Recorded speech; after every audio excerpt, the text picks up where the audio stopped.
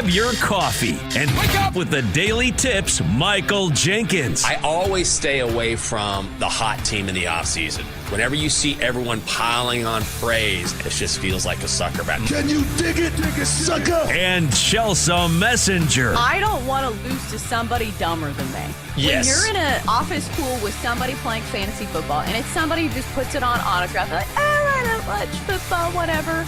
I don't want to lose to those people. The who? The her. For the best wagertainment here on the BetMGM Network. Hey, Dad, don't forget about me, the dogster. Sponsored by BetMGM. Make it legend. Wait for it. Dairy. Download the app today. Please gamble responsibly. You know what time it is. Daily Tip on the BetMGM Network. Hope you're having a great morning. Thanks for waking up with us live across the country from 6 a.m. to 9 a.m. in the East. Coming up on this midweek edition, we begin with baseball. Game 4, Blue Jays and Dodgers last night from La La Land, Toronto, tying things up. In 20 minutes, the NFL suddenly has a serious issue with the Baltimore Ravens. We're going to tell you why. And finally, we dip into my streaming corner at 6:40 and find out what we've been watching. I'm Michael Jenkins. She is Chelsea Messenger. Chelsea, good morning. How you doing? Yeah, good morning. I almost texted the group chat last night that we had a big night at our household. We did the Texas Roadhouse family feast once again. Blake's school was doing a thing where Texas Roadhouse would give back like 10% to their school if you ordered that night. So, of course, pull my leg, we'll do the family feast. Because I have settled on this. Not much in life you can control, but you can control giving your family amazing food every single night. So we're going to try to focus on that. Can I just say, I was thinking about it, and I didn't want to put it out there haphazardly. I think you're the best mom ever. Best wife ever. Yeah. Oh, yeah. Texas Roadhouse, what else do you need? Let everything else just fall into place. You set that as the cornerstone of your being the lead of this family. You say, here it is, Texas Roadhouse. We got the rolls. Everybody's going to get fed. Let the chips fall where they may. I've done my job. You guys have a great night. See you later. Because that's what the family wants. Yeah. Like, they don't want homemade meals every night. No. They Boring. want good food. So we're going to have like 15 rolls apiece. We're going to have a bunch of sides. We're going to have our sirloins that I don't know how good of quality they are, but they were still very good. Because that's the thing. At the end of the day, like, you just want something good sometimes. So we sat around the dinner table. We watched the World Series. It was a great night. That sounds awesome. Like, Mom, homemade pasta. We're going to have sides tonight from Texas Roadhouse. Come on. Come on. What are we doing here? Wow, that does sound like a great night. And you got a great game, so we're going to talk about that as well. First, let's talk about our bets. Yeah. So bearing the lead here, Den just swept the board with some plus money plays. I guess I'll recap my push. Womp womp. All right, so Blue Jays, Dodgers over 8 was my best bet. Thought that both teams would get the bats going. Only the Blue Jays really did. But Den, get on in here, brother. Yeah, man. What about these bets? I mean, really a swing and miss on my part, guys, for not parlaying this entire thing and not putting my entire savings on this entire 3 bets that I made yesterday. I would have came in with jewelry. Actually, I wouldn't have come into work. I would have been so rich. I've been riding off into the sunset. So I had Vladdy Jr. over 1.5 bases. He did that pretty easily. He went 2 for 4 at a homer. So that was pretty easy. I kind of felt like he was going to homer last night, but I wanted to play it safe with the over 1.5 bases.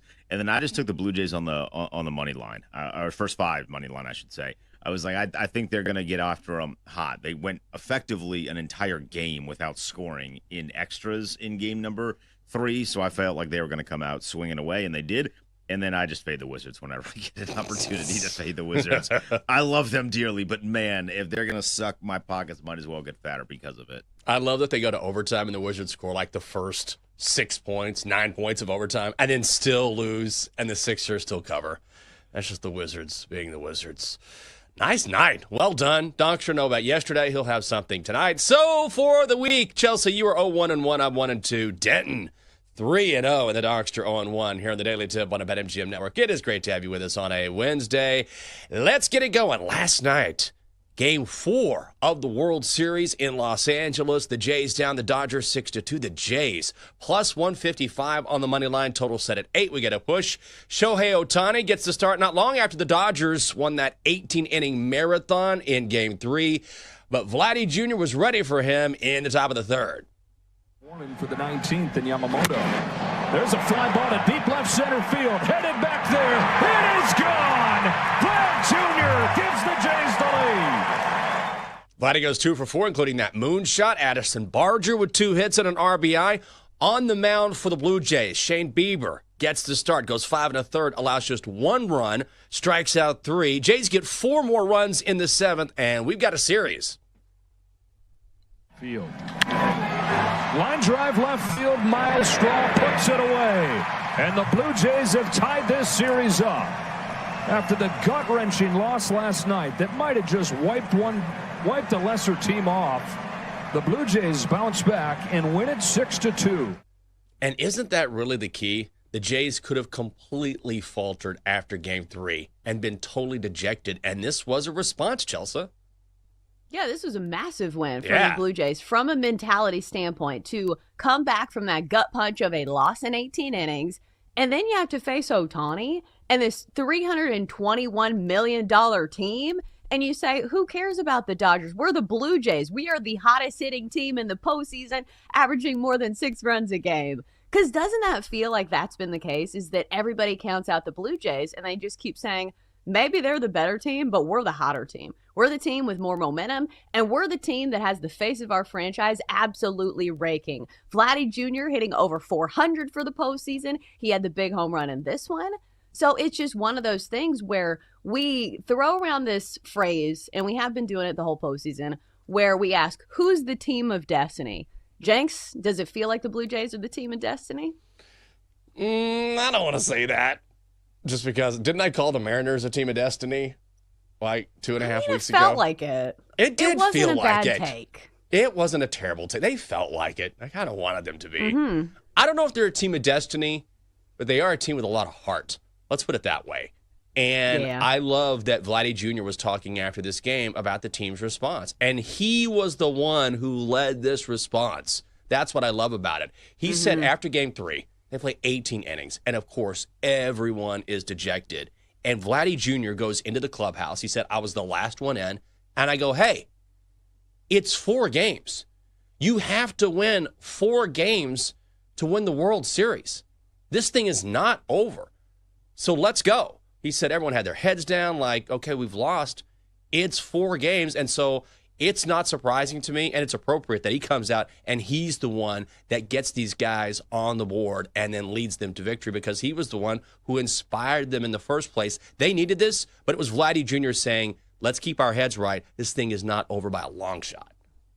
Yeah, and that's what a true MVP does. Yeah. And we were talking about the MVP market just yesterday, and some of the odds on Vladdy Jr., boy, have they shortened. Oh. So he was 10-1 entering last night. And here's the thing, like, he's not sneaking up on people. Even with these odds of 10-1, again, he was hitting over 400 for the postseason as a whole going into last night. And he's the face of the franchise for the Blue Jays. It's just, I think a lot of people have counted the Blue Jays out and say, well, the Blue Jays aren't going to win this series.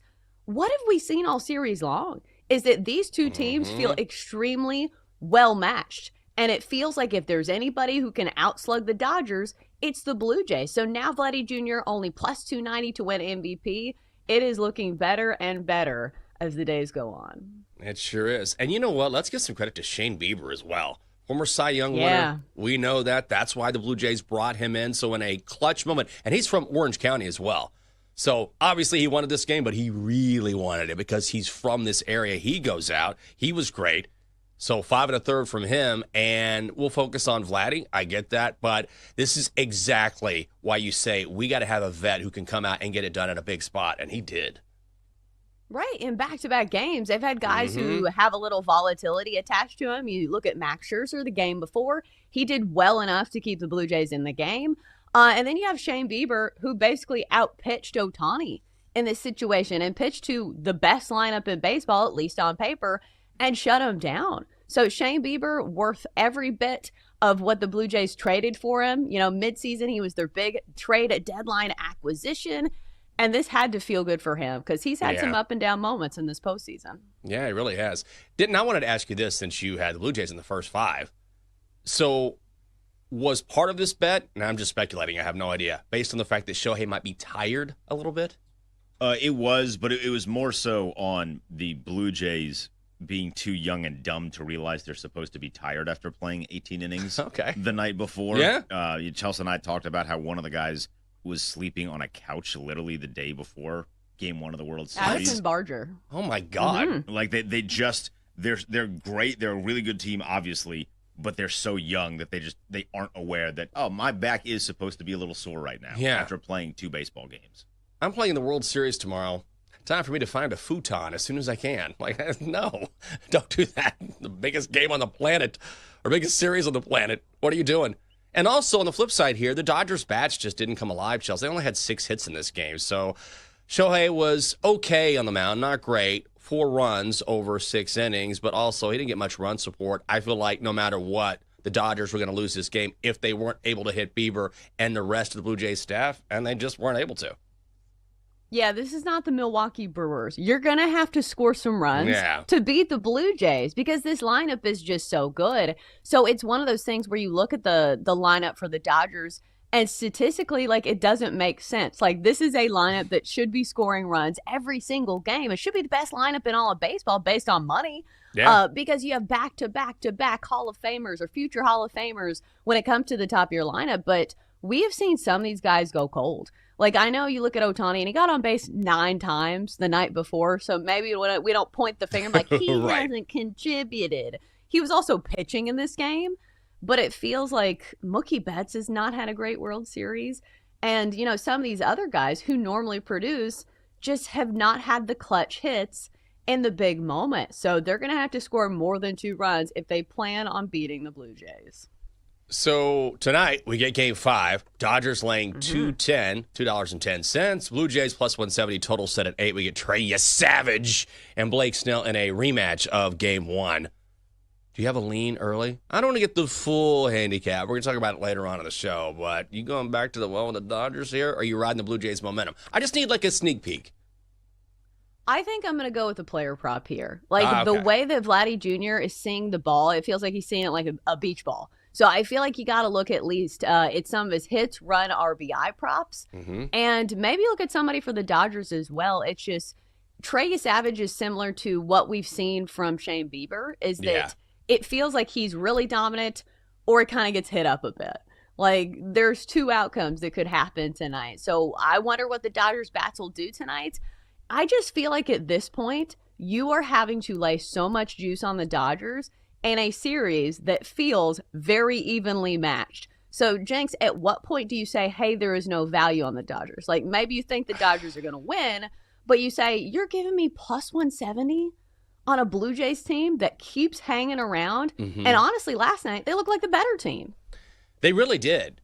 And I will say this for the Blue Jays, and it's the one thing that we're not giving them credit for, is they fight. They fight. Remember what happened against the Mariners? They had to fight all the way back from being down 0-2 in that series, right? So I know, and I fall into this trap as well. You look at LA and you're like, yeah, but it's the Dodgers. Yeah, but it's the Dodgers. And sometimes you just have to say, quit thinking about the franchise for a second. Yes, they're loaded. Yes, they're the favorites for the reason.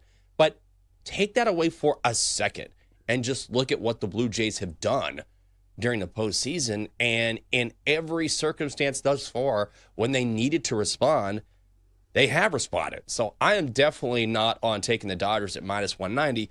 I can find a different way to play this particular game tonight, maybe a different way to play the series. But if you want to put a sprinkle on Toronto at plus 155, then I totally get it.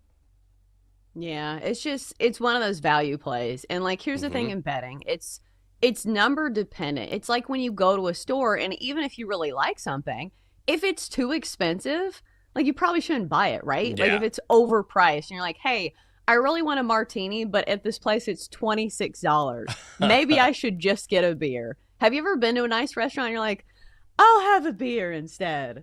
Just because the drink prices are just like out of this world. Oh, yeah. They'll have some sort of crazy, I saw like a bourbon martini or some sort of concoction at this one place, and it was like $25. Didn't I could hear him over here? And I was like, hey, do you have tap water? Instead. Like, right, that's a lot. It's a lot, you know. Do you have a hose? Do you have a hose? You know, I'm kind of dirty. You just spray me down and I'll just grab some of the droplets out of that hose while we're at it. Like, come on. Especially in D.C. D.C.'s terrible at that, by the way. Like, I love the food and drink scene here is amazing, but the drink prices are stupid. Yeah, so the drink prices are basically what the drink prices are in L.A., where you're paying a lot for the Dodgers and you're paying a premium on a team that looks pretty similar to what you get in Toronto. I don't know. We will see. A lot of it will depend on Blake Snell as well. What you do is you get yourself a Molson and you put a sprinkle on the Blue Jays. That's what you do. You bring it all together. Coming up next on the show, the Ravens visit the Dolphins tomorrow night, but their biggest opponent this week might just be the commissioner himself. That is coming up next on the Daily Tip. It is here on the BetMGM Network. Chelsea and Jenks will be right back on the Daily Tip on the BetMGM Network. Make it legendary. Download the app today. Please gamble responsibly.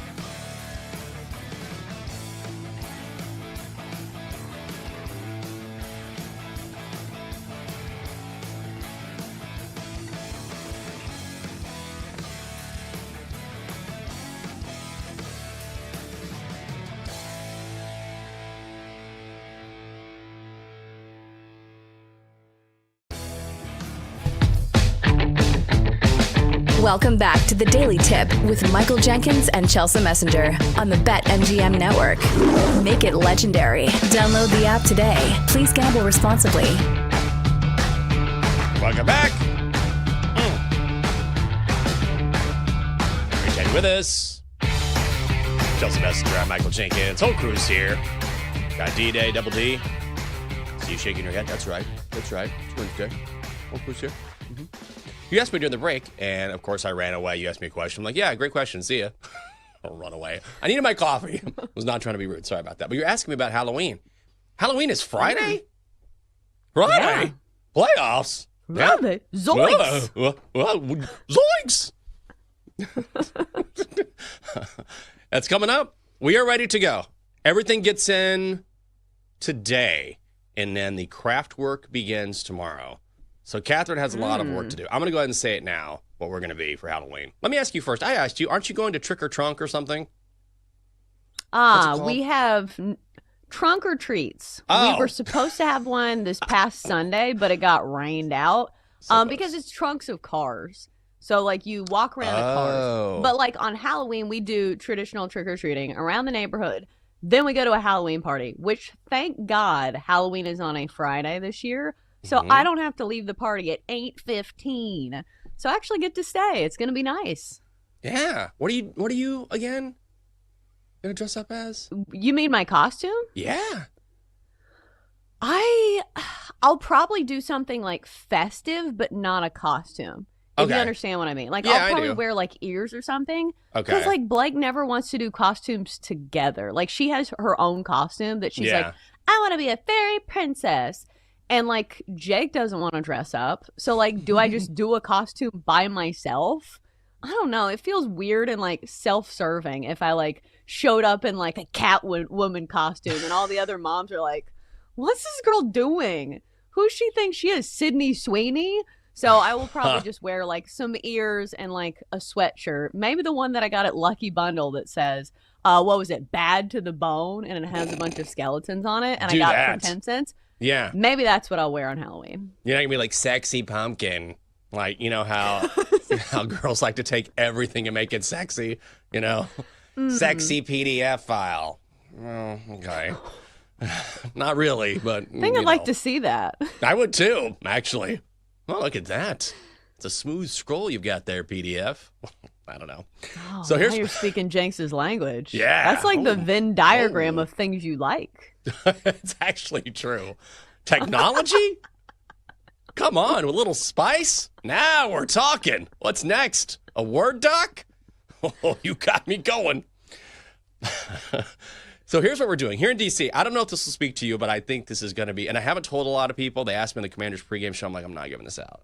Because Catherine, of course, came up with this idea. It's such a good idea. So here in D.C., the spotted lanternfly is everywhere. You can look this up, but it's a super invasive insect.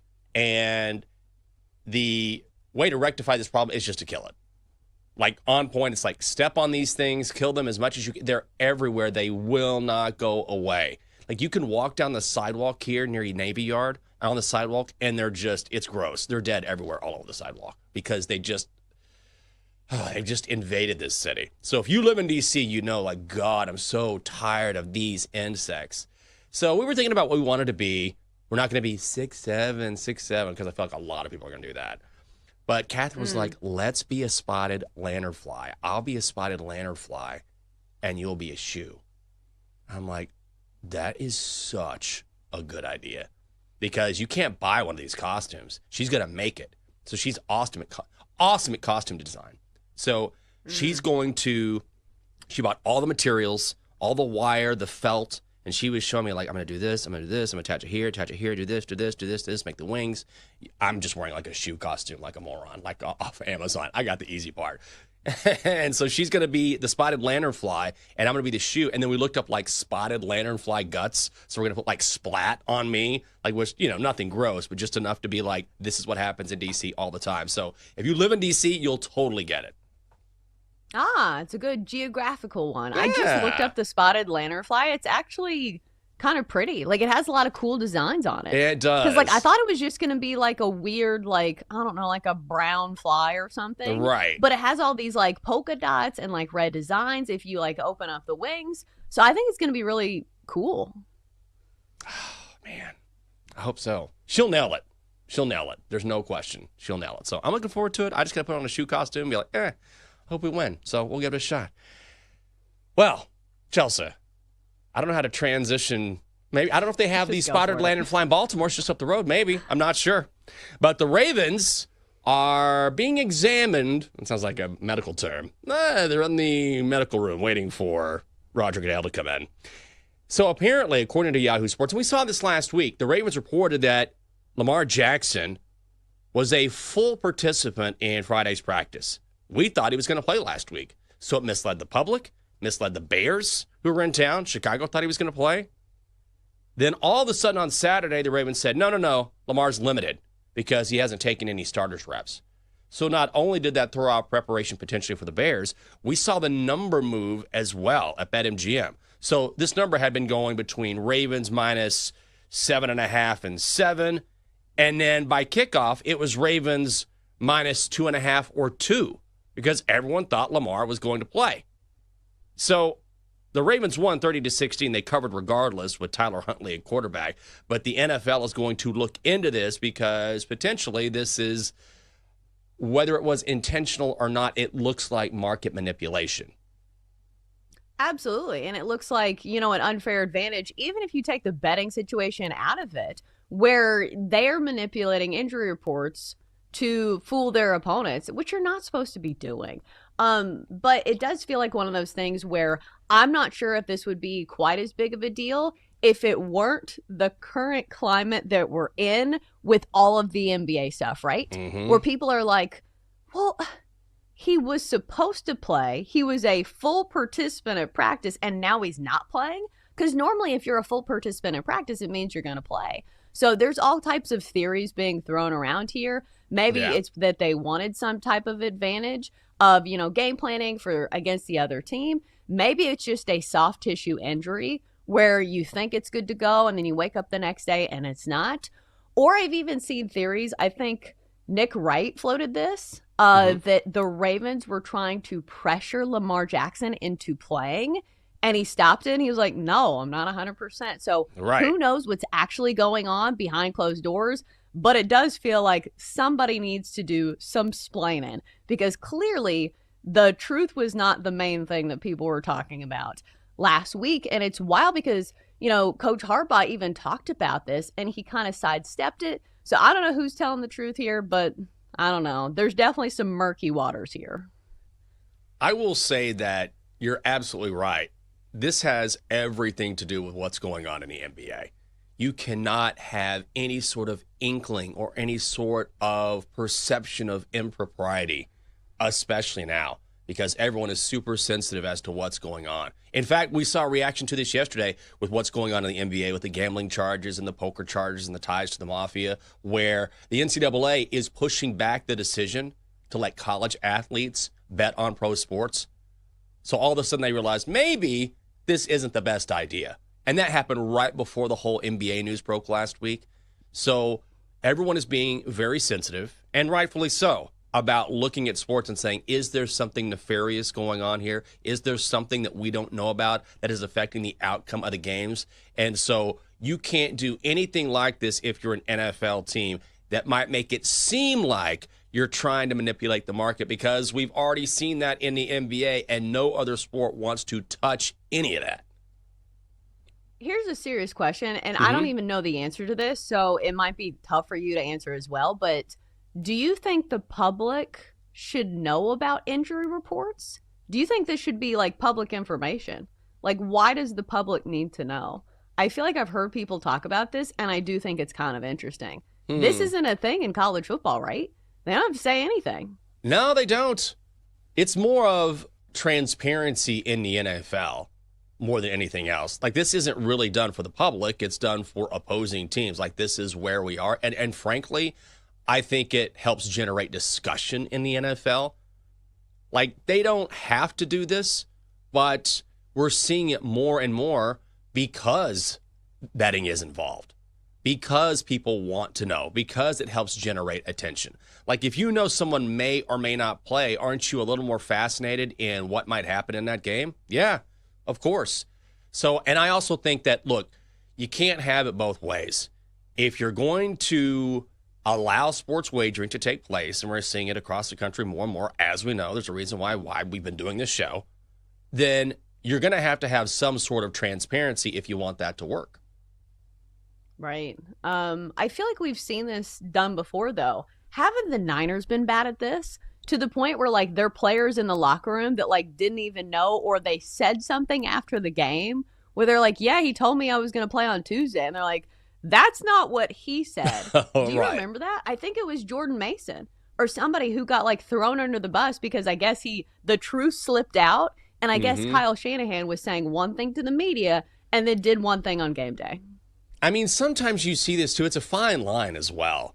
Like, there's a difference between gamesmanship and manipulation. Do you know what I mean? So sometimes you see this in college football a lot. Like, we'll see where he is. He's doing okay. You can do that. You know, he's getting better. He's improving. We'll see where we are at the end of the week. That's different than he was a full participant yesterday. Oh, no, he hasn't been working out. You know what I mean? Like, sort of, you know, walking the tightrope between maybe he is, maybe he isn't, is a lot different than being definitive and saying, no, this guy isn't going, and then suddenly flipping it around and saying, yes, he is, or vice versa. Yeah, and then gaslighting everybody. Like, I think that was the craziest part of, like, John Harbaugh is that, like, he's so flippant about it. He's like, you guys know about injuries? Like, sometimes they're injured, sometimes they're not. You're like, what? Like, I understand it's a soft tissue injury. And here's the other thing that's going to be tough to police is that sometimes with soft tissue injuries, guys can re-injure themselves. So it's the same thing in the NBA when somebody goes down early with an injury and you're like, are they faking an injury to, you know, so their friends can play the under? Sometimes they might actually be hurt. Yeah. I mean, at the very least, it wasn't like Lamar Jackson was not a full participant. Why? I had a poker game. Like, oh, my God, no. No. Worst thing ever. So I don't know if this was intentional or not. Sometimes I think there can be a miscommunication as well. I mean, sometimes, you know, between what happens on the practice field and what goes out, there can be, you know, something that just kind of falls between the cracks. It could absolutely be non-related at all to any sort of manipulation. Because, look, when the NCAA said, we're going to let college athletes bet on pro sports, and then less than 24 hours later, the whole NBA story broke. It's not like that was coordinated or anything. It was just a situation where there was bad timing. So this could be the same thing, is what I'm trying to say. But should the NFL punish the Ravens and say, we're not even going down this road? We're going to put a pin in this, and we're going to stop this before it even gets going. Don't even think about doing anything that makes it look like something is going on here that shouldn't be going on. I mean, I wouldn't be surprised, but listen, it's the NFL's wheel of punishment, where it's like, hey, we're going to fine a guy $35,000 for doing a celebration after a touchdown.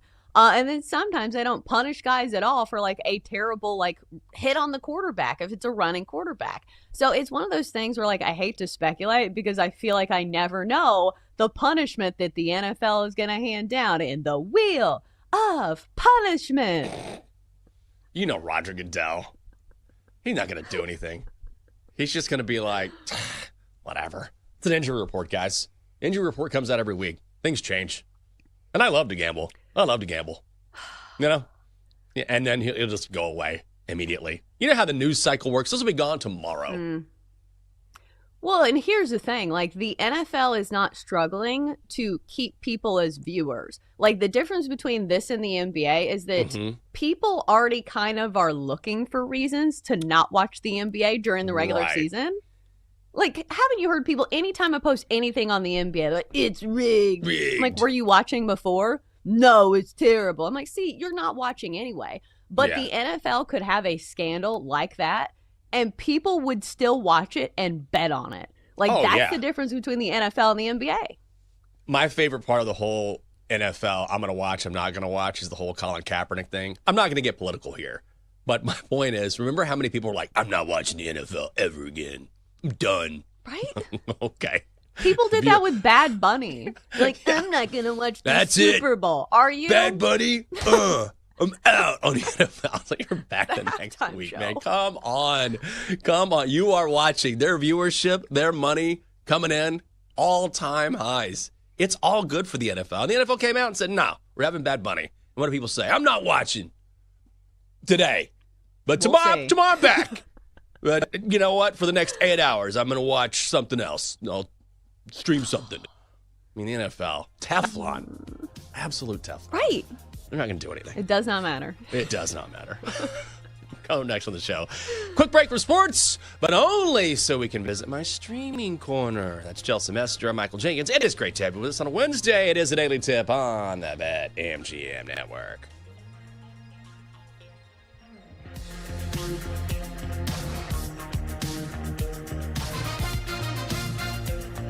Chelsea and Jenks will be right back on the Daily Tip on the BetMGM Network. Make it legendary. Download the app today. Please gamble responsibly.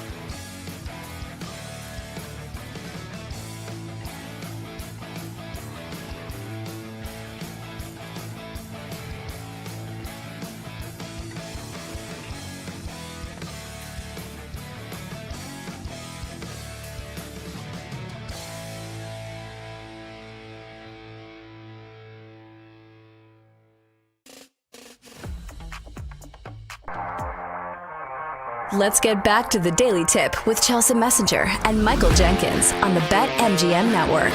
Make it legendary. Download the app today. Please gamble responsibly. Welcome back to the show. Let's do it. The Daily Tip on the BetMGM Network. I'm Michael Jenkins. She is Chelsea Messenger. Coming up in a couple minutes. There's no other corner quite like the streaming corner. Okay. So we were talking about Lamar in the previous segment. And you know the story last week that we discussed where the Ravens took out all the ping pong tables and the video games and the basketball hoop from the locker room. I didn't realize it was Lamar who made that request. At first, we were like, oh, the Ravens. Did you guys talk about this yesterday? Because I missed yesterday. And maybe you did. But at first, we're like, oh, the Ravens are putting down the clamps. It was Lamar who told the equipment manager, get rid of this stuff. It's time to focus. And I have to say, now that I know that Lamar did it, it changes the narrative, right? I wonder if he's taking one for the team here. Because it does, but I don't know. I don't know if it's the organization like trying to save face and be like, hey, Lamar, can you say that you did this? So like maybe some of the heat is off of us, but maybe he did. I don't know, because he came out and said it in a press conference himself. So who knows? The thing is, nobody believes what the Ravens are saying right now. So who knows if they're telling the truth about the injury reports, about the ping pong tables, which is more important in my eyes. But we'll see if they get him back. They do play the Dolphins this week. We know Lamar Jackson is a Florida kid, so maybe they will earn them back this week after maybe a big win over the Dolphins. Are you I'm getting a sense you're a big ping pong person. Oh, no. I just thought it was the funnier of the two stories. Oh, okay. Because remember, like, we, like, ruminated on this for a while. We're like, man, you know, we were being paid for this job, and, you know, this is our career legacy. Yeah.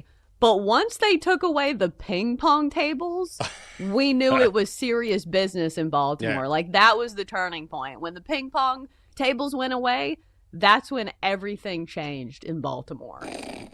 Yeah, it's like the ping pong tables are gone. Oh, man, Harbaugh's going to get fired. That's how you know. The basketball hoop is gone? You can't hoop in the locker room anymore? Oh, my God.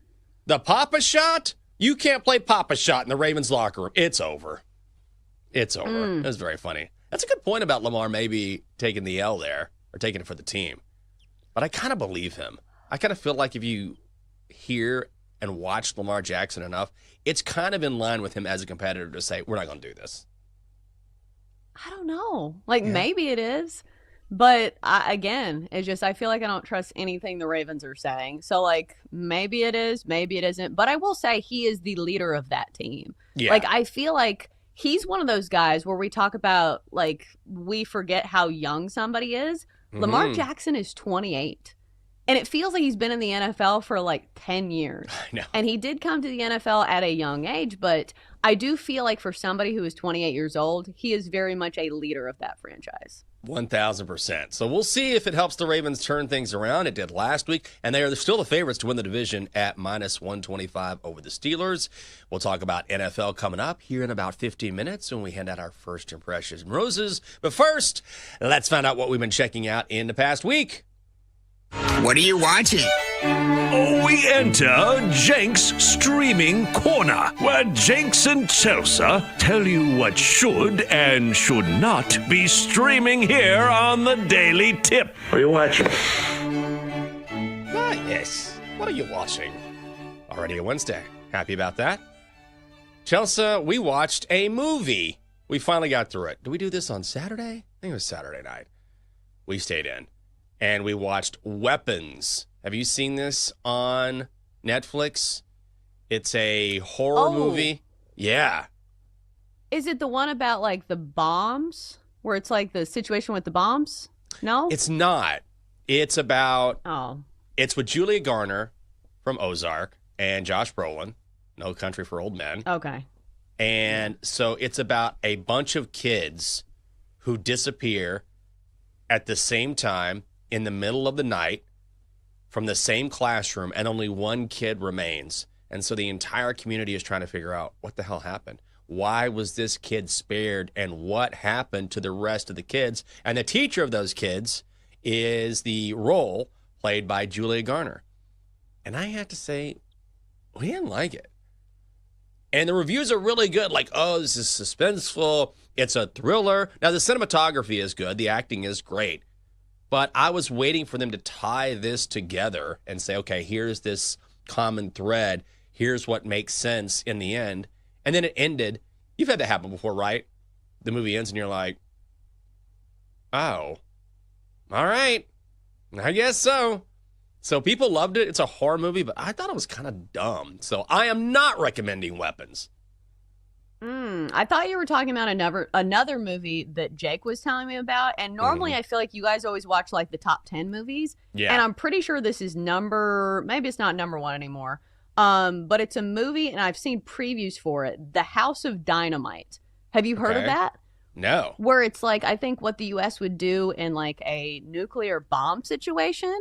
So like, I ain't watching this because that sounds scary and too realistic. But Jake watched it and he said the ending was like one of those where you're like left shaking your head. And you're like, what?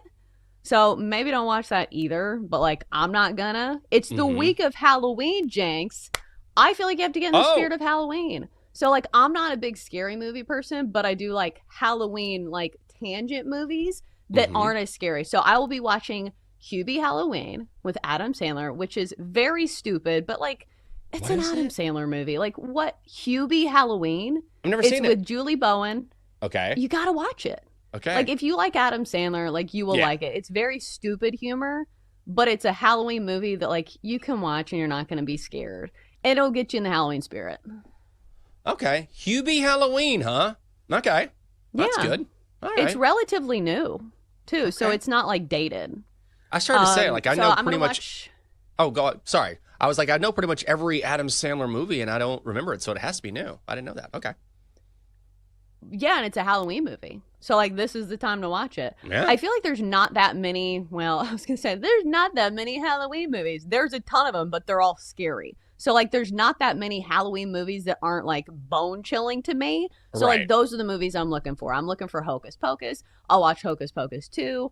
Practical Magic, I've already watched. Hubie Halloween. And Scary Movie. I think Scary Movie might be like one of my favorite Halloween movies of all time. Just because like that's what I want. Like I want to laugh a little bit. Like it's in the mood of Halloween. But I also love Anna Faris. I think she is so funny. Oh, I like her a lot. Max says he's going to watch Halloween Town. Have you seen Halloween Town? I have not. Oh, that's a good one. Is it? That one's so old it's kind of cheesy though. Like, do you ever watch... I don't think you watch a lot of kids' movies, I don't. Which would be creepy. It's all I watch, but... honestly. It's the only thing I watch. I don't have kids, but man, do I love a good kids' movie. No, I rarely that would watch be them. weird. That would be weird. But even, like, this happens with, like, older movies that you remember being really good, but then you watch them 20 years later and you're like, this is really dated. And it, like, kind of distracts you because, like, the quality is really bad and, like, some of the jokes are, like, dated. And I don't know. It just sometimes the plot lacks. So, like, that's how I feel about Halloween Town. It's one of those, like, nostalgia watches. Yeah. But it's kind of like you have to watch knowing that it's going to be a little cringe. Oh, I love sometimes just they look so campy or sound so campy. My favorite movie that just aged so terribly is The Net with Sandra Bullock because it's the early stages of the internet. And you go back now and all this stuff just seems so obvious. But, you know, she's saying things like, let me log onto the information superhighway. You're like, what? What are you talking? You know, and the screens, of course, look terrible. You're like, what is this? And someone will say, what are you doing? I'm going into a chat room. What's a chat room? You know, like it's just so archaic that it's actually a good movie. The suspense is really good, but you do something that's that technology based so early, it's just naturally within a few years not going to age well. It's so funny though. I think you've talked about that before. I have. And we've had love some it. laughs. But like think about that. Like the premise of the movie you knew would be dated. Like any of the like futuristic movies. And it's funny how like even in some of these movies like from like 30 years ago, they're like, the year is 2021. And like all of these things. And it's just like things haven't changed that much. Like Yeah. now we have better memes on the internet and we can use AI to make Stephen Hawking do whatever we want. But as far as flying cars, we're still not to that level, and we still don't have like interchangeable faces. Right. Or like stuff from like Minority Report where you're like, we know he's going to commit a crime before he does it. Yeah, we can't even figure out who's actually committing crimes, even with all kinds of surveillance. That's true. That's so on point, though. It's 2021. Half of Earth's population has moved to Mars. Like, nope. But if you want to watch Stephen Hawking skateboard on TikTok, you can do that. I will. We got that. Okay. So we're trying. We're not quite there yet. Yeah, I always find that fascinating when someone makes a movie. And songs will do this, too. You know, where there'll be a song that is mentioned. And like one of my favorite songs is a country song. And from Steve Wariner back in the day, but it talks about using a payphone. And today, I mean, it's still a wonderful song, but it doesn't really hold up because no one's using a payphone to call home. Yeah, even though didn't Lady Gaga have like was it just telephone? Or Telephone. was it payphone? It was Oh. telephone. Lady Gaga and Beyonce were telephone. Maroon 5 was payphone. Oh, look at that. Oh. Getting 4-0 this week. Well done. Crushing it. Can't lose. Cannot lose. That song was not that long ago. Like the payphone, Maroon 5 one. I'm at a payphone. Like that's super dated. Like I don't know why he was at a payphone. It reminds me of, isn't there a movie with, is it Keanu Reeves that's at a payphone? Or is I think it's Colin Farrell. Maybe it's Colin Farrell. Yeah. Is that right? And I'm like, what a dumb premise for a movie where he's The whole literally time? just standing at a payphone the entire time. Imagine Cheap movie to make. the sell for I that. suppose. Here's the set. Like, what are you talking about? This is it. You're going to spend the entire movie in this phone booth. Oh, okay. I guess. I'll do it. Done. When's the last time you saw a payphone? Been a while. Been a long time. Coming up next year on the show, look at all of these handsome teams. Oh, yeah. We're going to hand out our first impression roses in the NFL this week. Week 9 of the National Football League. Hard to believe that's coming up next on Hour 2 of the Daily Tip. It is here on the BetMGM Network. Come on back.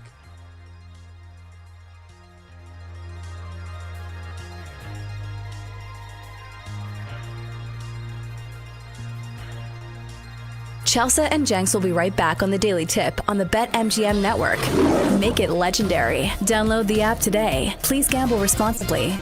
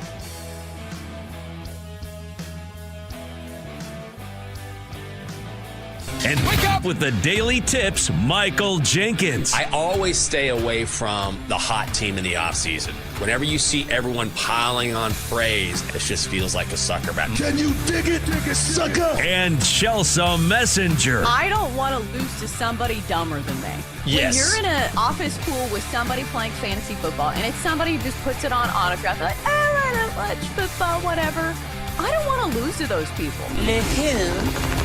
The her. For the best wagertainment here on the BetMGM Network. Hey, Dad, don't forget about me, the Dunkster. Sponsored by BetMGM. Make it legend. Wait for it. Dairy. Download the app today. Please gamble responsibly. Rise and shine, people. It's time for Hour 2 of the Daily Tip presented by BetMGM. I'm Chelsea Messenger. He's Michael Jenkins. Over the next hour, we've got all kinds of goodness to dig into. We'll start with our first impression roses in the NFL because it's never too early to start looking at the slate for this weekend. In fact, this is when you can find some value before the lines move. At 7:20, we go back to baseball. Game 5 of the World Series. The books have put the Dodgers as favorites in every single game this series against the Blue Jays. But yet, here we stand with a series all tied up. We tell you where the value is betting on Game 5. All coming up next here on the Daily Tip, presented by BetMGM. All right, Jenk, so last night it was a full house of celebrities at the World Series game, including, I think they're former Royals. I don't know if you call them Royals anymore. Okay. But Prince Harry and Meghan Markle. Meghan Markle, what is her last name? Windsor? Markle? I'm not even sure, but she made a big deal of it. But like, she has a new last name. Do you know what I'm saying? No, I know It's like, what you since mean. she's married, but they're not in the royal family anymore. So it's like they are super like high up on the class chart, but it almost feels like those people on Facebook. They're like, no, his baby daddy is this last name, and then we're going to go with this last name for him because he has a different baby daddy. So it's like the same thing, but a bit of a different situation. But anyway, some people were mad that they were rocking Dodgers gear. Even though they are California residents now, they used to live in Canada. Like, I think when they were dating, like Vancouver was a big part of their courtship. So let me ask you this. If you moved to a new city, would you ever change allegiances and say, hey, see you later, Commanders. I live in Dallas now. No. Go Cowboys. No, I would not. I mean, it depends, right? So I don't want to sound like I'm talking out of both sides of my mouth here. I grew up in Texas, and I didn't move here until I was 30. But at the same time, I was not a hardcore Cowboys fan. Like I've said on the show before, I was an Eagles fan when I was a kid because my mom went to school with a guy who played on the Eagles. They sat next to each other. And then when I was sick in the hospital, they sent me a bunch of gifts, because they didn't know if I was going to make it or not, whatever.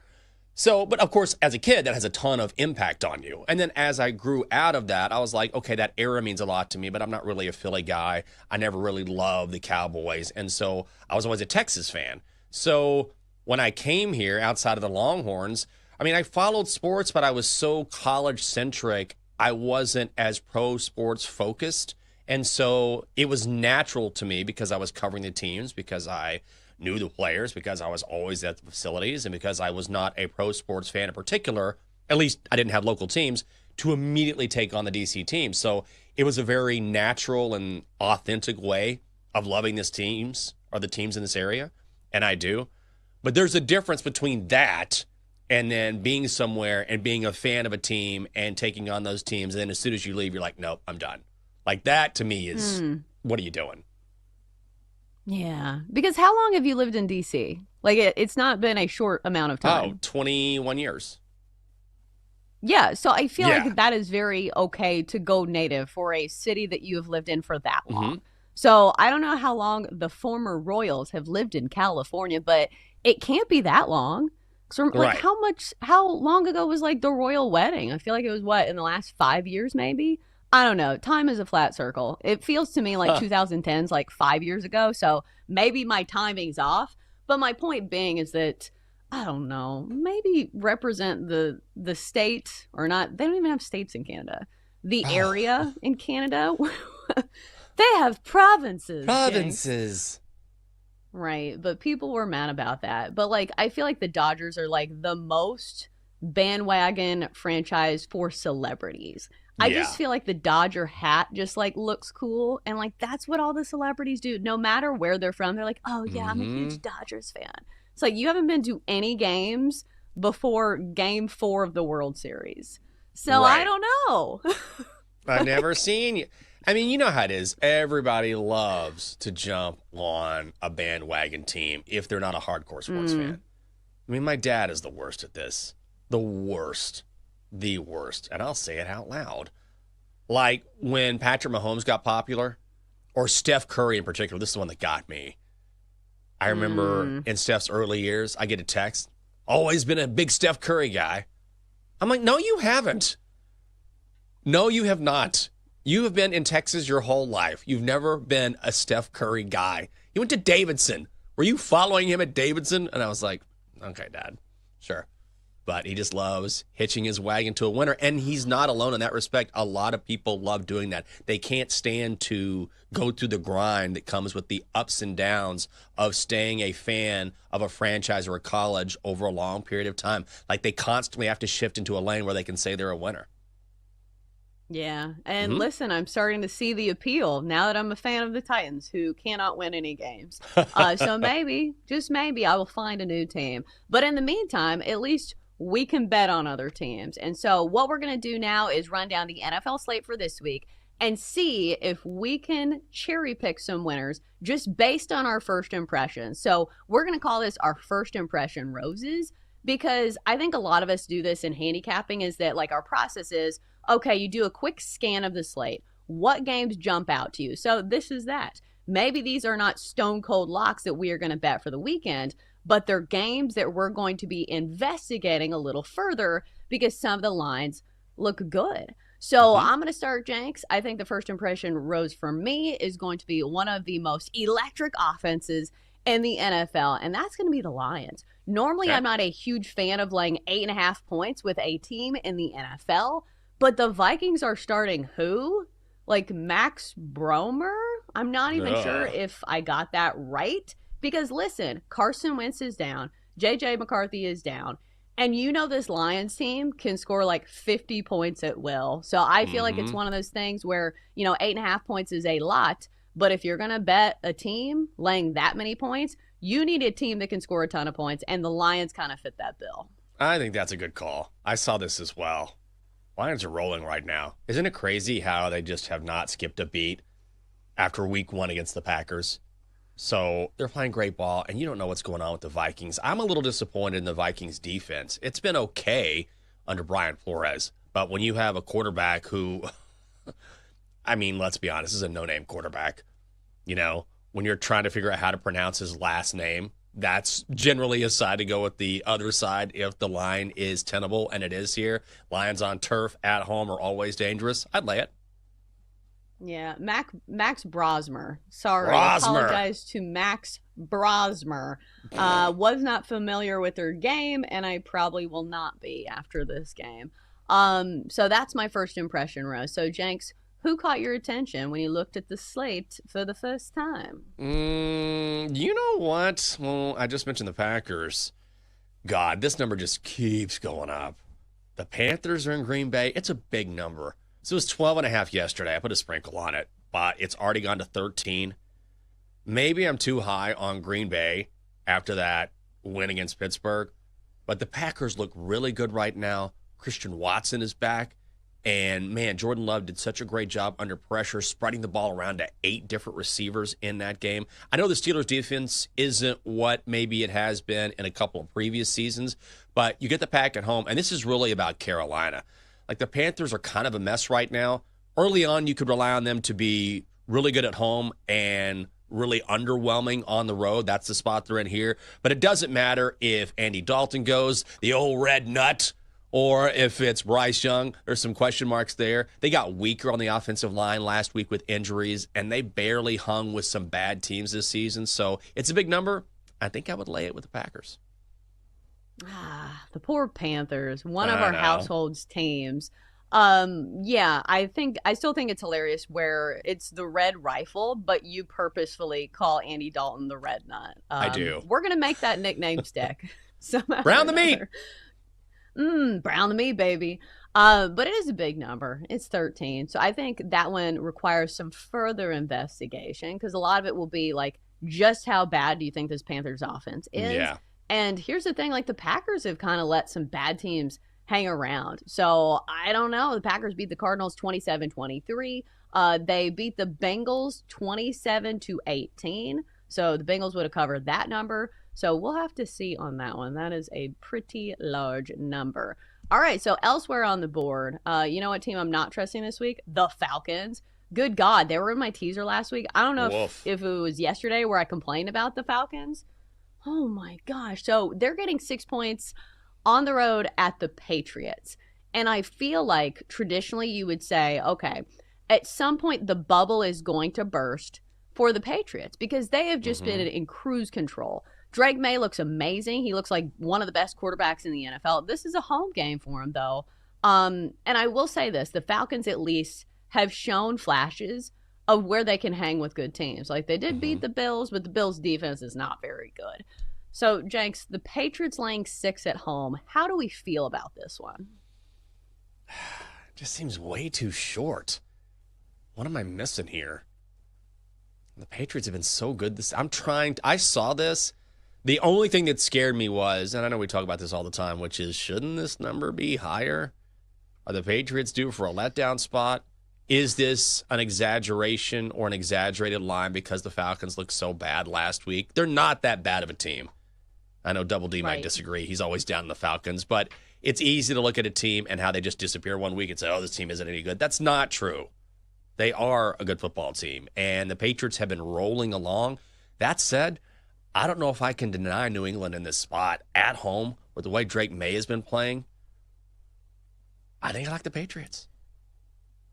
I think if this line was 5.5 yesterday, if it would have been 6 yesterday, I would have put this in my teaser. I feel like this is a great teaser leg. You tease it down to a money line bet for the Patriots. That's a great teaser leg. So maybe if you don't want to fool with the points, because I will say this, the total in this game is 45. So sometimes, logically speaking, it's not super great to lay 6 points in a game where clearly points are going to look like they are at a premium. And Jenks, speaking of like fishy lines, the Colts are mere 3-point favorites on the road at the Steelers. So what was your first impression of this line? Because it sounds like you saw it. I sure did. Love the Colts. Isn't this going to be the public side of the week, though? Yeah. Colts -3 with the way they've been playing. One of only 2 one-loss teams in the NFL. We saw the Steelers, bit of a short week, I guess, for them because they played on Sunday night. The Steelers' defense doesn't look that great. Sometimes, Chelsea, as we know, the public side is the right side. I expect everyone to be on the Colts, but there's no way I'm grabbing 3 with the Steelers. I think Indy is the real deal, and I think the books, at least in this spot, maybe they're trying to trick me, but it feels like they're still not respecting the Colts, and I sound like such a sucker right now. I know I sound like a public bettor, but I'm going to be on Indy here. I wonder what the true betting public actually thinks about the Colts. Because I think people in our space are like, okay, the Colts are for real. Like, this is a really good team. But, like, think about people who only watch the NFL casually. I still feel like it takes a while for people to, you know, have trust in some of these new teams. Like, new teams to, like, the circle of trust. Because I saw this from Patrick Everson over at... He used to be at Covers. Maybe he's Vegas Insider now. But he was saying that the Colts and the Patriots both have, you know, had these great seasons, but they have still not drawn a lot of action on both of these teams to win the Super Bowl. He was saying both of these teams would still be great odds or great outcomes for the books just because nobody's betting on them. So it's one of those things where it feels to me like the Patriots and the Colts would be public plays this week, but maybe not. Like, maybe some people still have trouble, like, saying, hey, the Colts are a good team. The Patriots are a good team. Maybe it's going to take another year. So I don't know what to do with these numbers. Oh, that's interesting. Okay. Well, I think that's a really good point because sometimes we're in this space so much, and I'm not trying to imply for a second that I know more than anyone else. I'm just a casual bettor. But because we talk about this every single day, like we're attuned to the Indianapolis Colts. You hate the Colts. So I think it's a really good point. Yeah, I know you do. But I think it's a good point that the public doesn't necessarily follow along. It takes a while for a team that hasn't had a lot of success to sort of catch fire with the public. I think you might be right here. I think especially in this matchup because, like, think about, like, the earned trust that the Steelers organization has. So I think it's going to take a lot for people to, like, cast aside the Steelers, especially at home, because a lot of people say, oh, Mike Tomlin, take the Steelers, home dogs. All right, coming up next, time to talk some baseball. It's Game 5 of the World Series, and we'll give you our plays after the break here on the Daily Tip presented by BetMGM.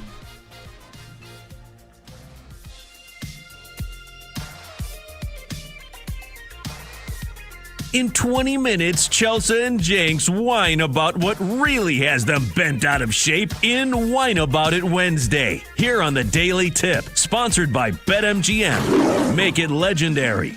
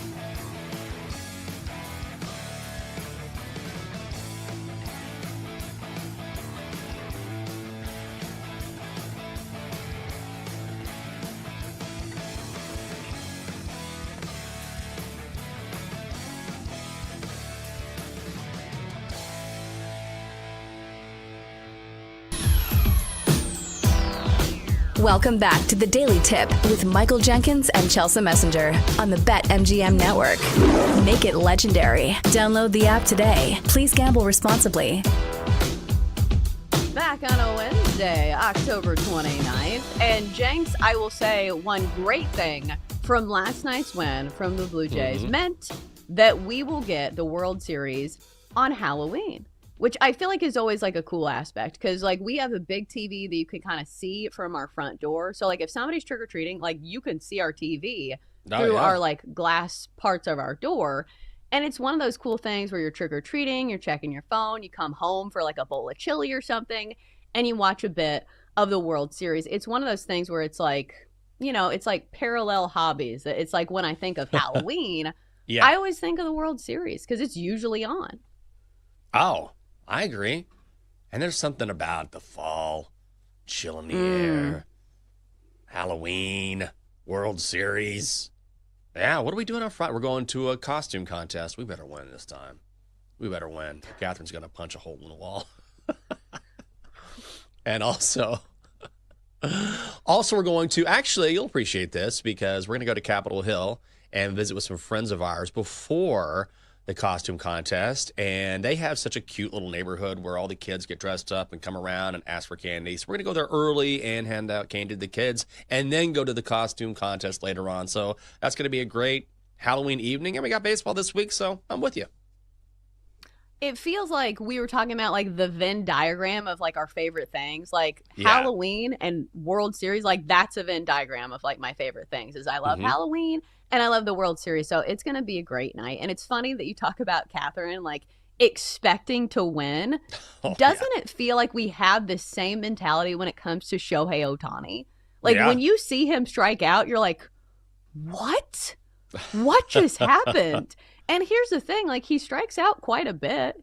It's not like he's somebody who never strikes out, but I feel like watching Shohei Ohtani strike out is like watching like your dad or a parent cry for the first time.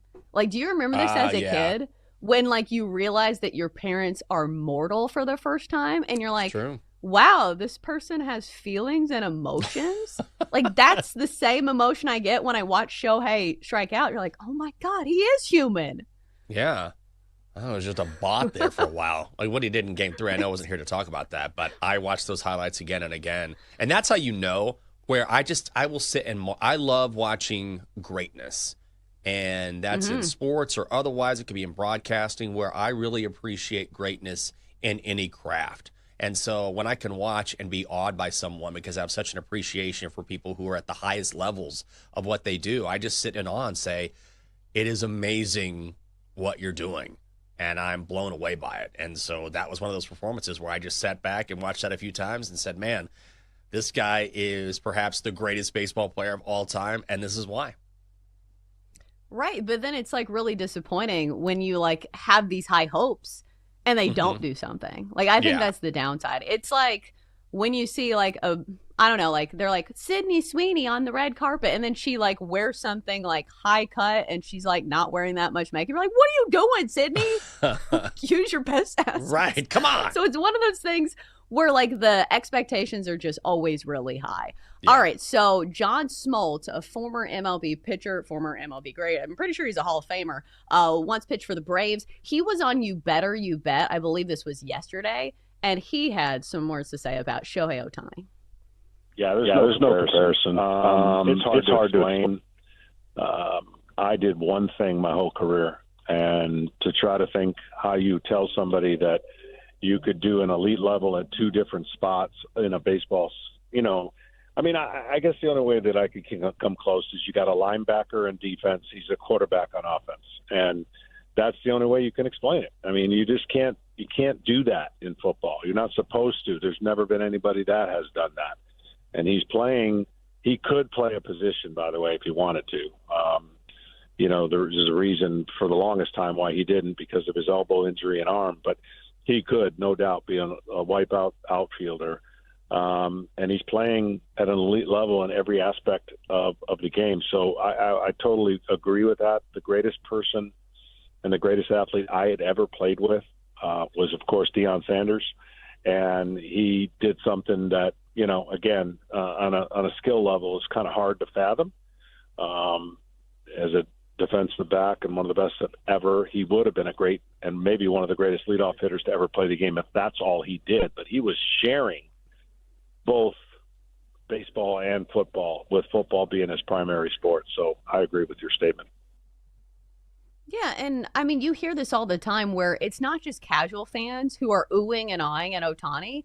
It's Right. guys who have like the biggest resume you could possibly think of in baseball. So here's the interesting dynamic I feel like in this World Series is imagine you're the Blue Jays and you hear nothing but all of this stuff about Ohtani. And, they're baseball fans too, and I'm sure they like ooh and ah over Ohtani as well. But you have to lock in and you have to say, okay, this guy is a once-in-a-lifetime player, probably the best baseball player of all time, but this is our opponent, and we cannot be intimidated by him, and especially like the matchup that we'll see tonight, because this was a big deal, I feel like, the first time around when Trey Savage pitched, is that imagine you are a 22-year-old rookie making like your 7th big league start, and guess who you have to face as a leadoff batter for the Dodgers? Shohei Ohtani, which I'm sure these guys have heard everything about. It's just, Jenks, it feels to me that the Blue Jays have done an incredible job of looking at the Dodgers and saying, hey, you guys aren't better than us. You're our equals. And hell, we have the ability to out-hit you. And maybe we'll do it again tonight. I think that's part of it, too. I mean, even Shohei aside, and, well, it's hard to put Shohei aside. Like, let's forget about Shohei for a second. I mean, forget about Shohei. Let's forget about Shohei Ohtani. No, let's not.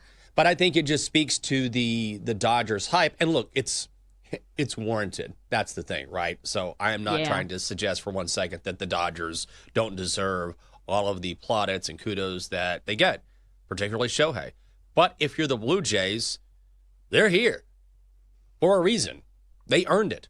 They can play. We've already seen, like, even if they lose the World Series, and who knows what's going to happen at this point, they can say, we gave it a run, man. Especially after that 18-inning marathon where that game could have absolutely gone either way. You talk about games going either way. That game truly could have gone either way. Instant classic. So the Blue Jays have earned everyone's respect. If they haven't, you're not paying attention. And I think they can use this as motivation if you're talking about all the attention on the Dodgers. Absolutely. To put this in more relatable terms, like it feels to me that the Blue Jays are very good at sidestepping.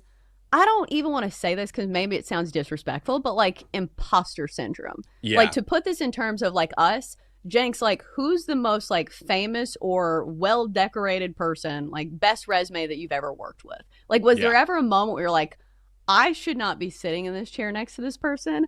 I feel very small. Yes. I have been in that situation, in broadcasting too. I mean, when I first got here, there were a lot of people that I worked with, and I was like, I don't know if I belong here or not. And at some point, I felt like I did. But even now, there are times when if you're sitting next to someone or you're talking with someone that you admire greatly, it's hard not to say, I don't know what I'm doing here. I'm going to try and act like I'm on this level. I think it's a very natural feeling.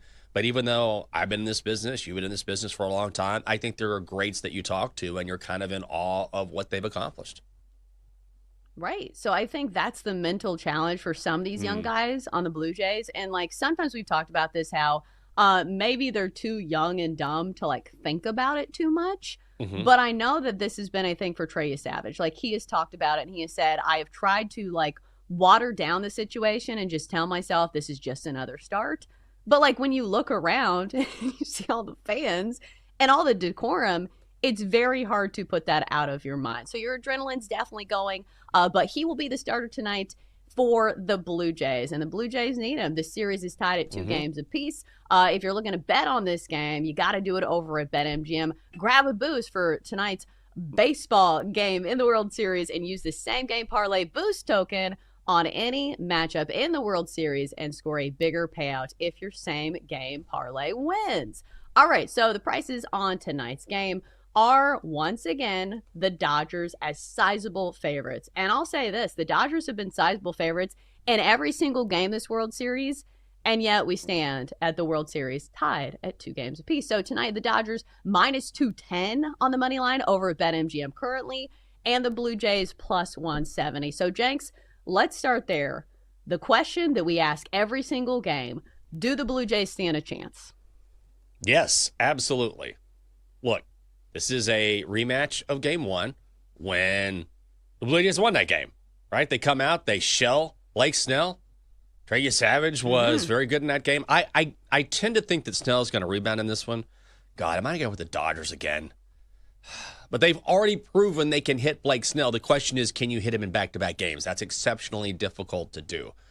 I do feel like, that said, the Dodgers are overpriced here. Minus 210 against a guy in Savage who can absolutely bring it with that splitter.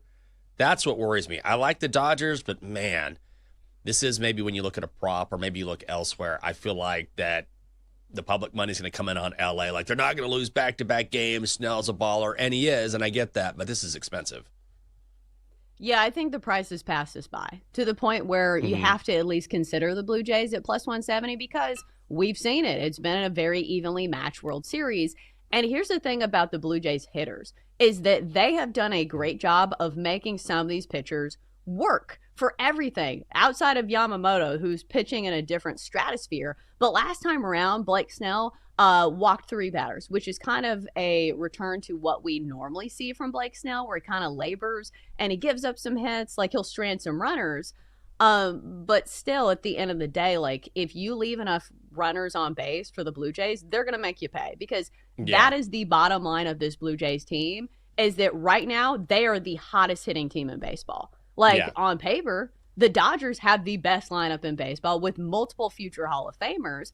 But if you're talking about, like, this recent stretch, you know, again, the Blue Jays are averaging over 6 runs a game this postseason. So it's one of those things where it's like, okay, it's the team that looks better on paper versus the team that has more momentum. We see this in baseball a lot. Jenks, when the Nationals won the World Series, it felt like they kind of subscribed to this, where they were the hotter team and they just rode that momentum into a World Series win. So I'm not saying that the Blue Jays are going to win tonight. I am just saying that I think that the Dodgers, if they do win, they'll still have to earn it. I think that's absolutely right. And I hope they do. Like, I want to see this go 7.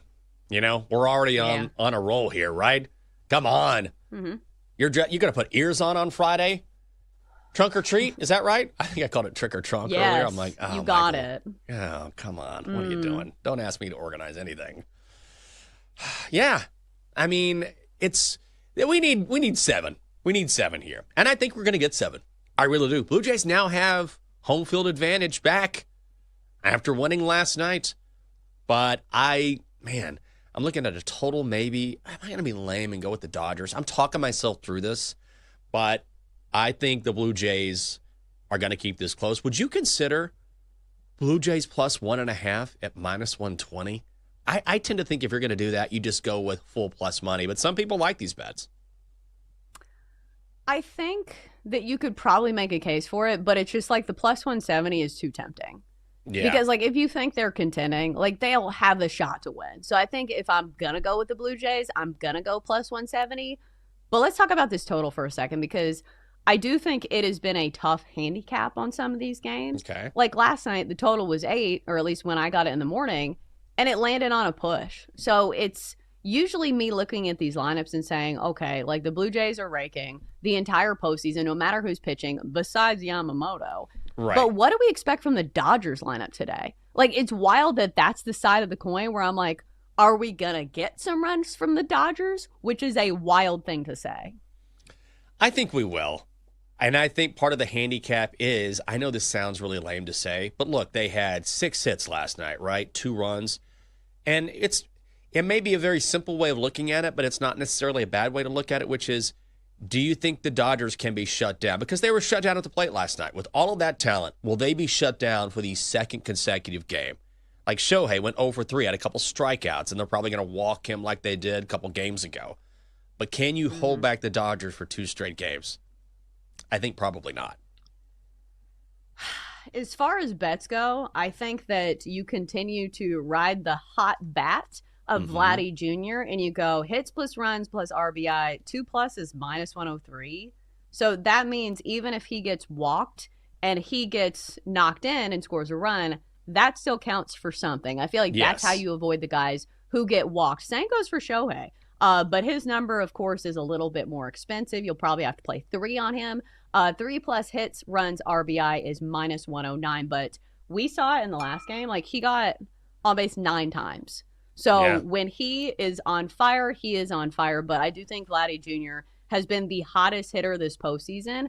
And I'm not going to be shocked if that continues. Plus, he has good splits off Blake Snell. Yeah. He has good splits off Blake Snell coming into this series. So I feel like that is the bet that I will probably be making. All right, coming up next, it's a Wednesday, and it's time to complain. It's a Whine About It Wednesday here on the show. You know I love it. It's next on the Daily Tip.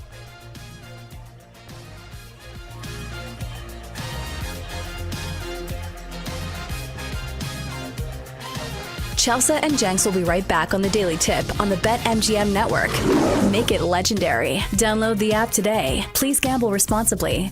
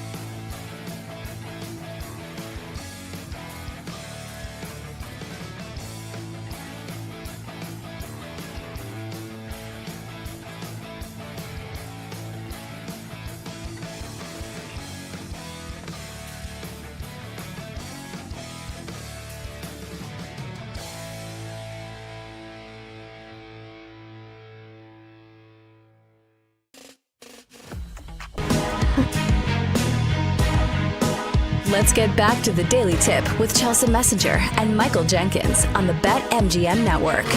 Make it legendary. Download the app today. Please gamble responsibly. Time to start your morning in the best way possible with the Daily Tip.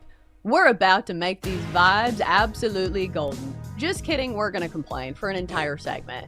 Whine About It Wednesday is coming up in a few minutes. And Jenks, speaking of whining, last night a lot of people were complaining about one of the intros for the World Series. I don't know if you saw this. I sent it to the group chat. Yep. So Fox got Sydney Sweeney to do the intro for the World Series last night.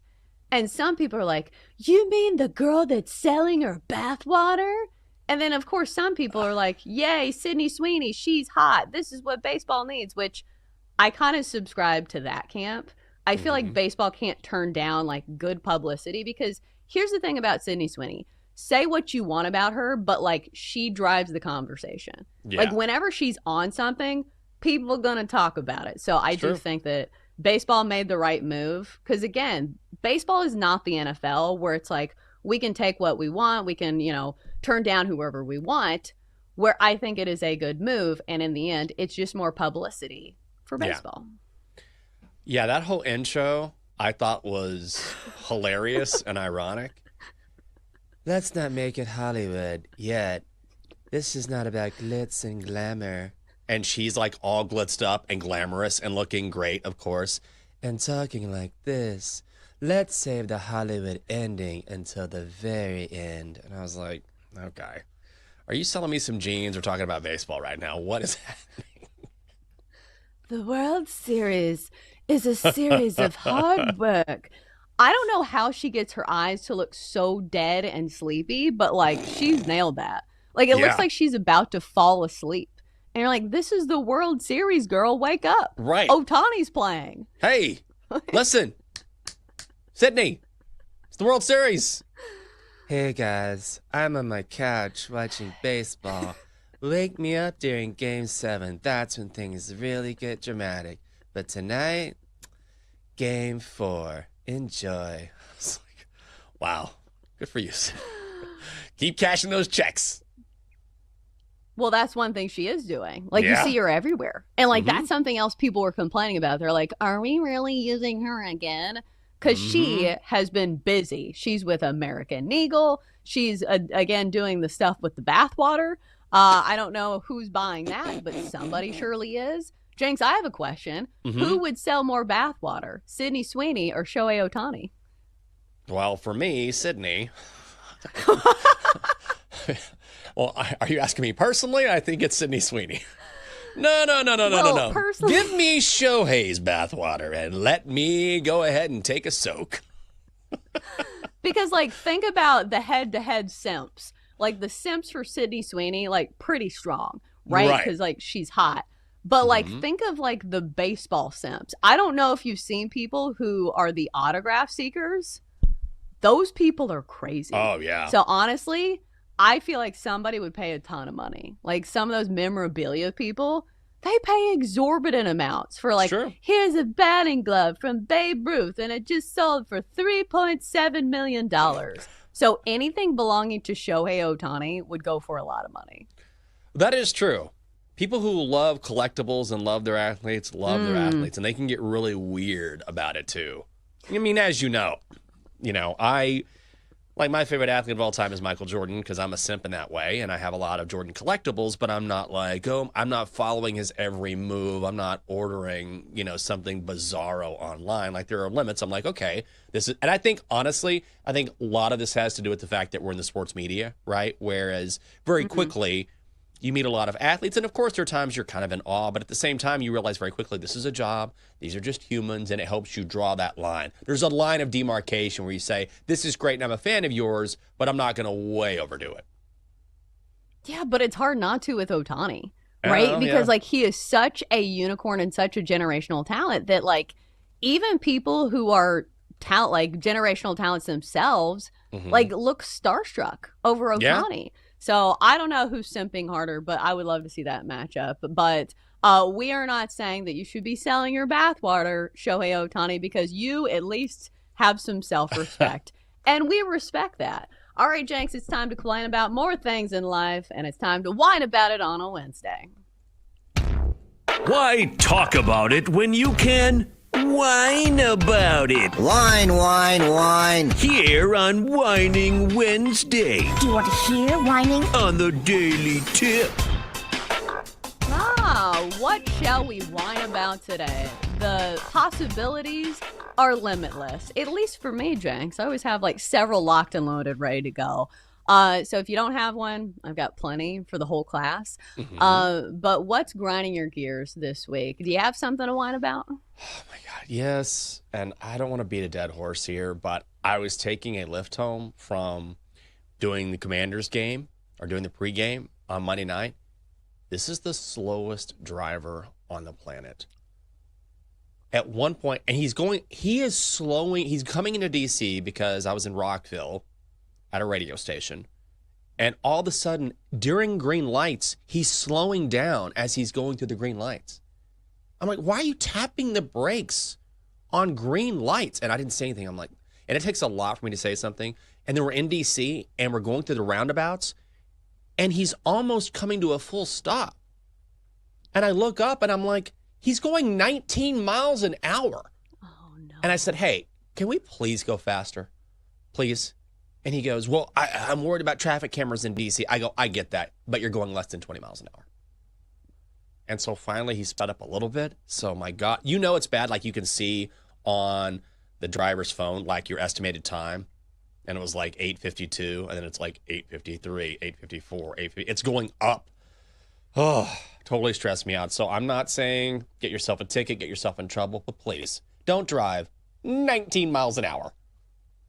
Yeah, you can at least go the speed limit. Right? Like, nobody's going to fault you for that. Love of God. I think there is nothing more annoying than people who ride the brakes.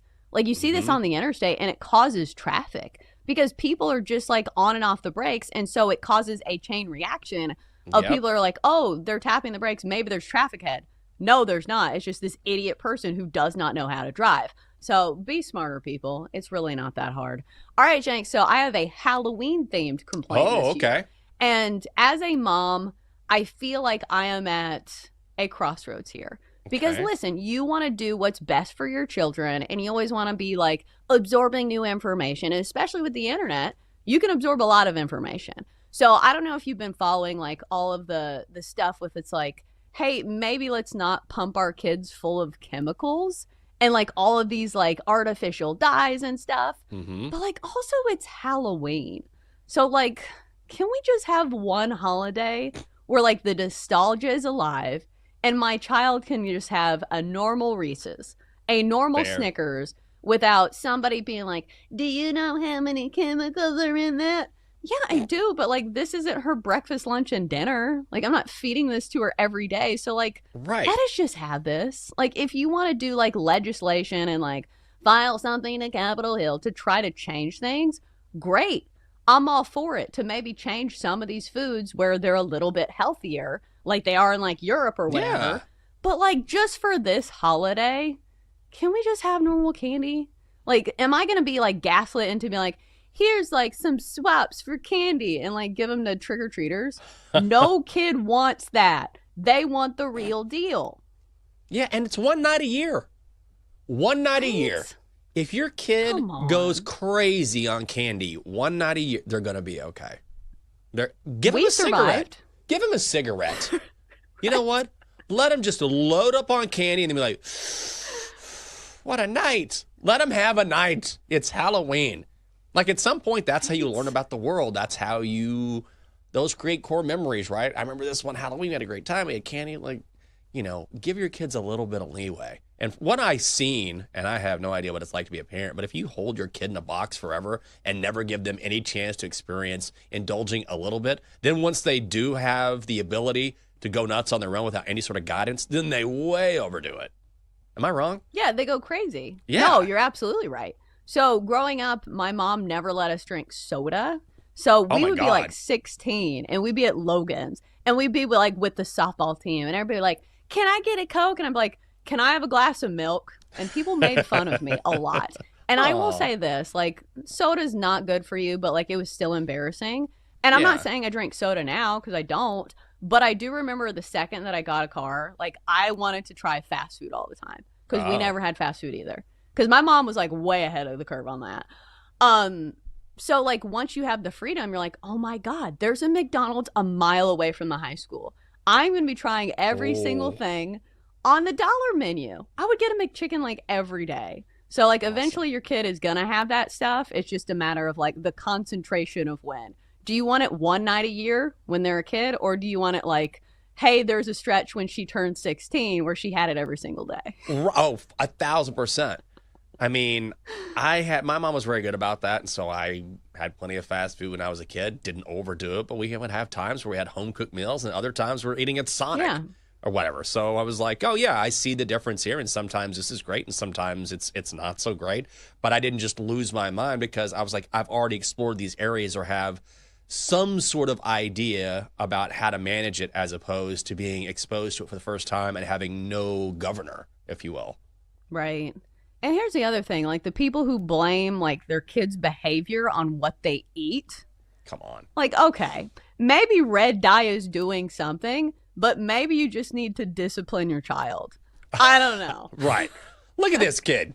It's like, yeah, maybe call him back over to your table. Like, oh, it's all that red dye running around. Maybe do something about it. It drives me crazy too. Right. Like we all had this growing up and we weren't terrors, or at least, you know, most of us weren't. Maybe I was. I don't know. But my point being is that just like there's a lot of stuff going on with like the food discussions. And it's like if you bring cupcakes for somebody's birthday, you can't bring the red dye. Oh, God forbid if anything has peanut butter in it. And it's just like so many things where it's like, is this gluten-free? Is this organics? Like, no, I bought these from the store 3 minutes ago. Store-bought. You're not wrong. You are not wrong. Gluten. Who wants gluten-free cupcakes? Not no me. one. Give me normal cupcakes. All right, coming up next, hour 3, we'll recap another Wild World Series game with the series now tied. Next up on the Daily Tip, presented by the BetMGM. Chelsea and Jenks will be right back on the Daily Tip on the BetMGM network. Make it legendary. Download the app today. Please gamble responsibly.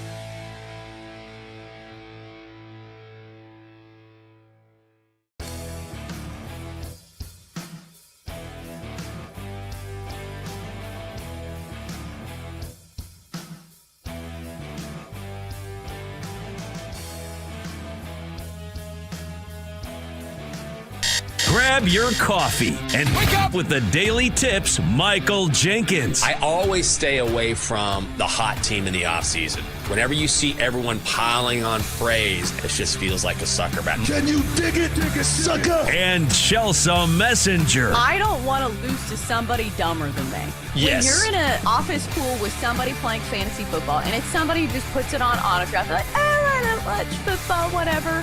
I don't want to lose to those people. Le who?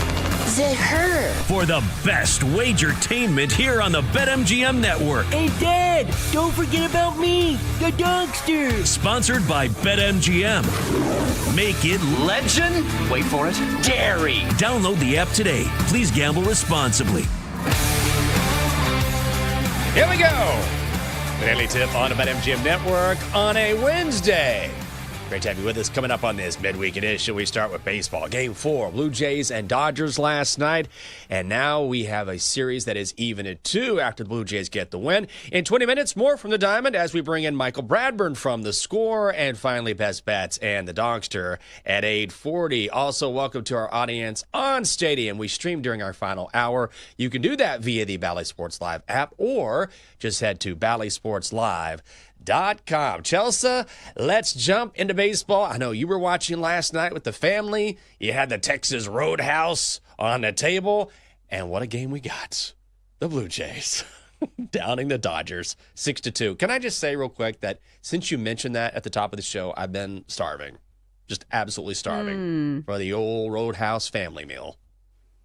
Roadhouse. Roadhouse. Yeah, they got the family pack of steaks because guess what? Now I get to have steak and eggs after the show. So I'm going to try to lock it in and talk about this World Series game.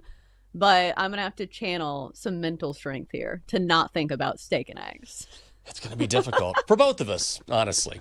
It's going to be difficult for both of us. Again, Toronto wins 6-2 in Los Angeles. The Jays plus 155 on the money line. Total set at 8, so we get a push. Shohei Ohtani gets the start not long after the Dodgers won that 18-inning marathon in Game 3. But Vladdy Jr. was ready for Shohei in the top of the third. Warning for the 19th in Yamamoto. There's a fly ball to deep left center field. Headed back there. It is gone. Vlad Jr. gives the Jays the lead. Call courtesy of Fox. Vladdy 2 for 4, including that shot. Addison Barger 2 hits on an RBI. Then on the mound, Shane Bieber gets the start for the Blue Jays. He was great. 5 1/3 innings, 1 run, 3 strikeouts. Jays get 4 more runs in the 7th, and now we have a series even at 2. Field. Line drive left field. Miles Straw puts it away. And the Blue Jays have tied this series up. After the gut-wrenching loss last night that might have just wiped a lesser team off, the Blue Jays bounce back and win it 6-2. This was one heck of a response, Chelsea, because the Blue Jays could have fallen apart after that 18-inning, I said marathon earlier. I was trying to come up with a different way to describe it, but that instant classic that we saw in Game 3. Yeah, absolutely. It was a marathon. It took forever. It took 6 hours. So when you look at this Blue Jays team, obviously you look at the numbers from their offense and you say, that's damn impressive. A team that's averaging over 6 runs a game this postseason. But I think you hit the nail on the head that the most impressive part of this Blue Jays team is their resiliency and their mental fortitude. Because even coming off, that marathon of a game, you add that to the mix, plus you have all of the narrative surrounding the Dodgers and their $321 million payroll. And here's the thing, like Ohtani, the most generational player you will ever see, and all of these guys know it. You see the roster of future Hall of Famers on the Dodgers, and this Blue Jays team is not intimidated. Like, you look up and down the roster of the Blue Jays, and these are not the big names in baseball. Like, when you think of Addison Barger, like, how many people heard of him before the World Series or before the postseason? It's just not some of these names that you're used to seeing, in these big moments. But this is what, this is when October legends are created. And speaking of, how fitting is it that Vladdy Jr. was the difference last night? The guy is on absolute fire this postseason, hitting .419 for the entirety of the postseason. He's the face of the franchise. So it felt very big that he was the guy and the spark that got it going last night. This was This was Vladdy Jr.'s game, not just because of what he did during the game, but because he was the one who led his team after Game 3 and got them out of the doldrums. And I didn't know this story, but he was saying, man, after that 18-inning marathon that we lost, I walk into the clubhouse. I'm the last guy in the clubhouse, and everyone's got their heads down like we had lost the World Series. And I kind of snapped and said, guys, it's 4 games. They have to win 4 games to win the World Series. Get your heads up. It's not over. He was sort of being the manager in that moment. But you know what? That's what leaders do. And that's what a clubhouse does or a locker room does. They look to their leaders to sort of inspire and say, oh, you're not just going to lead by how you play. You're going to lead with your words. And Vladdy did that. And then he goes out and he hits that bomb. So this was sort of everything coming together for a guy who told his team, we're not out of it, and then went out there and proved it.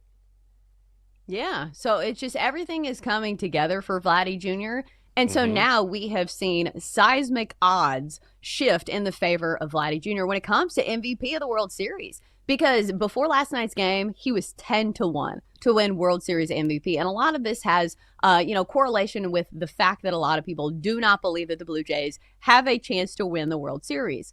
But newsflash, we're up to Game 5 now, and the series is tied. Vladdy Jr. is hitting .419 with an OPS over 1,300, and he's had some massive home runs. Oh, by the way, last night, now I believe he has the record for the franchise for the Blue Jays for most career most postseason home runs in his career, passing Joe Carter. Wow. So it's just been an iconic postseason all around for Vladdy Jr. So now you can get him for plus 290 to win the World Series MVP. So if you still believe that the Blue Jays have a shot to win the World Series, like that's the bet to make. If the Blue Jays win, it's going to be off the bat of Vladdy Jr. How are you feeling about the Blue Jays now? Because I don't think you can quantify what this means for Toronto to get a win in this spot. If they lose last night's game, World Series is over. I don't mind saying that. I just don't think there's any way they recover from being down 3-1 to the Dodgers after losing that 18-inning game and then losing again. So now not only do they tie the series, they get their momentum back, and they have home field advantage going back to Toronto. As much as I still think the Dodgers are going to win this series, and right now they are minus 190, I'm not laying that sort of price for the Dodgers, not laying that juice. Toronto is a real live dog here. We're going to find out a lot tonight, obviously, but I think if you like the Blue Jays, go in now. Well, and I think more than anything, they need to win the games that Yamamoto is not pitching. Mm-hmm. And it's wild to say that it's like, hey, the games against Ohtani are winnable. Right. But like Yamamoto's really been the only pitcher that has been just lights out and untouchable. And he's capable of going a full game. So at some point, if this game or if this series does go to 7 games, we probably will see Yamamoto. And that's not great for the Blue Jays. Like if you have to face Yamamoto in Game 7, chances are not in your favor. Right. But the Blue Jays have shown that they are very good at making these starting pitchers work outside of Yamamoto. So like tonight they have Blake Snell, which they roughed up in the first game of this World Series. So I'm not going to sit here and say that the Blue Jays don't have a chance, because how many times do they have to prove us wrong? The Blue Jays have been underdogs in every single game of the series. Every single game of the series. Crazy. And it hasn't even been like pick 'em prices. Like it hasn't been the Blue Jays at plus 105. It's been the Blue Jays plus 155, plus 170, to the point where you say to yourself, at some point you look at these prices and you just have to take the value play. No, I think you're right about that. Even tonight, I mean, here's what I think. Tonight's game, the Dodgers are minus 210, right? On the money line. So if you're talking about finding the value, and again, we're talking about a lot of minus money here, so I understand everything is relative. But if the Dodgers win tonight, don't you think they probably go on to win the World Series? I think probably so. So why would you lay $2.10 on the Dodgers tonight when the series price is minus 190? I don't know. I do not know. And here's the thing that maybe if you're not super into betting is that when you have these big name teams that are, have the pedigree and have been absolute staples, because like think about how many World Series have the Dodgers played in the last 10 years? It feels like a ton. So when the public sees this type of team, they want to bet on the Dodgers. The odds makers know this. So you are having to pay extra, and you're having to pay a little Dodgers tax on these prices, even though these teams are pretty evenly matched, because they know the public's going to want to bet on those. So, like, any way you slice it, you are not getting a bargain on the Dodgers. So, like, maybe the Dodgers win. It's just at these prices, like, here's the thing. If you bet on the Blue Jays on the money line every game of this series, like, you'd be up pretty big money just because they're plus 170 in some of these games. And the converse is true for the Dodgers, where if you bet on the Dodgers on the money line every game this series, you'd be down money. You know, if they're minus 200 every game, right? Yeah. No, you're absolutely right about that. So you have to be really careful here. How are we feeling about tonight? Trey Savage going for the Blue Jays, Blake Snell going for the Dodgers. This is a rematch of Game 1 where the Blue Jays jumped all over Blake Snell. That was his second worst performance of the season. Gave up 5 runs against the Pirates, I think, about a month and a half ago. But this is not like him to get shelled in back-to-back games. So what do you think happens tonight? Is there a player prop? Are you leaning one way or the other? I know we're talking about prices, and even the Dodgers on the run line is going to be a little bit of minus money. I mean, that number just keeps going up when you're looking at the money line prices as well. I kind of want to bet on this game, but also at the same time, I just feel like that because of all the public interest, which keeps driving up prices, it's hard to find a solid bet. Yeah, and this is all to be said that, like, it's not like I'm saying the Dodgers can't win this game. It's just like these prices make it really hard to make a case for the Dodgers. So I'm going to go with a player prop in this game. I'm going to go hits, runs, RBI. Going to go Vladdy Jr. Like, it's the face of the franchise, and he's been on absolute fire, and he's hit off of Blake Snell before. He has a lot of familiarity with him because Blake Snell once pitched in the AL East when he was with the Rays. I'm not sure if Vladdy Jr. was there, but anyways, he does have, I think, 17 at-bats against him. So Vladdy Jr., 2+ hits, runs, and RBI is minus 103. That's almost even money. And so that kind of insulates you from walks as well. Even if they do walk Vladdy Jr., if somebody drives him in and he scores a run, that counts for this bet as well. So I like that one probably the best of the player props, just because he's hitting .419 for the postseason. He is seeing the baseball like it is a beach ball at this point. So I think you make a pretty solid case for Vladdy Jr. just about any night. No, I agree. I think that's sharp. Is there any other bet on the board if you're looking at how many games will this series be? 6 games is minus 120, 7 games is even money.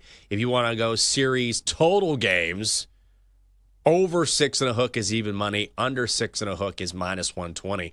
I will say I kind of like over 6.5 at even money.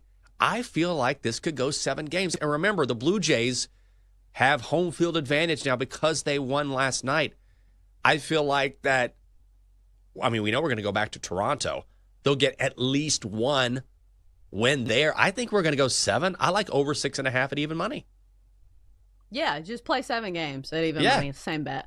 So yeah, I think it goes 7. Like, what have we seen from this series so far is that both of these teams are very evenly matched. And the wildest part for me is that normally when we handicap games, you look at the pitching matchup and we say, okay, the Blue Jays have the disadvantage. The Blue Jays have won games in which they have severe pitching disadvantages. Like the game that Max Scherzer threw, where he wasn't even that good. They've won his games, which is crazy to say. Like, I know they haven't won all of his games, but still my point being is that these Blue Jays bats are so good that they have kept him in it, even when the starting pitching has not been lights out. So it's just hard to discount the Blue Jays every single game, with the exception of maybe when Yamamoto pitches. Yeah, that guy he's otherworldly. He and Shohei both. Whose bathwater would you rather order, Yamamoto's or Shohei's? You asked me this question earlier.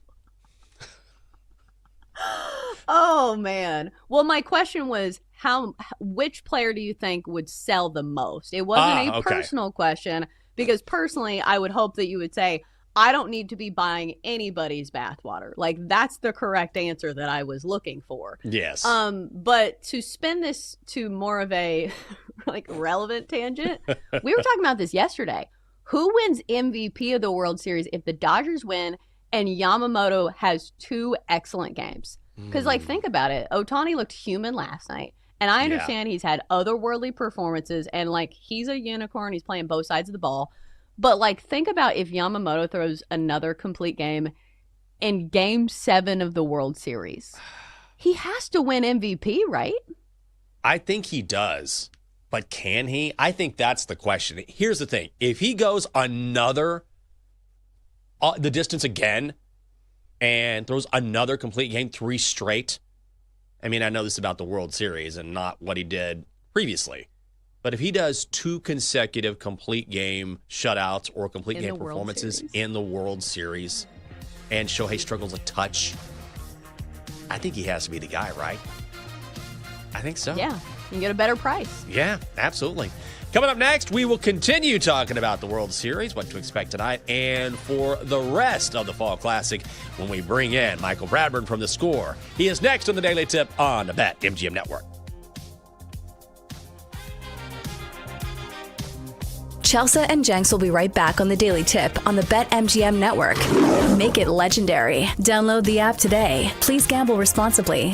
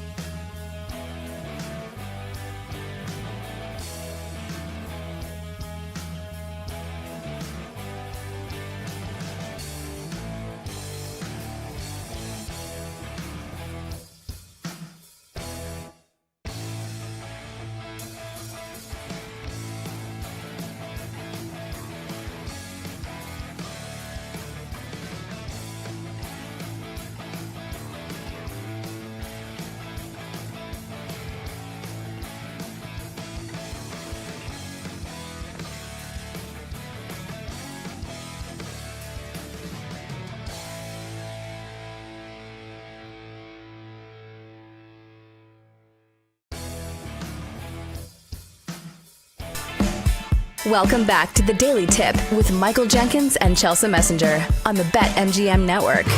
Make it legendary. Download the app today. Please gamble responsibly.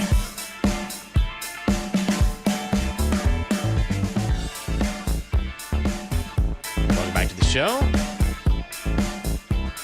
Great to have you with us. The Daily Tip on the BetMGM Network. I'm Michael Jenkins. She is Chelsea Messenger. Coming up on the show, well, we're going to try and talk more baseball. We're going to bring in Michael Bradburn from The Score and get some insight on the World Series. So I missed yesterday. Glad to be back. But I don't want to talk about something that you may have discussed.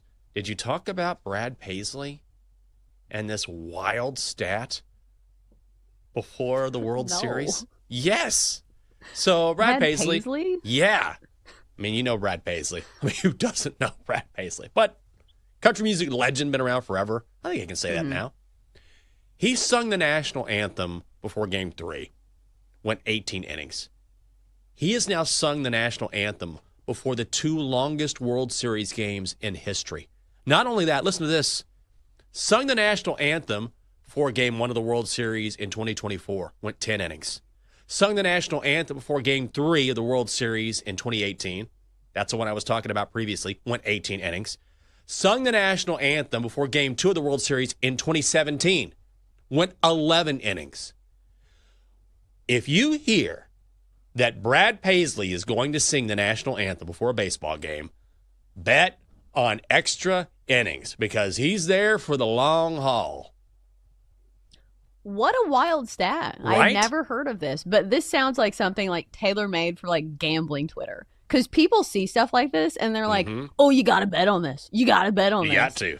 But do you think there's any type, like, there's no correlation, right? Or causation, I should say. Yeah. Because, like, it is an anomaly and it is weird, but it's not something that I would, like, put my money on. But that is crazy. Like, if I'm a player, I'm like, no, you go back over there. You go back to Nashville. We don't want your kind around here.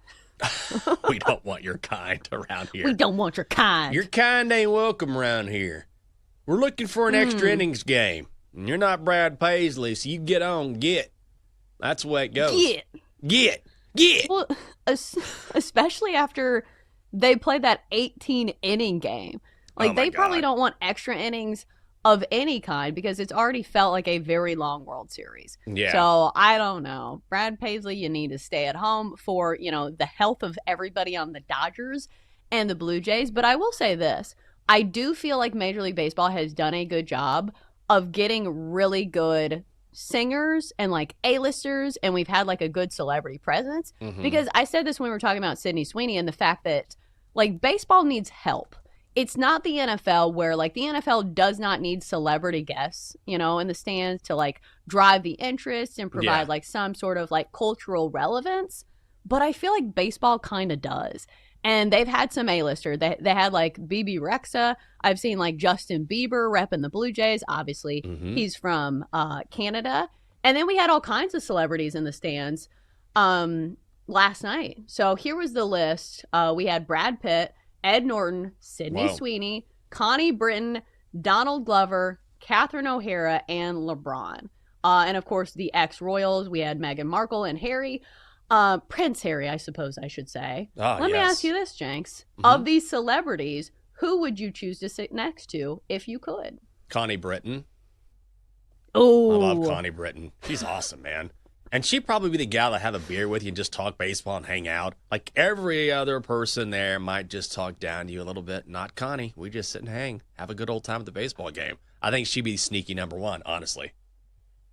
I will always imagine her as like a coach's wife. Like just because of like Friday Night Lights. And she just has that feel to her where she's just like, she's cool and she's pretty, but it's effortless.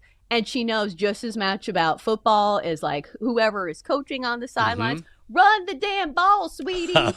So I just feel like she has that like cool presence to her where it's like she's attractive, but not like over the top attractive. Like she feels like she could be in your suburb. Yeah, she's totally relatable. I think that's what makes her great. Also relatable, Michael Bradburn, who covers Major League Baseball and Formula One for The Score. We've got him on the phone now. Michael, good morning to you. Thanks for being with us. And Where does this Game 4 performance rank for the Blue Jays? It feels like after that marathon in Game 3, it was a game they really needed, so this response was just massive for Toronto. Yeah, it was pretty legendary, honestly. I do think Ohtani, I do, like, before this game even started, I thought they could get to Ohtani, and you know, I really, really like Shane Bieber, so I like the pitching matchup heading in. Obviously, taking that 18-inning loss into 3 a.m. is brutal, and you're showing up to the park, you know, later in the day, and you're not in your normal routines and everything like that. But, you know, one team has to win, and, you know, the Jays did it. So, yeah, pretty great. Yeah, absolutely. Speaking of pretty great, I understand that the headline's always going to be about Ohtani, and rightfully so. Like, he's a generational unicorn. But I feel like we got to talk about Vladdy Jr. and what he has done for the Blue Jays this year, this postseason, and even last night. He's hitting .419 for the postseason, OPS over 1,300. Now he has like the most career postseason home runs of any Blue Jays player in history. What has he meant to the Blue Jays this year? Yeah, in the season he signed a $500 million extension, so that kind of tells you what he means to the Toronto Blue Jays franchise and the ownership as well. Rogers is not the most forthcoming with their finances, you know, like they don't love giving those contracts out. So it's huge that they were able to tie up a like franchise star like Vladimir Guerrero Jr. Also, there were some fans who thought like a first baseman / DH who can slug very, very well, just like wasn't worth that much money. Even some people thought like, you know, the Juan Soto comparisons were pretty brutal. Like Soto is like slightly younger and much better at getting on base. So it's tough to see like people come out and say Vlad isn't worth $500 million because he has surely proven that he is definitely worth $500 million. It's going to be interesting if Rogers feels that Bo Bichette is worth investing in the offseason as well. So, yeah, we'll see. We're talking with Michael Bradburn, who covers Major League Baseball and Formula One for The Score. You're Canadian. Are you a Blue Jays guy, or are you just like, well, don't put that on me? You know, I just because I'm from Canada doesn't mean I love Toronto. But are you passionately for the Blue Jays in this series? Honestly, it's kind of a good question. I do think the Blue Jays will win it, but I'm not a Blue Jays fan. No, like I do find myself when the game comes on and I'm sitting there watching it, I am rooting for them, but I think I'm rooting for them just because they're like a fun, scrappy team. They work tough at bats up and down the lineup. Also, there's this thing about them, like when Trey Savage is on the mound and he's a rookie, you're never not confident that he's going to get out of it. And like, you feel that way about the entire team. Like they trail 2-0 early and you're like, I'm pretty sure the Jays will still win this game. And they do. And like, I don't know, that makes a really exciting team. Obviously I also love the Dodgers though. Like, how can you not love Mookie Betts and Shohei Ohtani and Freddie Freeman? And like, the bottom of their lineup is also like relatively scrappy too. Like Tommy Edman had a pretty good start to the season. Obviously he tapered off and dealt with some injuries, but you know, I am mostly just a ball fan, and I do want to see my friends who live around me experience joy. So there is that.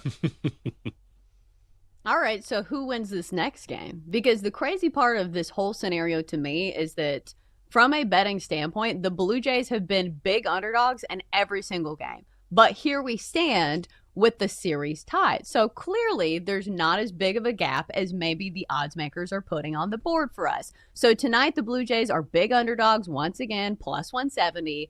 So do you think they have a chance in this game? Yeah, absolutely. They've already beat Blake Snell once. They work tough at bats against lefties. Blake Snell is one of those pitchers that like can get flustered. He's exceptional. Like I don't want to slag Blake Snell either. He's incredible, an incredible pitcher. However, when he gets into walk trouble and he gets traffic on base, he like can throw a lot of pitches, and then you're getting into the bullpen. And obviously, we saw the bullpen work wonders for the Dodgers in Game 3, like Will Klein and Emmett Sheehan combining for 7 shutout or whatever. But yeah, like the plan of attack is the Jays get to the bullpen and Blake Snell is gettable.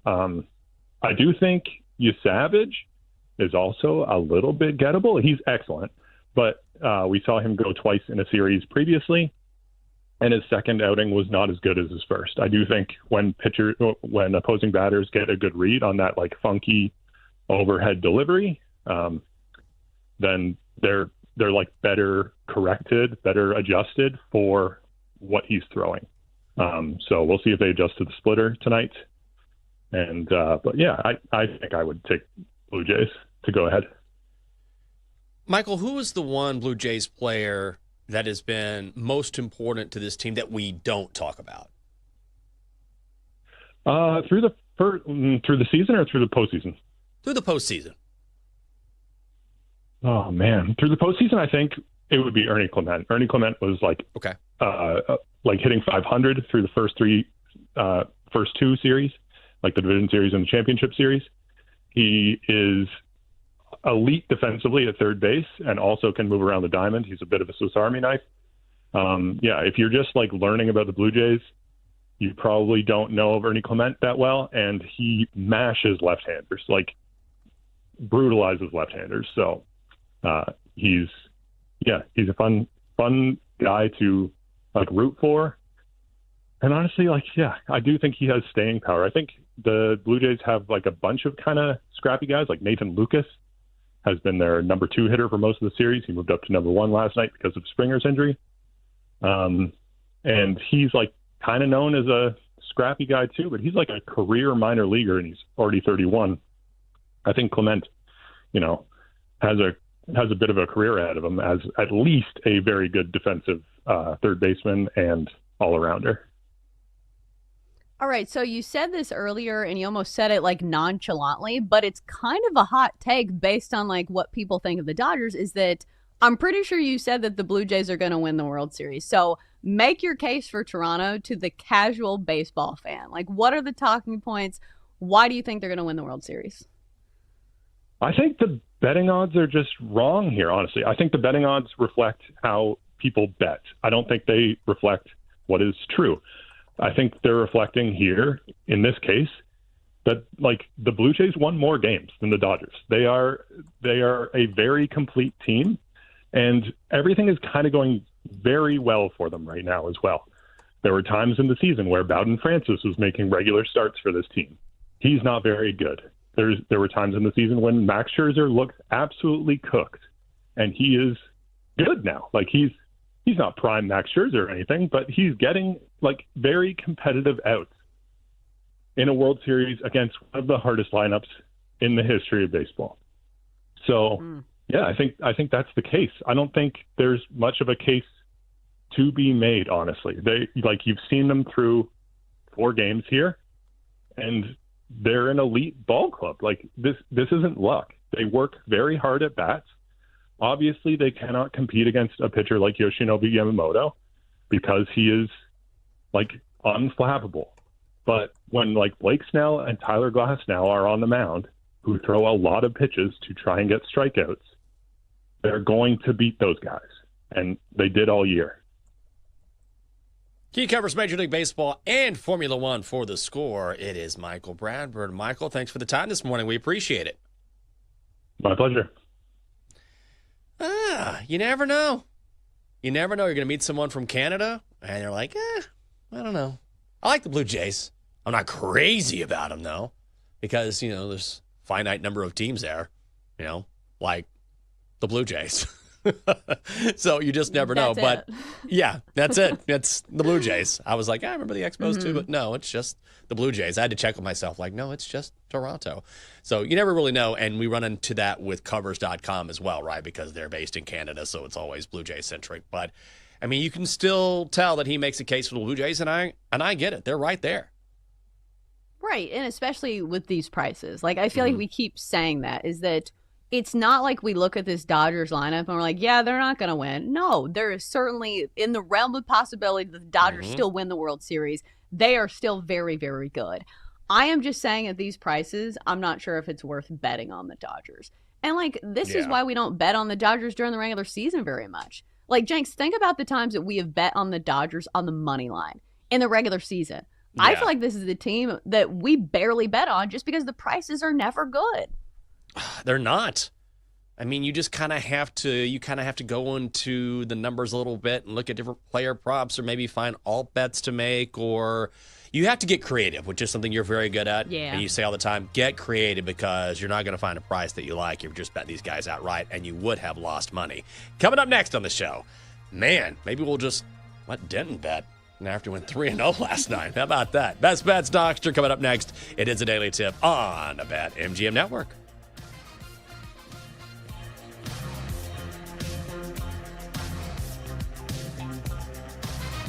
Coming up, Jenks and Chelsea give out their best bets here on the BetMGM Network. Make it legendary. Download the app today. Please gamble responsibly.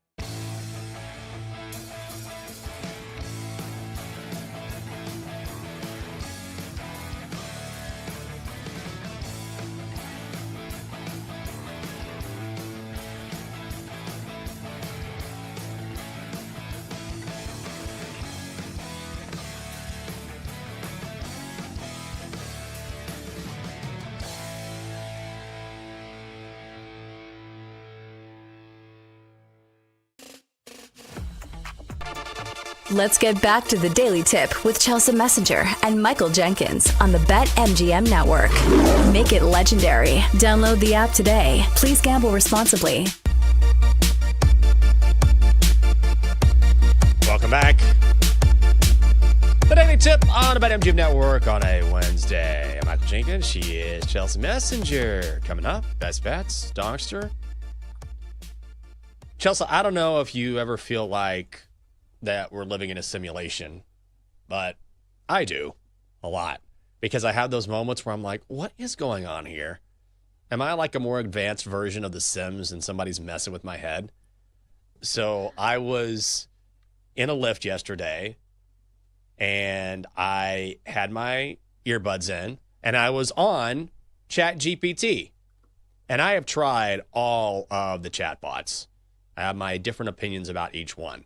Claude, ChatGPT, Gemini. Now even Amazon has Alexa Plus out. So if you see your devices upgrade at home and they're getting smarter, that's why. What else do we have? I mean, they're all over the place. So I'm on ChatGPT and all of a sudden I hear a news story that says why people who engage with chatbots are now experiencing different types of psychosis. And I was like, what? I'm like, am I crazy? I had like WTOP or something. I was listening to like news radio. I'm like, wait a second. Psychosis? And so they went to commercial break and I came back and I had to listen. I'm like, am I crazy? And I don't know it because this came on while I was in ChatGPT, just going back and forth. Fortunately, once I listened to the story, I was like, okay, I don't fit any of these symptoms. Like people who have cut off their families, who only talk to chatbots and that's it. Don't talk to their friends like they're totally isolated. I don't do that. But it was a weird moment when I'm doing it and then I hear about it. Well, first of all, I've never heard of Claude. Yeah. What is that attached to? It's from the AI company Anthropic. That is their chatbot. That's very in the weeds. I've never even heard of that one. We need one that's like for every demographic. We need one for like people here in the South. It's like named Jeff. Jed. Has like a Southern accent. They got to pander to everybody, right? Like, why aren't they doing this already? But it is funny that you bring this up because I was getting my hair done yesterday at my neighbor's, and she has an Alexa. And so apparently there is an upgrade with Alexa where now it is more conversational. Instead of just giving an answer, she will go into something else where it's not just like, hey, Alexa, what's the weather today? It's not like, 62 degrees. It's like 62 degrees. I'd suggest that you pack a light jacket or a sweater. How are you feeling today? It's like, I didn't ask for that. So like my neighbor is worried because her 7-year-old son has been having these conversations with Alexa. And she's like, I don't want you to be excited to tell Alexa things. Because like he was like, I can't wait to tell Alexa that I made this car. And she's like, whoa, whoa, whoa. Yeah. This is weird. We need to stop this immediately. Yeah, I'm torn because Alexa was really dumb. Like really dumb. You'd say, hey, Alexa, play songs by Taylor Swift. And there'd be a pause and you'd hear, here is how Mother Kangaroo feeds her Joey. And you'd be like, what are you talking about? It's not even close to what I asked. But now it's just the opposite where you say, hey, what's the weather today? Oh, it's going to be a perfect 65-degree day. I'd suggest a light jacket. You're going to love it. And so Catherine heard this and goes, hey, Alexa, what if I don't love it? This isn't great weather for me. And she's like, oh, I'm sorry. I assumed you'd enjoy it. So she has upgraded in a big way, but you're spot on where now you're having these conversations back and forth, back and forth. It's really crazy. I think especially with kids because like I think most adults kind of know the difference. But I don't know. You see these headlines of people who are like, I'm going to marry my Alexa. And you're like, wow, humanity is still screwed. So there are people out there who like need these guidelines as well. But like, especially for kids, because like they don't know any better. And like, think about it. If it's tough for a child to make friendships, because sometimes it is when you're growing up and it's scary to talk to new people. Sure. Like, why wouldn't I just be friends with Alexa? And you're like, no, that's not how the world works. I don't want that to be the case. Even yesterday, I actually switched. I was on ChatGPT for a while, and now I'm a Claude guy. I was tired of Chat. And here's how they get you. Yeah, here's how they get you. whether it's Gemini, Grok, whatever, is that they keep prompting you with questions. And that's fine. Like sometimes I have a follow-up question, but that's all to engage you, right? Like, let me keep asking you this. Do you need this? What about this? Do you need this? And it's this endless cycle where sometimes I'm not looking for a prompt every single time we finish a correspondence, like I'm off at war. Dear ChatGPT, I've missed you. But we have this give and take, and then like I don't need another prompt, but that's part of the engagement. It's just weird to me. Like, I don't even use Siri on my phone because I feel stupid talking to my phone, so I just don't do it. Like, if I want to do something, I can type it in my phone. Like, I don't get the premise of, like, I guess you guys have it, like the Alexa and, like, the Google Home or whatever. Yeah. Like, I don't want to talk to inanimate objects. Like, I feel like that is a level of crazy that, like, I'm already crazy, and, like, let's reserve that one for later. Fair. I don't blame you. I will get into that to a point, and then I'm like, all right, it's like anything else, everything in moderation. So I totally understand that. Coming up next on Bet Sweats, who knows? Joe O, Sammy P, having a good time, getting you set for the World Series as well. Man, D-Day, 3-0 yesterday on his best bets, so we'll probably have to get in his ear and find out what he is betting on. Bravo, sir, bravo, well done. But let's find out what we have on the card tonight. Time to place your bets. Joe Messenger. We're going baseball tonight. What do you got?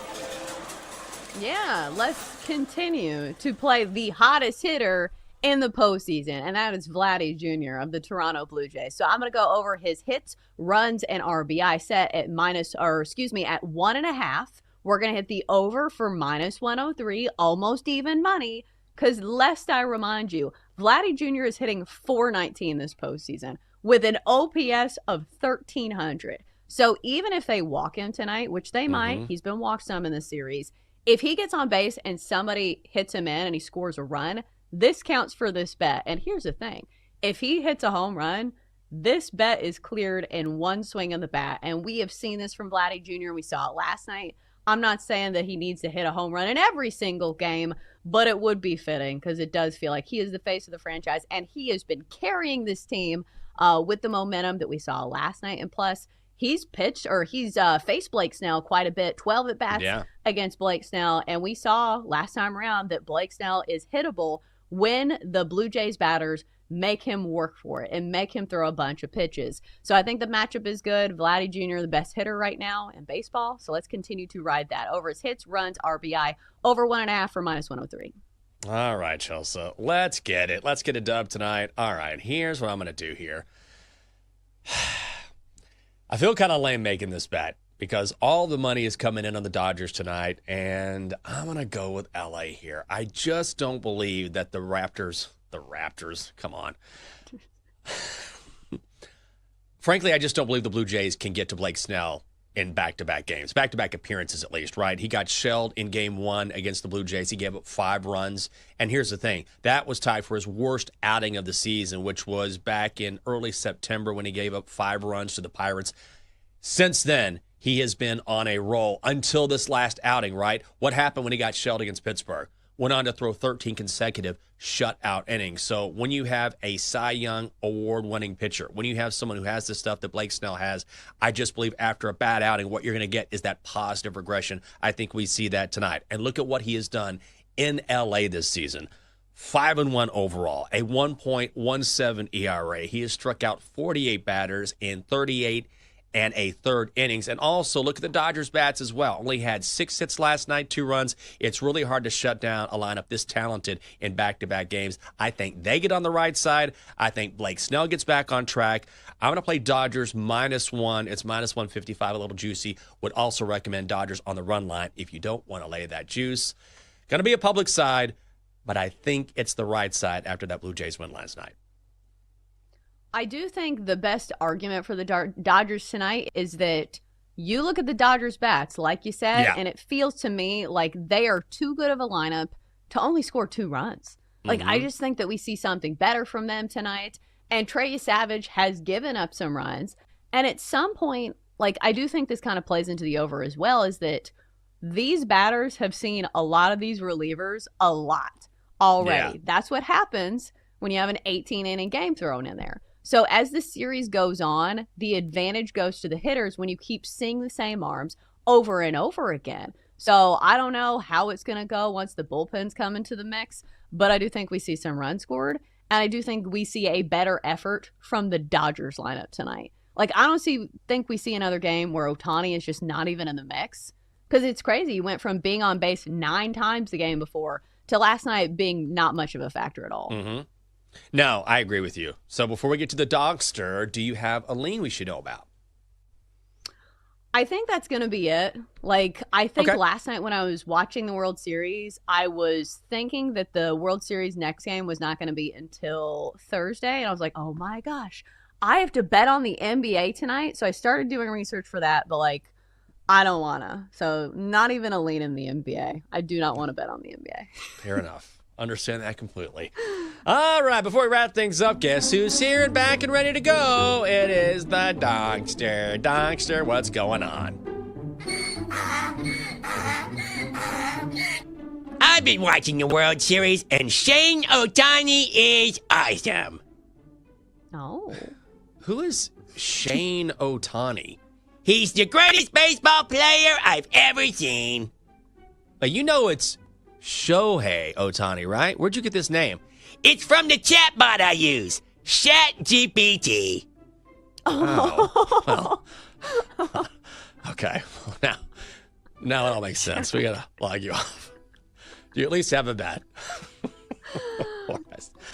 Rockets, minus 5.5 at the Raptors. Okay. Well, don't feel bad, Chelsea. Could be on ChatGPT. That's not the way to go. I wasn't even sure if we could say that word on air, but listen, you just said it twice, so. It's a chatbot. It's different. As long as you put bot on the end, it's okay. It makes it all okay. That's going to do it for this edition of the Daily Tip on the BetMGM Network. At least I hope so. It's Chelsea Messenger. I'm Michael Jenkins. Always appreciate spending your morning with you. It's the midweek edition. Enjoy the rest of your day. We'll see you bright and early tomorrow at 6 a.m. Bye.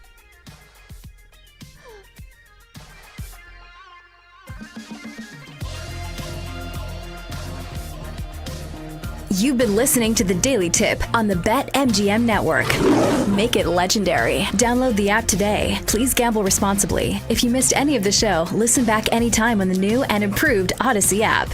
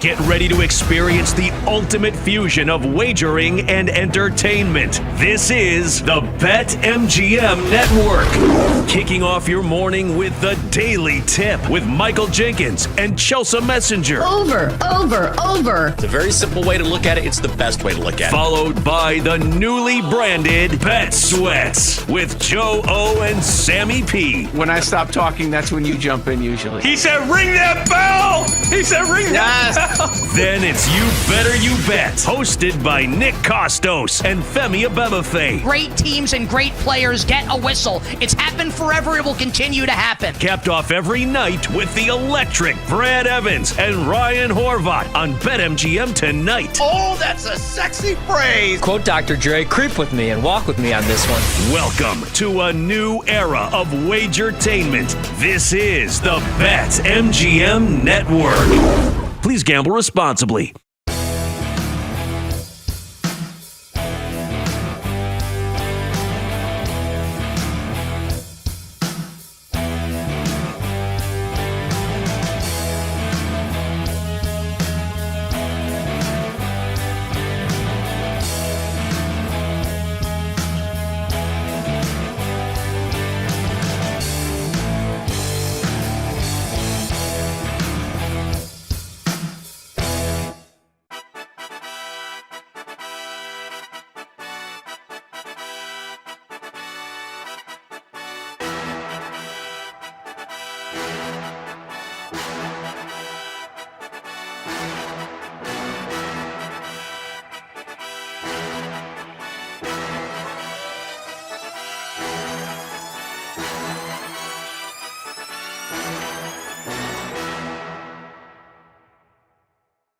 Get ready to experience the ultimate fusion of wagering and entertainment. This is the BetMGM Network. Kicking off your morning with the Daily Tip with Michael Jenkins and Chelsea Messenger. Over. It's a very simple way to look at it. It's the best way to look at it. Followed by the newly branded Bet Sweats with Joe O and Sammy P. When I stop talking, that's when you jump in usually. He said, ring that bell! He said, ring that bell!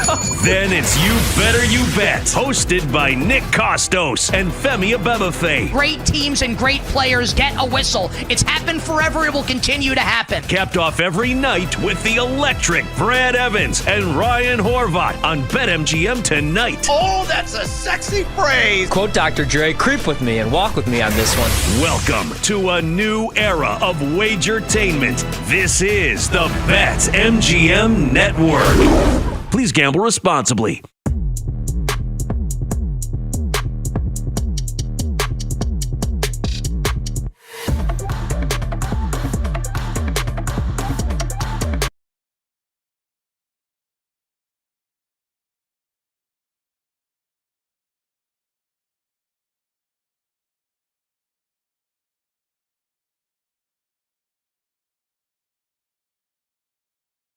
It's time to sweat with Joe O and Sammy P. Get ready to fire.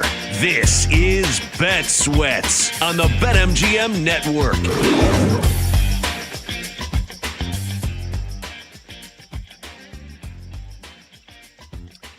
Welcome into Bet Sweats. It's only Wednesday. Damn, that sucks. Nate Collins will be dropping by. Kelly in Vegas will be here. Eric Kratz from Foul Territory. A busy show today. We're going to power rank the defenses we trust in the NFL the most, and I'm sure the Dodgers and Blue Jays just as tired as anybody out there on this hump day. They got game 4 in last night, and we have a 2-2 series. Maybe some people are surprised, not so sure. Kind of the sense after yesterday's, or 2 days ago, the 18-inning game was that, oh, man, this is just all about over. Dodgers win one more game here. It's going to be 3-1. This thing's a wrap. You look at the price for Ohtani for MVP. You look at the price for the World Series. Everything was leaning the Dodgers, rather the Blue Jays way, and then the Dodgers way, if I can speak today. A lot going on. And if you just get one more, it's just about over. That is not the case. Now it's even 2-2. And this thing gets pushed to 7. I mean, right now we're talking about Toronto having the home field for whatever that's worth. Now you need to win the World Series in Canada if you're the Dodgers. That's where you're at. You had a golden opportunity. You ripped the soul out of the Blue Jays' body. figuratively, of course. And the Blue Jays just out hit you. I thought it was very anticlimactic though, because you liked the over, I liked the under, and it landed 8. That's so stupid. I thought that was hilarious. We all tie. Yeah. Why did we watch? I was like, ooh, I'm gonna get one over on Joe. I'm gonna get him. Nope. And then 6-2 final. Total was 8. Game lands 8. Boring. But in the 9th inning, did you think you were losing? I didn't watch it because I don't care. Okay. So, it started off walk, double. So you got second and third. I need 2 runs. Second and third, nobody out. I need 2 runs for the over. They get 1. Like, how does this end up happening? So that was really fun. How much did you watch? None. Not a single pitch. You didn't watch the whole game? Nope, did not watch. I was watching Coach Carter last night.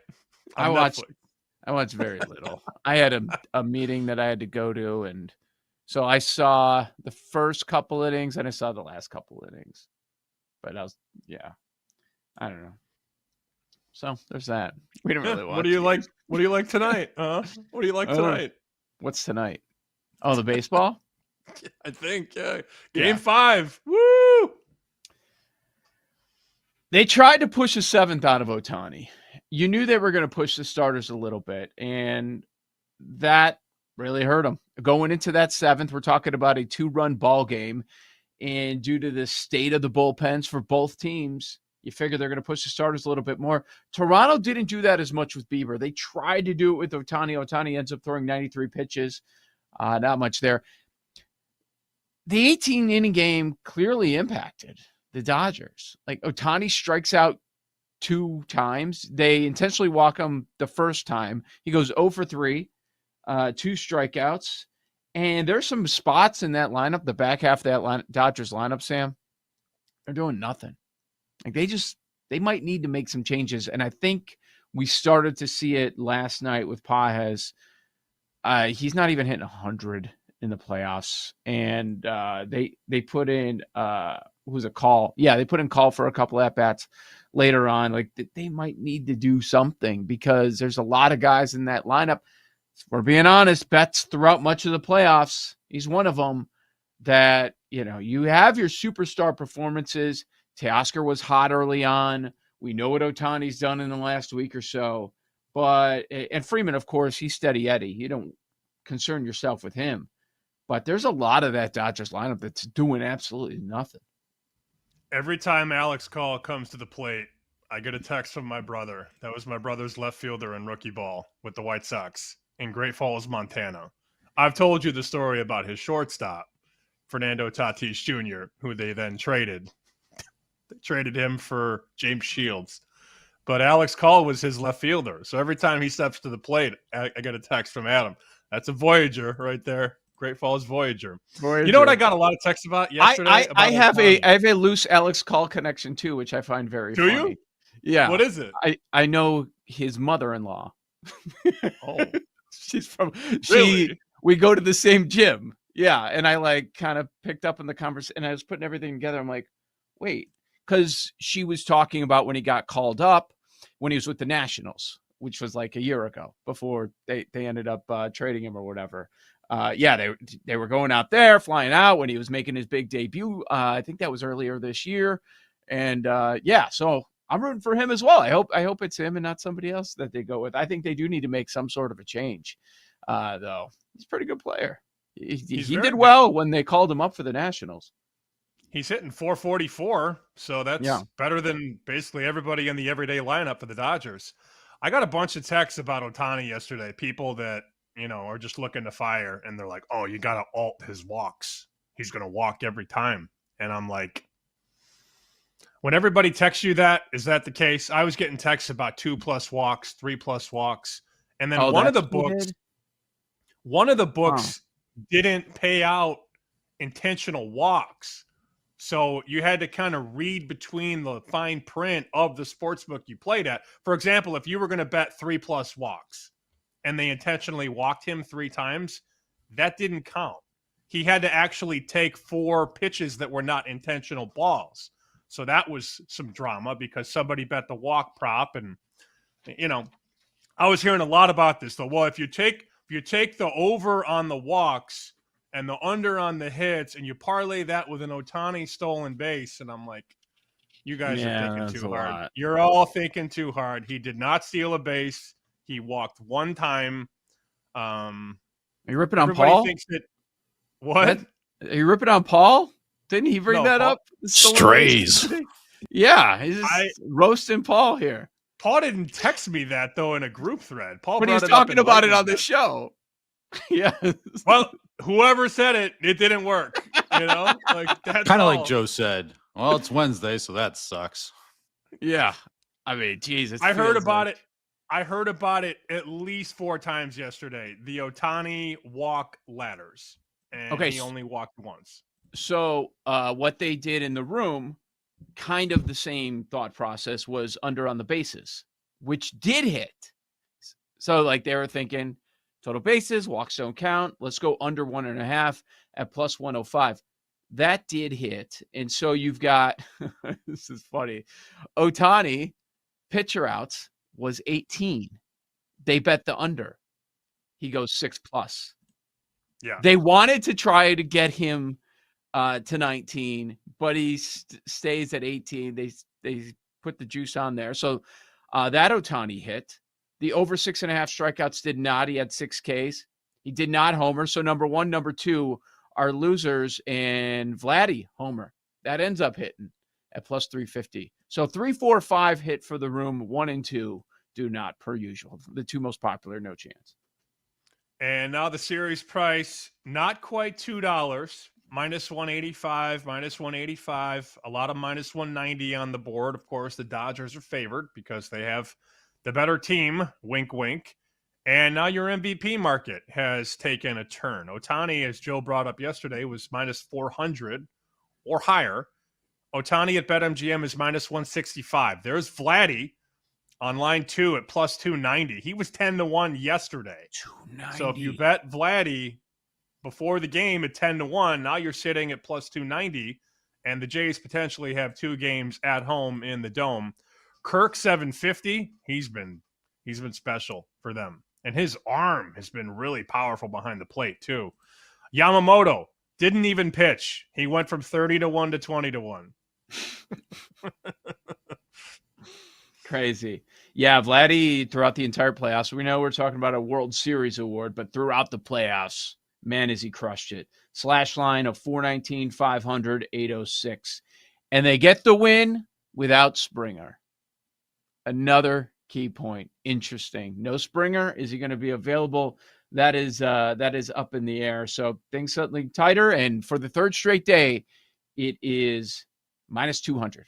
The Dodgers minus 200. Tonight, we will talk about that matchup with Blake Snell against Savage on the bump. Tonight is a rematch of game number 1. We had some NFL news. I'm sure things were abuzz where you live because the Patriots made a couple of trades, maybe surprisingly. Guys that Vrabel seemingly does not like. They were starters under Mayo and Belichick, and then Vrabel makes them backups. They end up moving a couple defensive players for late-round draft picks. Keon White gets sent to San Francisco. Kyle Duggar gets sent to Pittsburgh. Late picks coming back their way.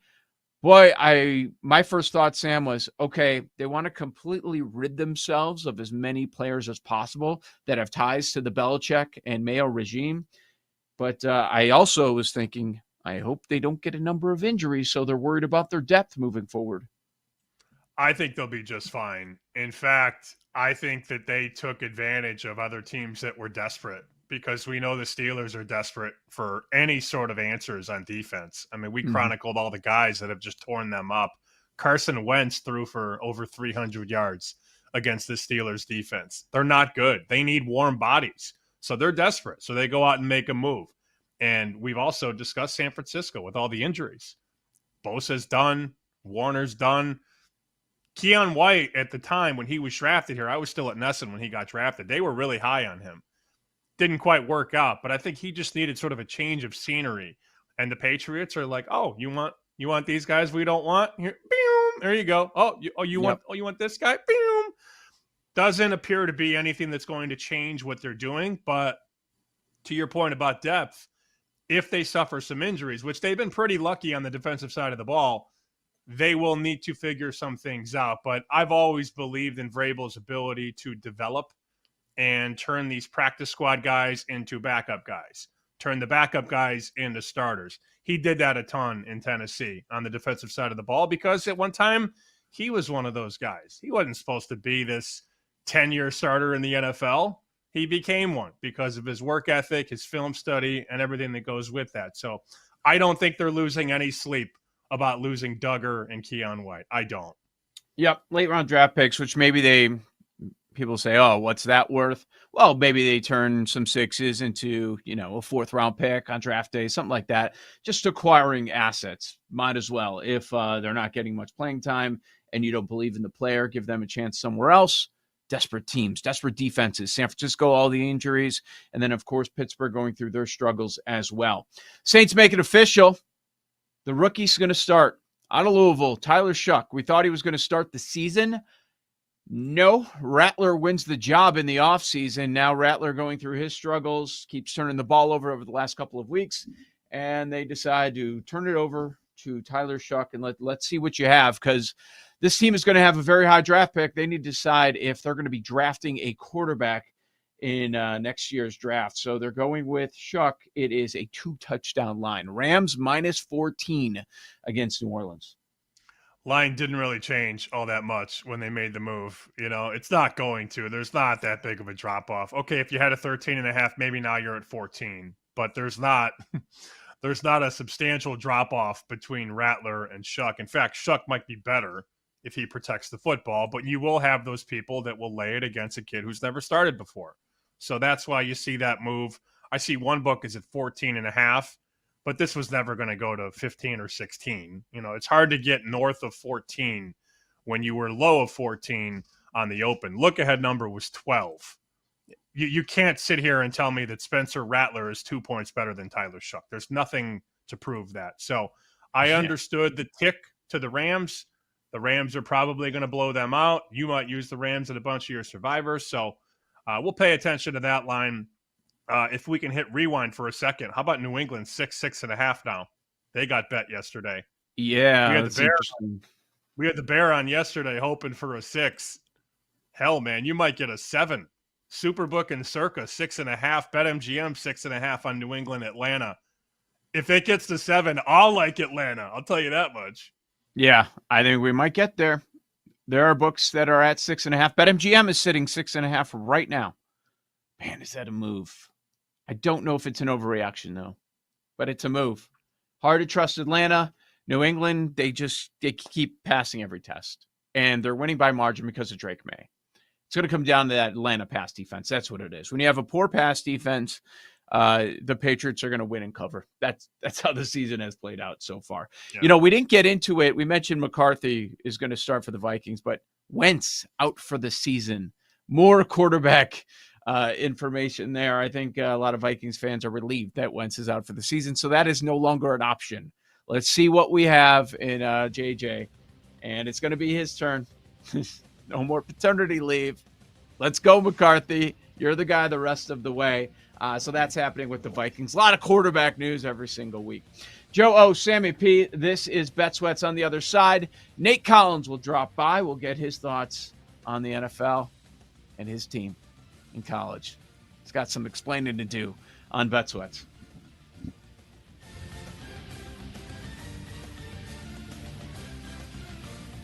You're listening to Bet Sweats with Joe O and Sammy P on the BetMGM Network.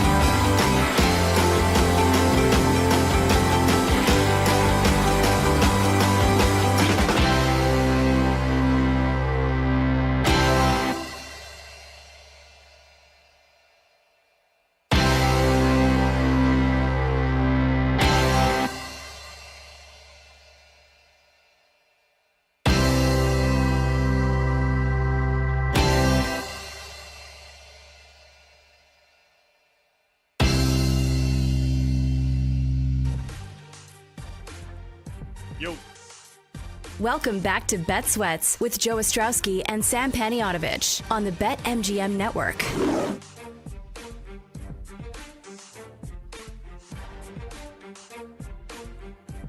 Joe O, Sammy P. We'll get to Nate Collins in just a moment. Thanks for hanging out on this Wednesday. Got Kelly in Vegas switching things up. She's usually here on Fridays. She's going to be here with us on Wednesdays moving forward. She'll be joining us coming up at 10 a.m. Eastern. Get her favorite college football plays. We'll talk some NFL Survivor as well. I want to give some credit to MLB Commissioner Rob Manfred. We'll do that coming up in 20 minutes. We heard from Michael Jordan again.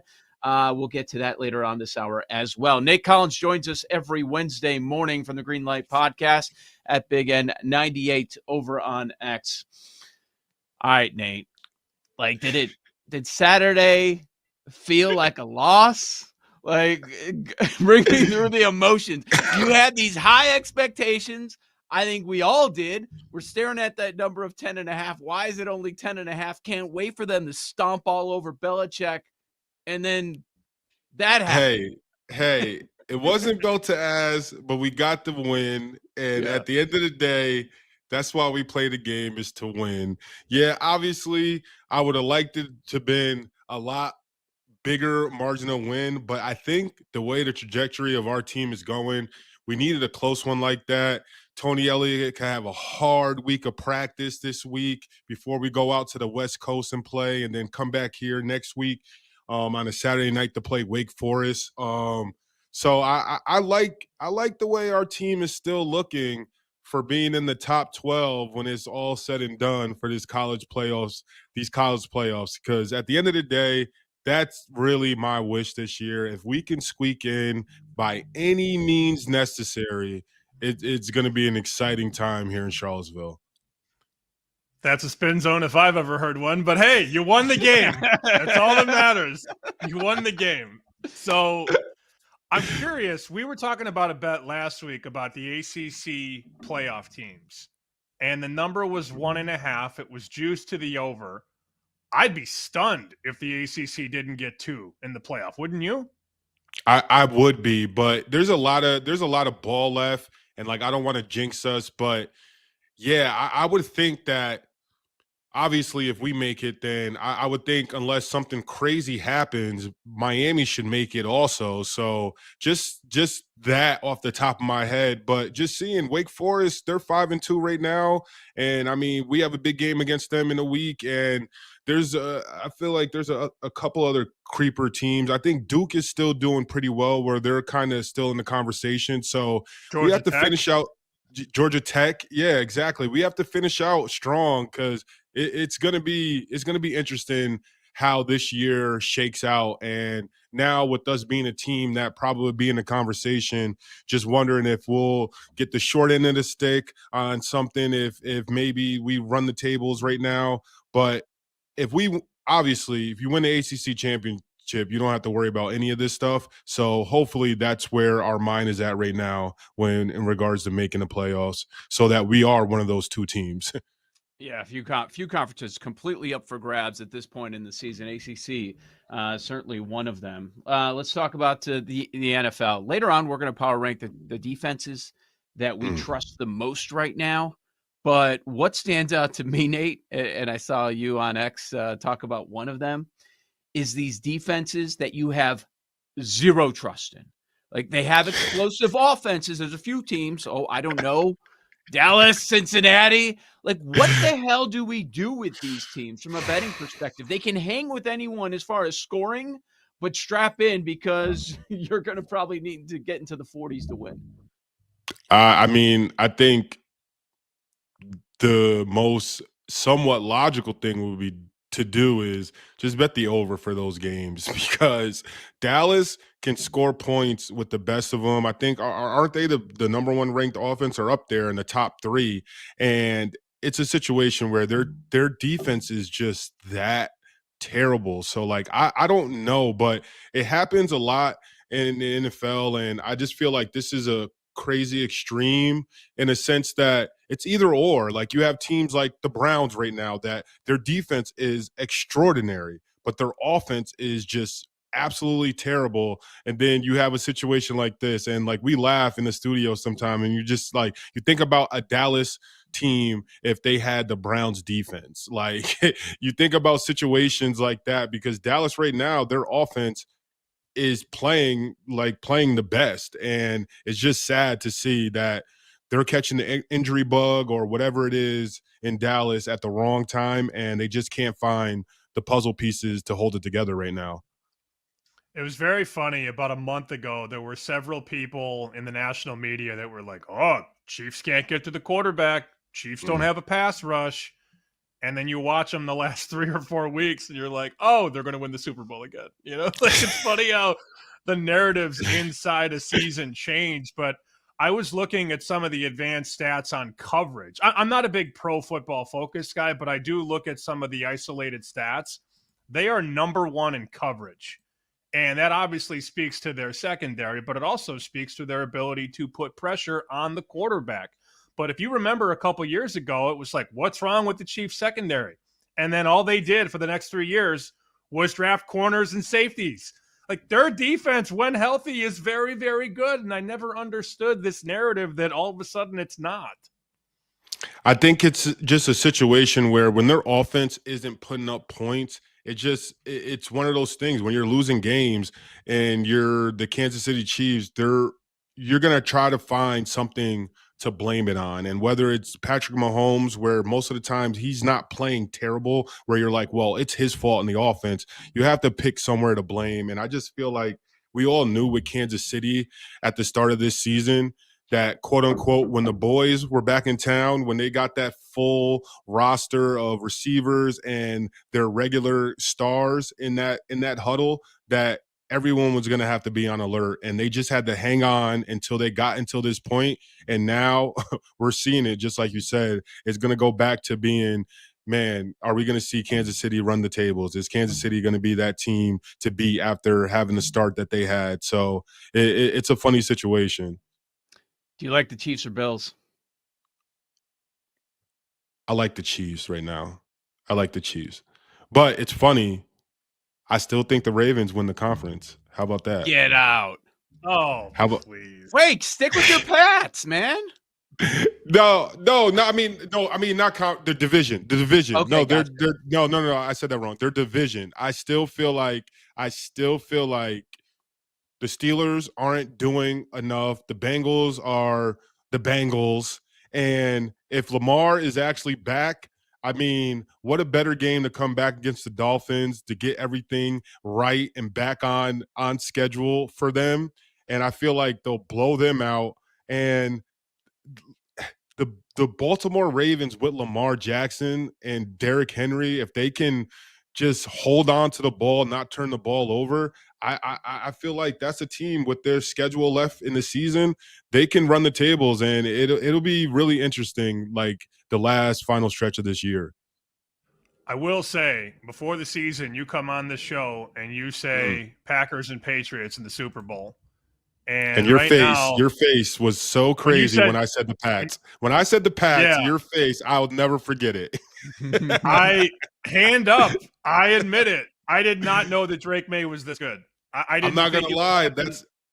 Drake May might have been like I'm proud to say it now, but he might be like my football man crush. Like there's something about his game that I just feel like it translated to the NFL, and then I just feel like the Pats is a great organization, and then having Vrabel come in there, I feel like that's just a great marriage, and I just feel like he's getting the foundation you need when you want a quarterback to be a franchise quarterback and to do some of the things that he's already doing. He's breaking some of Tom Brady's records already. I just feel like it's an excited time for the Patriots, but that team just overall, they look very good on all sides of the ball. And I think that is just a reflection of Vrabel coming in there and changing things up really quickly and getting these guys to play. Usually, though, Joe, it doesn't work that way. When you're a 4-win team and you overspend in free agency and you start 2 rookies on the offensive line, you're not a 10-win team. But they have found a way, and I think it's hard to quantify, Joe, how much wins are worth, but man, Vrabel's changed everything from Mayo to Vrabel. And usually the new coach wants his guy, right? The new offensive coordinator wants his guy. There's none of that conversation. We are having that in some other spots, though. So, wow. I mean, it is just, we're not even a year and a half later from that draft, right? Where you have all these quarterbacks go in the top 12. How would you order it now? Caleb goes number 1. Jaden Daniels goes number 2, dealing with injuries. We know his talent. Drake May goes 3. You have Penix, who's now dealing with injuries. He's had struggles this year. McCarthy's finally going to play. I guess the paternity leave's over. They say he's been busy, just had a kid apparently, so he's going to start playing. And you got Bo Nix. Like, there's this big separation. Where do you put Caleb among those 6 quarterbacks that went in the top 12 last year? I think just like knowing what we know now, I still would have Caleb at 2 or 3. I would have Drake May. I would have Drake May up there, and then it would be between Bo Nix and Caleb next. But I just feel like Caleb, like, he's not terrible. Like, he makes, like, he just has to get stuff together, and I don't know if it's immaturity. Like, there's a lot of whisper about maybe he doesn't know the playbook fully yet. And just as a guy that when I played in the 3-4 and I got to college, it took me until honestly the middle of my 3rd season to really understand the defense and like what I was running and like my properties. So like I could just imagine a quarterback just having to learn stuff. And maybe if you a lot of your life you've been relying off of talent or your coaches just kind of coaching you up to your talent level. Well, like in the NFL, like that isn't always going to work out, and coaches have their system and stuff. And I just feel like he probably just needs a little bit more time in that system. And Caleb, I think it's going to be fine, but I think he still would be in my top 3. Do you like, we mentioned you like the Packers and the Patriots. Are you still bullish on Green Bay over Detroit in the North?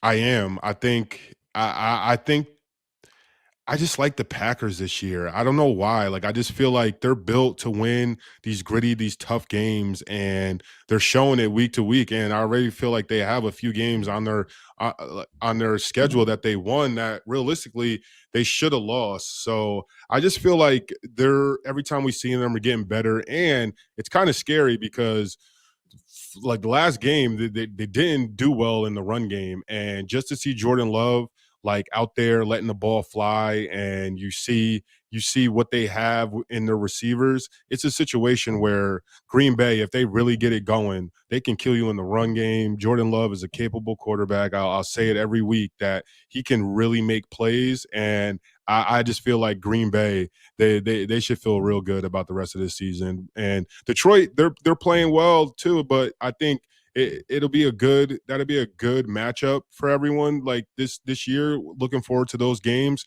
but I think Green Bay edges it. So you mentioned you like the Ravens' big picture, winning that division moving forward. They are favored in their next 8 games. They're favored tomorrow night at Miami. The point spread's 7.5. Do you think they cover that? I think if Lamar Jackson is playing, absolutely. I think they maybe blow that number out the water. Maybe maybe closer to. I could see them winning by 2 touchdowns. I know Tua had that decent game, the one-eye game, but I don't see them running it back. I just feel like Lamar, he's going to go put his best foot forward for this game. He's going to put his best foot forward for this game after making all of the staff take out the ping pongs and pool tables and turn the TVs off. I feel like this isn't a game he can come out and lose. So I feel like the Ravens, they'll probably steamroll the Dolphins tomorrow night. Yeah, we laughed about that last week. Lamar was behind that, man.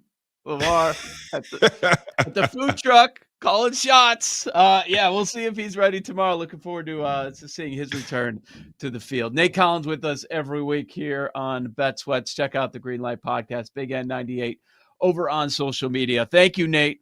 Enjoy the weekend. No problem. See you next week. Happy Halloween. Yes. Yes.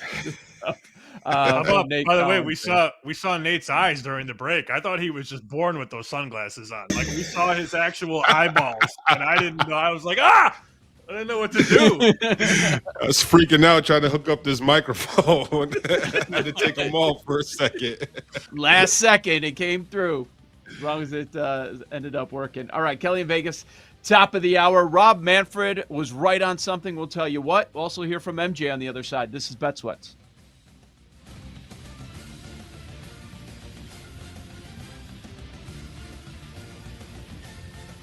You're listening to Bet Sweats with Joe O and Sammy P on the BetMGM Network.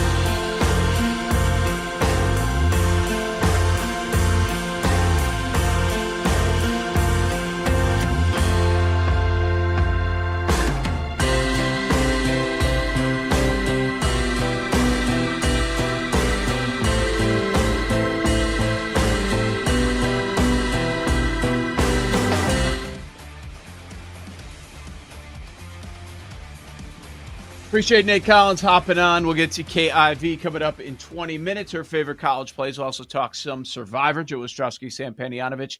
We are on XM at SP Shoot. I'm at Joe Ostrowski. Follow us, interact with us over there. Also been receiving a number of emails this week. Man, people pouring their hearts out. I love it. I know. I was like, damn. Yeah, gut punch all over again. But let's get to. I want to get to Rob Manfred. I meant to get to this yesterday. I didn't have time. I didn't really see it go out anywhere, but I think it's big in our sports betting world. I want to get to that coming up in a few minutes. But I do love this. So they had Tarico go to Jordan's house. I don't know when this happened, and apparently they're going to string this out. It's going to be every week. Like, I know you mentioned it. I was like, he's got to be joking. Maybe a couple weeks. I think they're going to put a 2 to 3 minute clip out of this Jordan interview with Tarico, even once we get to March and April. I was told that they sat down for 2 hours. Damn. So if we're getting 2-3 minutes at a time, that's 20 segments for the first hour and 20 segments for the second hour. So that's 40 segments potentially. How long is the NBA season? How many weeks? It goes from that much good stuff. October to April. That's the regular season. Yeah. So I think they have so much tape. Because here's the thing about Jordan.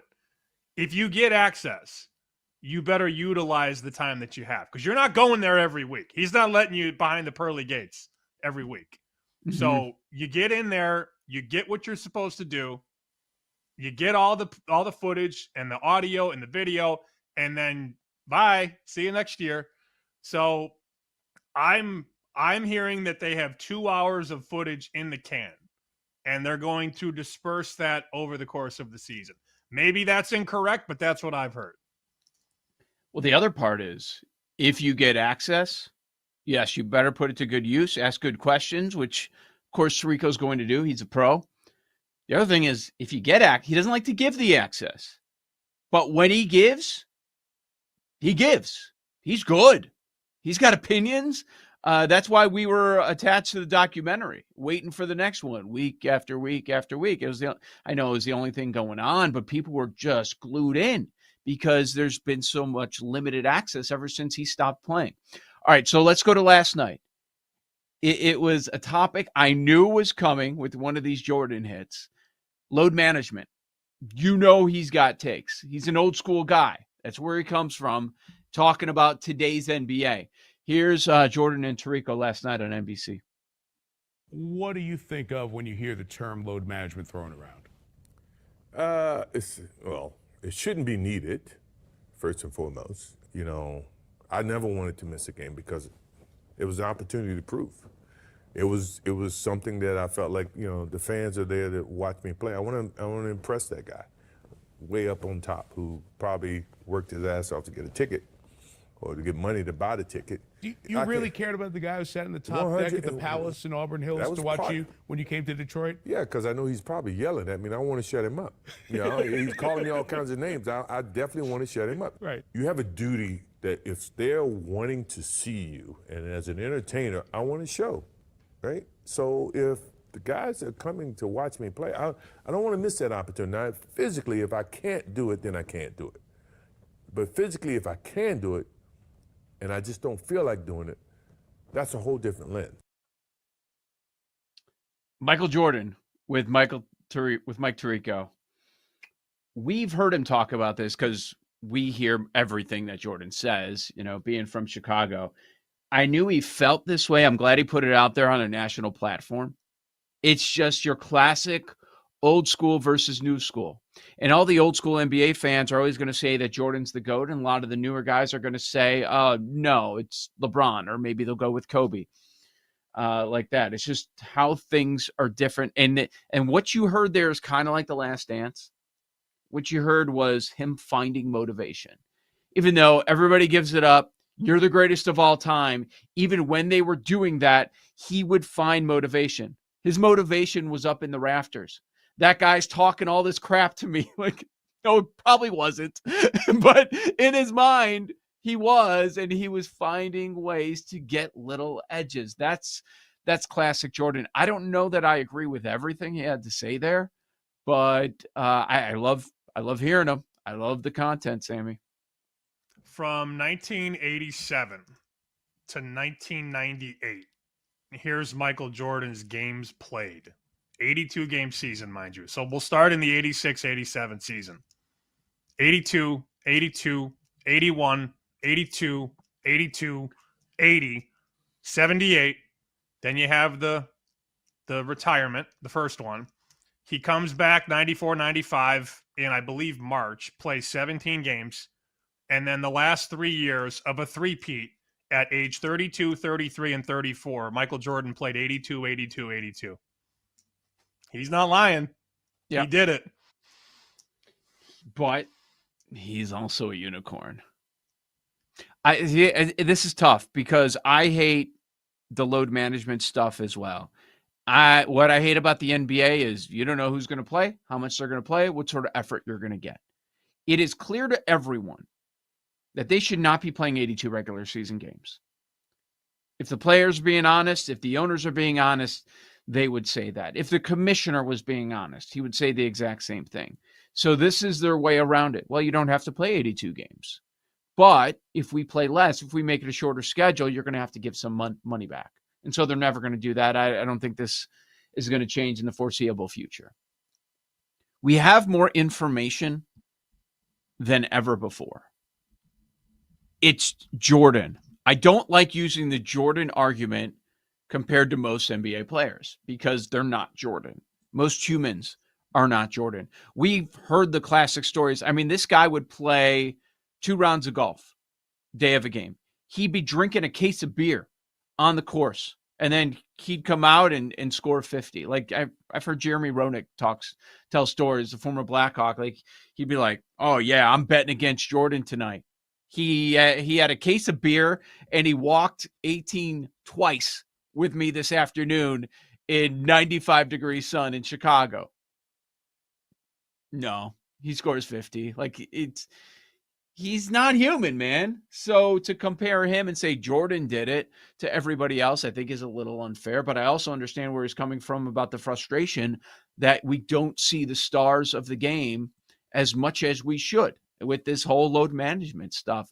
So I know I'm straddling the line. I'm kind of in between. I think we go too far with load management, but I also don't need to see the star players. I don't think it's best for them to be out there 82 games a year. I agree with that. 82 is crazy to expect at this point. But then I just rattled off all the Jordan game by game, year by year logs. Mm-hmm. How about Kawhi Leonard? If you want to start in the 2019 season, oh my gosh. 60, 57, 52, 50, 68. It's like he's missing 2 touchdowns worth of games, if not more. And I think it really hit a lot of people here in Boston. Well, not a lot of people. I shouldn't be hyperbolic, but I used to work with a guy at Nesson who's a big Celtics guy. And his son somehow became a huge LeBron fan. The Lakers were here in Boston. This is a couple years ago. They were here around Christmas. And the dad saved up to get 2 lower bowl tickets to watch LeBron and the Lakers. And it was the Christmas present, and they were going to see LeBron. They were going to get there early and be a part of the whole experience. Well, guess who played the night before? The Lakers. And guess who at 5:45 p.m. Eastern decided, my legs are kind of tired. I'm not going to play tonight. LeBron. Mm-hmm. And nobody knew. It was a late scratch. We were on the air at the time because our TV show was 5:30 to 6. The game started at 7 or 7:30. And our producer gets in our ear and says, LeBron's out, load management. And I'm like, he's load management against the Celtics? The Lakers and the Celtics around Christmas? And the kid got to the game and LeBron didn't play. Guess who's not a LeBron fan anymore? That kid. Really? Yeah. Well, yeah. I mean, I don't blame him either. Yeah. It's different than an injury. Yeah, there are a million stories like that. Like Bears Bengals, buddy of mine. He's a huge Bears fan. and his daughter is a huge Joe Burrow fan. And they got tickets a while ago to go to the game. Next week in Cincinnati, he gets to see his Bears. She gets to see Joe Burrow in person. Burrow's out for the year, or out until December. So he's going to miss that game. Damn. That, like, you can understand. You can understand because it's a football injury. But then when it's a choice, I'll play. Oh, we got back-to-backs. I'll play in one of them. That sucks. That really does. And I get it. I totally understand it. That's why with the NBA, you never know. You never know. If you're buying tickets because of a star player, you're not sure if they're going to show up. And the thing that we've complained about as bettors is we find out 5 minutes before tip a lot of times. Mm-hmm. There's no 90-minute before like there is with the NFL, at least. They should start doing that, by the way. Oh, what are the inactives tonight? At least 60 or 90 minutes before the game. Something that they've just never done. And I don't get it. It is certainly one of the issues when you're in bed with the sports books that they still need to get figured out, do better at. Lately, they've been better. It's not as bad as it used to be, but it can still be improved. That game, too, that was when the Celtics were championship good. They thought that they were good enough to win a championship, and I believe that year they made it to the finals and played the Warriors. The Lakers did not have Luka yet, and I believe Anthony Davis was hurt. Mm-hmm. So LeBron had just played 40 minutes, then was rolling into Boston, probably going to get cracked, not play a good game, and he's like, "Oh, my leg. Yep. I'm going to sit out tonight." At the very last minute. That's LeBron, though. That's what LeBron does. Brutal. We'll get to Rob Manfred later in the show. Normally, we do power rankings next, 10 a.m. Eastern time on Wednesdays, but we're going to push that to 10:20 because Kelly in Vegas will drop by. We'll talk some Survivor. We'll talk some college football plays for the upcoming weekend. Joe Ostrowski, Sam Panianovich, you've got Bet Sweats.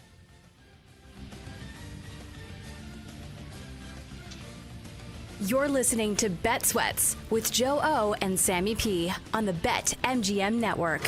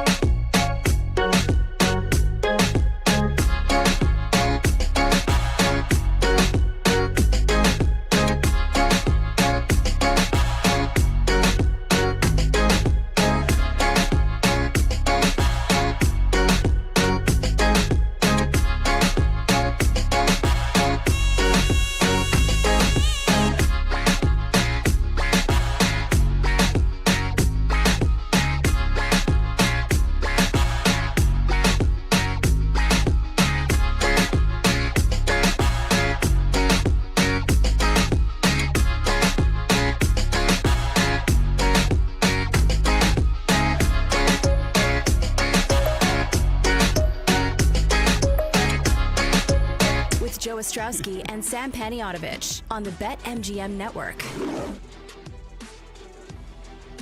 With you on this Wednesday, also with you, Kelly in Vegas. She usually hangs out on Fridays. We're going to move things around here, and she's going to be joining us Wednesdays, 10 a.m. Eastern. We'll talk some college football plays if you're normally not here on Fridays with Kelly in Vegas. At Kelly in Vegas over on X and elsewhere on social media. He's got the Kelly and Murray Show over at Splash Sports. Always has a bunch of contests. That's what I was dealing with Kelly earlier this morning. Sam laughing at me, even though I was holding out on the revival pools. I set up 2 last night, and he's been making fun of me all morning. Good. You should be setting them up. What else do we have to do, you guys? If you're knocked out of Survivor, we need some entertainment. You called us degenerates last week, Sammy. We might be action junkies. We may be addicted to Survivor pools.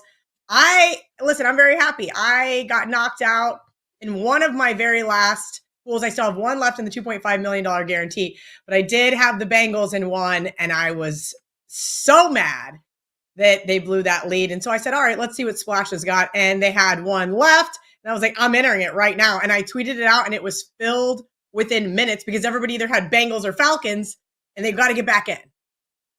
Oh, they'll definitely fill. I just find it very funny that off the heels of our conversation Friday, and then me on Monday telling Joe he's a Survivor addict and him saying, no, I'm not. And then he starts 2 more pools days later.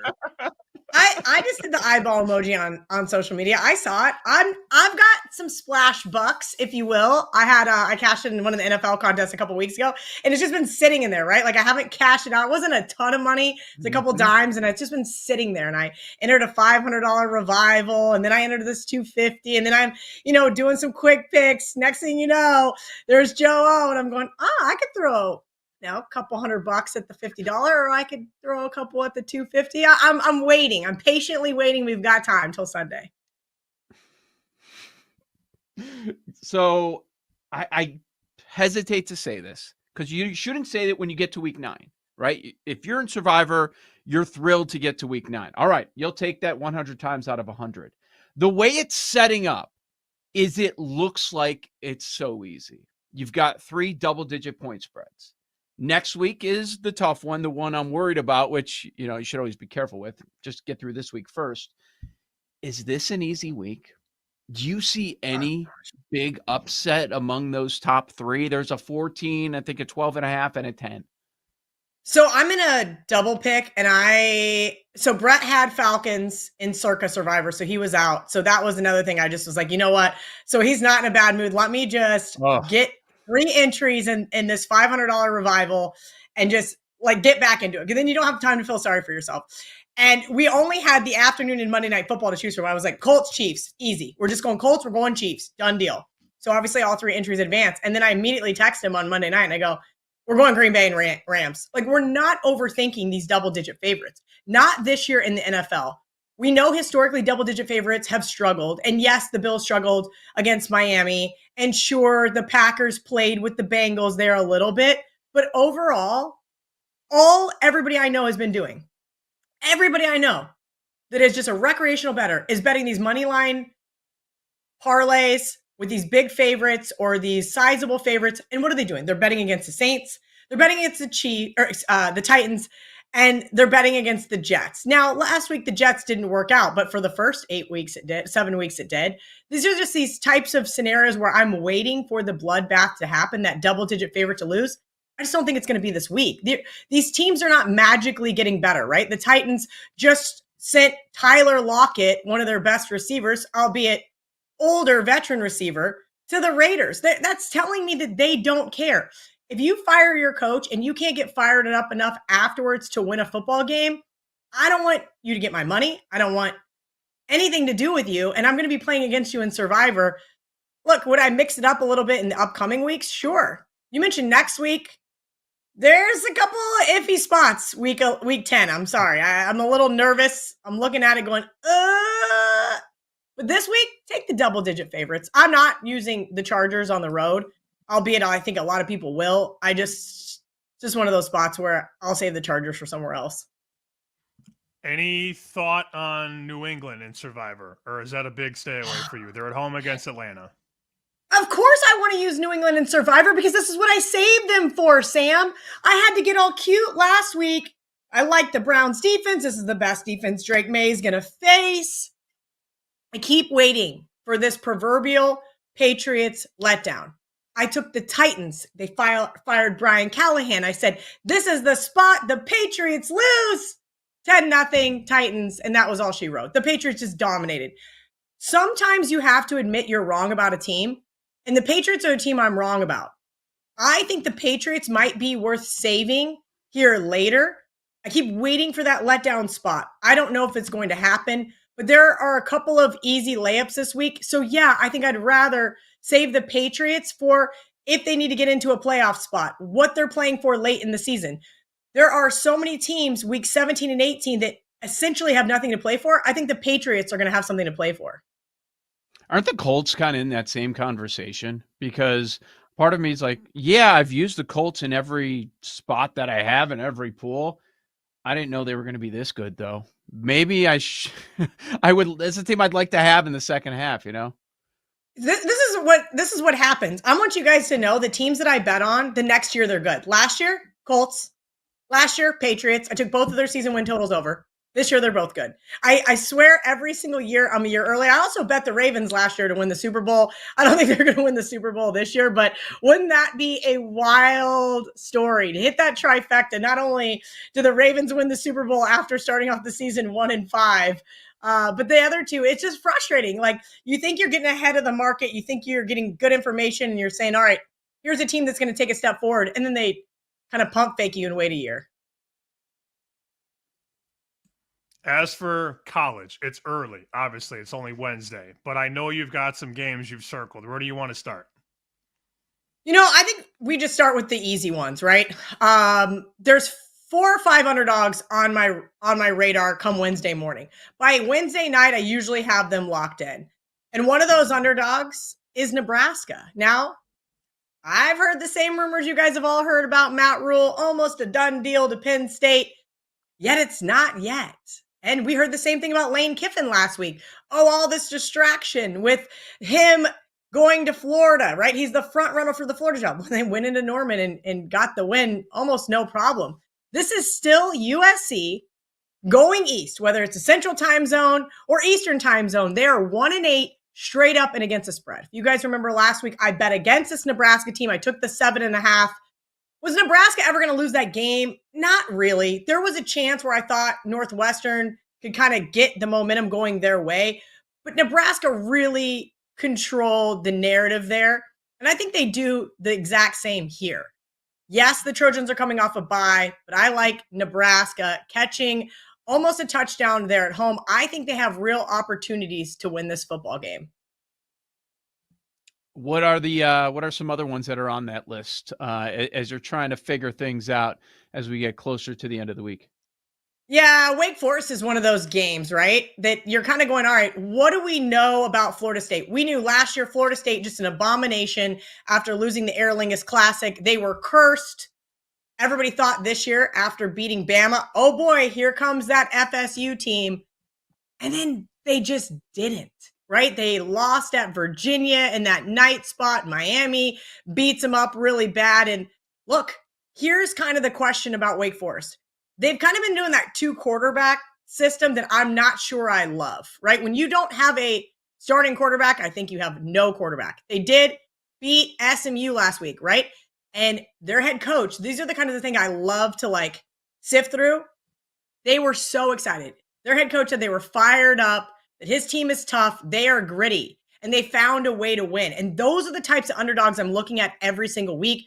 Wake Forest catching 9.5 is on my long list. I think they are rather intriguing for a Florida State team that, frankly, is not going to be fired up to play Wake Forest. If you guys remember last year, they went in, I think it was 2 years ago, they went into Wake Forest and just absolutely pummeled this team. I see K-State on the list. Do you pick against K-State or no? I know we're running short on time-ish, so I was like, do I want it? Do I want to? Am I going to get called a homer? Am I going to get called a homer again this week?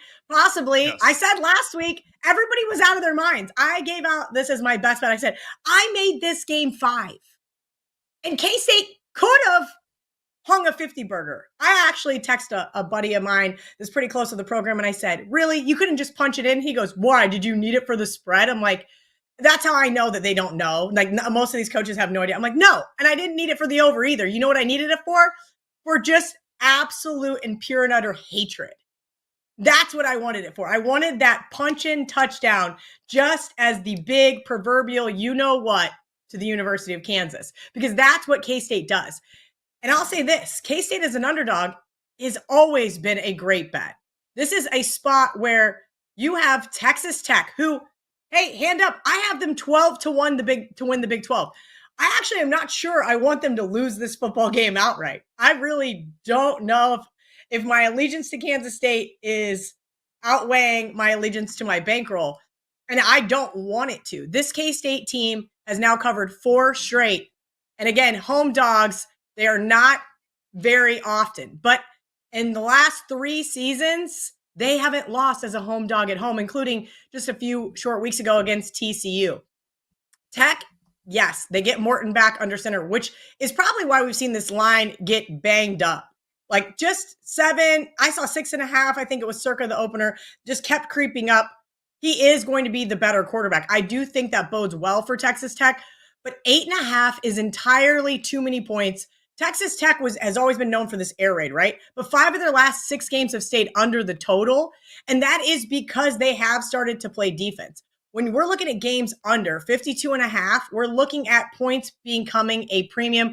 I think K-State's big win last week, by all intents and purposes, has actually righted the ship. That was such a momentum-changing win for a team that was absolutely spiraling 6 weeks ago. A few more minutes, Kelly in Vegas here on Bet Sweats. So Texas back to -2.5 against Vandy. We're probably pretty sure. I hesitate a little bit to say it because Texas is always so popular. But reasonable minds will probably say that Vandy's going to be that public dog this week, right? So do you think you are going to be tempted to jump on the Longhorns late, assuming that they are jumping on Vandy? Listen, here's the thing about public dogs. They do win. I always say, I hate when I've got a public dog. It does happen. And Vandy's been very public the last few weeks. Rightfully so. They've been playing their butts off. Congratulations to this team. Look, I don't know how Texas beat me last week. I'm still completely flabbergasted that Mississippi State blew that game. And I think that is built into this line. I think the reality that's also built into this line is Arch Manning's just not meeting expectations. I know earlier in the week, people were talking about he was hurt. Would he play? My buddy Joey texted me and he was like, well, I would rather have the backup. Oh, would you? Just like last year, everybody would have rather had Arch over Quinn Ewers. Well, guess what? Steve Sarkisian looks pretty smart now, doesn't he? That he started Quinn Ewers, who is now on an NFL team, over Arch Manning. I digress. I'm not sure what to make of this Texas team. We know they have a solid defense. We know they have a good home field advantage. Do they take that overtime win over Mississippi State and say, okay, we've got to stop sandbagging against these inferior teams? I think the real reality is we know Texas has all the talent in the world. And if we see that Texas team that came out in the Red River rivalry where Diego Pavia throws 1, 2, 3 interceptions like John Mateer did, of course Texas is going to win here. I want no part of this Texas team, just whatsoever. I've been betting against them all season long. I've got their season win total under. I've got no playoff. I hope Vandy wins this football game. I'm not going to get involved, but yeah, of course, I think Vandy might be the dog with fleas. They've just been showing out week after week after week. And what has Texas been doing? Going to overtime versus Mississippi State and Kentucky. You have a NBA best bet for us tonight? Yeah, right. You guys should totally fade my NBA. It's funny. The NBA. So I used to work for NBA TV, a lot of people that don't know. And during COVID, that summer when they were in the bubble there at Disney World, the NBA was fun, right? We got good intel. We knew people that were in the bubble. We knew that everybody was going to play because there was nothing else besides UFC. Now it's kind of gotten to this point where not only have we dealt with the load management issues over the years past, and the coaches kind of saying, oh, we don't need to win this game. We're going to sandbag it 15 minutes before all of the starters are out and the line moves 8 points the other way. Those things were already frustrating enough. But now that the integrity of the game has been, we'll call it compromised. No, I really don't want to get involved with betting the NBA. I really don't. I would rather bet fixed soccer matches in Mexico like we were doing during COVID. I mean, at least then I was getting the best of the information. Now it's like, no, I don't want to put my money on some of these teams that not only do I not trust, but do I not think that they are worthy of tarnishing my bankroll. Yep, totally agree. Kelly in Vegas with us every week on Bet Sweats. Thank you, Kelly. We'll talk to you next Wednesday. Joe O, Sammy P. Power rankings on the other side. BetMGM Network. You're listening to Bet Sweats with Joe O and Sammy P on the BetMGM Network.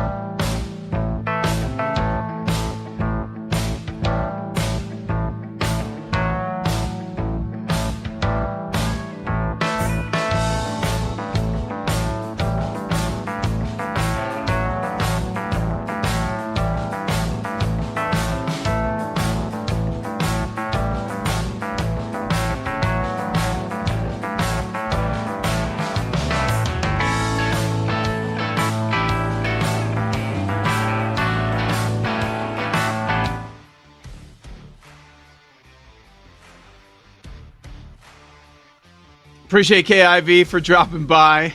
She had 4 plays there in college football. Hit on Nebraska, Wake, K-State. Did we get to Cincinnati? Because that was another one, and that's a big matchup.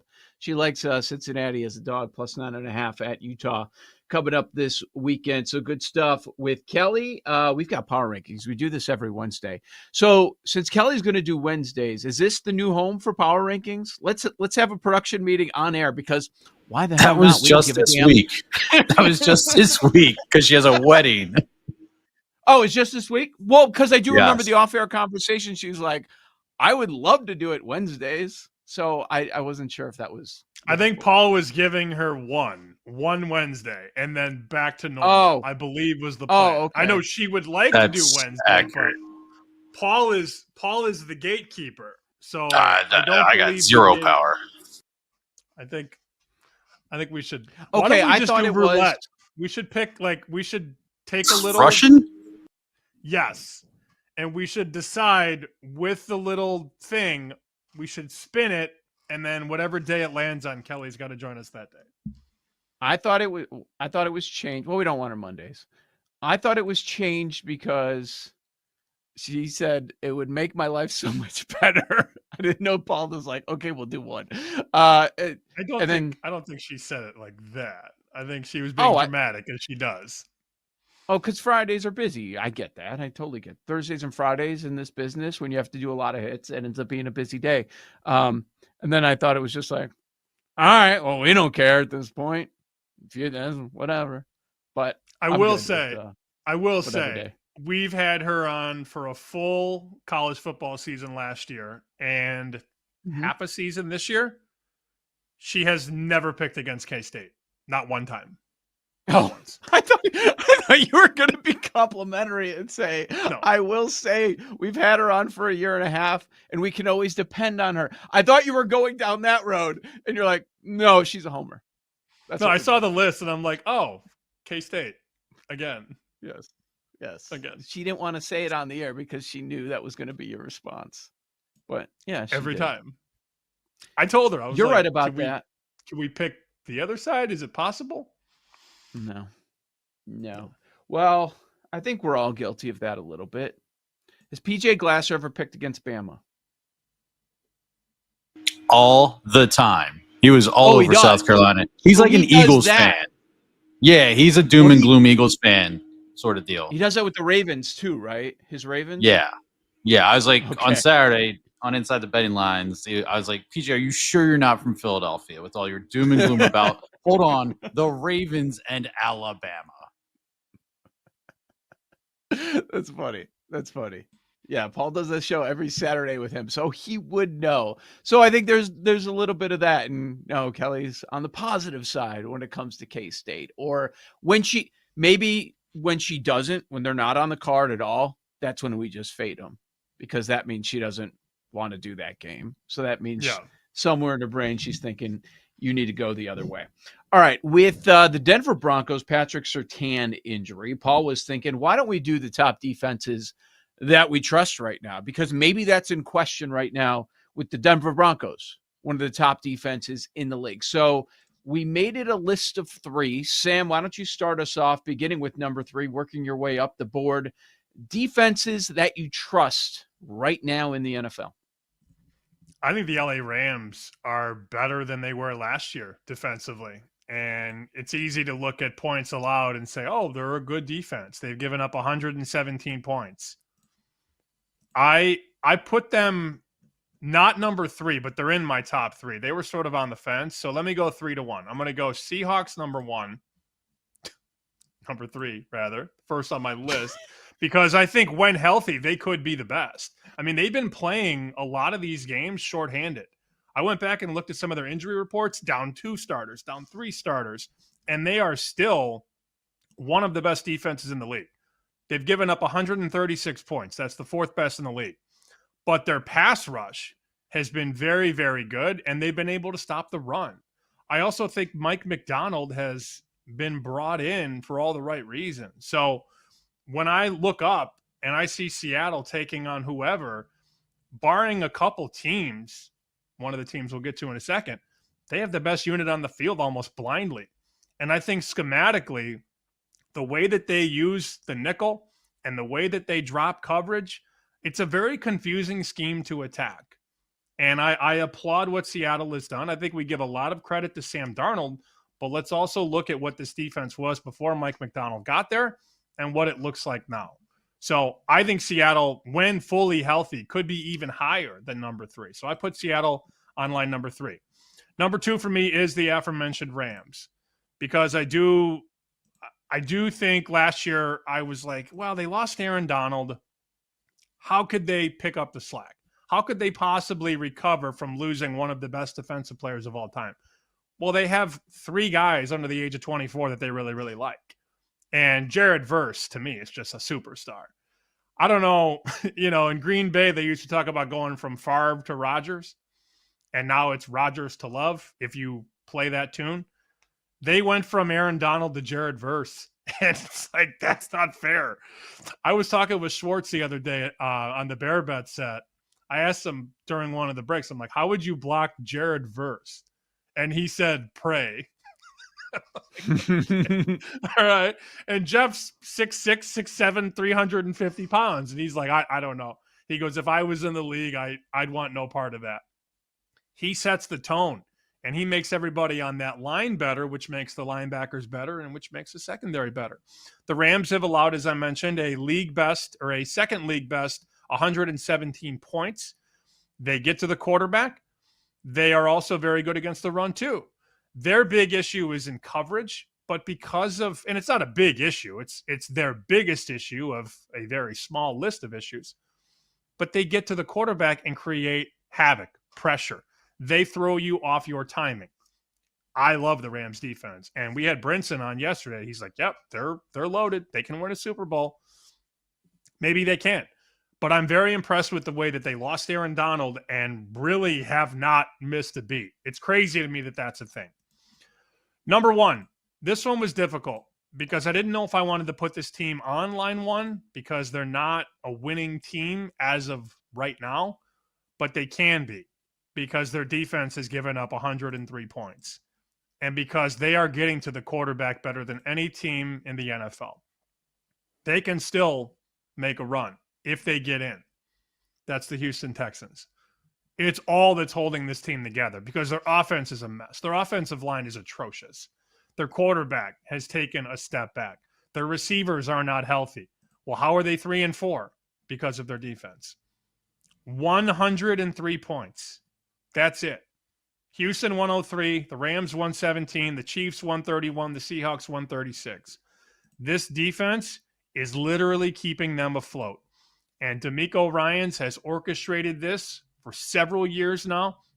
They are just flat out mean up front. Their front 7, I would put with anybody in the NFL. Anybody. They stop the run. They're good against the pass. They are just a bear to score against. And if the Houston Texans make the playoffs, which again, they're 3-4 right now. There's a long way to go. You still got 10 games left. They will make the playoffs because of their defense, not because of their offense. All right. Sam's got Seattle 3, Seahawks 2, Houston Texans number 1, defenses you trust right now here on Bet Sweats. All right, here's my list. Number 3. Same. Seattle Seahawks.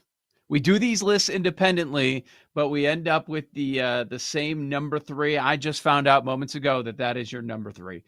Yards per play, they're 3rd. EPA per rush, they are 2nd, right there with Cleveland as the best run defense out there. And if you're thinking, okay, well, how you attack this defense is via the air, to Sam's point, we're on the same page. You look at that defense, the secondary has been injured throughout the entire first half of the season. They're missing guys every week. And when there aren't missing guys, you know they're not 100% because they're not practicing during the week and they're just gritty enough to fight through it on game day. Rick Woolen has missed only 1 game, but he's been on the injury report almost every single week. To your point, some of these other guys, Julian Love, the safety, he's missed 5 games. Their best corner, Witherspoon, he's missed 6 games already. 6 games, and what have they played, like 7 or 8? They're just starting to get healthy. it looks like I'm thinking they're all going to be out there this week. So they're healthy for the first time this year right now, and they've performed at a very high level defensively. So defense, I trust. I trust the coaching. I trust the talent level that they have on that side of the ball. I'm going with Seattle, number 3. We decided to do this because of the Denver Broncos. I'm not knocking Denver outside of the top 3 because as it looks right now, Patrick Surtain's going to miss multiple weeks. Maybe he goes on IR, but it might just be a few games. If you look next week or this coming week, you play Houston. Then it's Vegas. Well, what if he just misses 2 games? Are you really going to be that surprised, that concerned about this defense? Then it goes KC, then a bye. That is your next month. Still Benito. Still Zach Allen with all the pressures that he creates. And you still have this defense, number 1 in yards per play, number 1 in success rate. And at home, man, they are dangerous. That is not a place you want to go, especially if you are a struggling offense. So I still trust the Broncos, even though they're dealing with this injury to the reigning DPOY right now. I still trust them overall. So I put the Broncos at number 2. Seahawks 3, Broncos 2. Here we are. This rarely happens. We agree on 1. 1 and 3 the same for both of our lists. There with the Texans. The funny thing is nowadays, some of the stats that you used to follow, you don't even think to look at. And that's like for me, points per game allowed, yards per game allowed. And I decided to take a look because I was just curious. It's something I never look at. I was like, oh, there's a separation here with Houston. They're number 1 in both of those categories, along with some other categories like EPA per play, EPA per pass.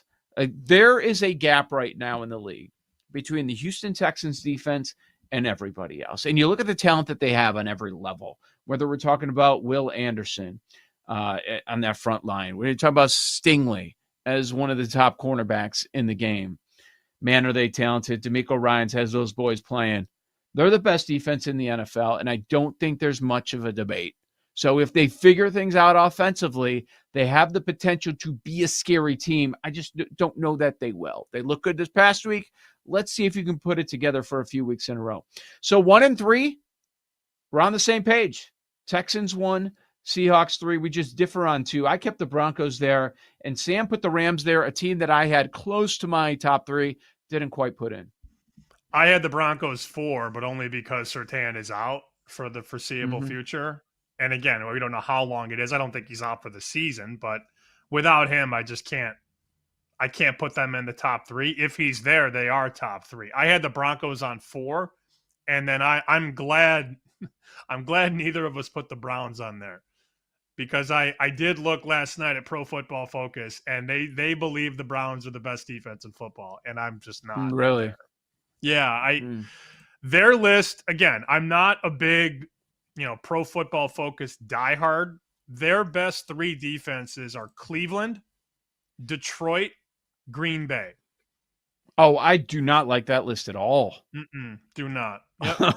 No chance.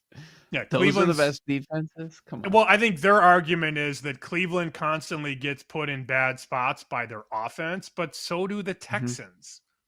Like, that's stupid. The Browns have given up 184 points. The Texans have given up 103. How are the Browns number 1?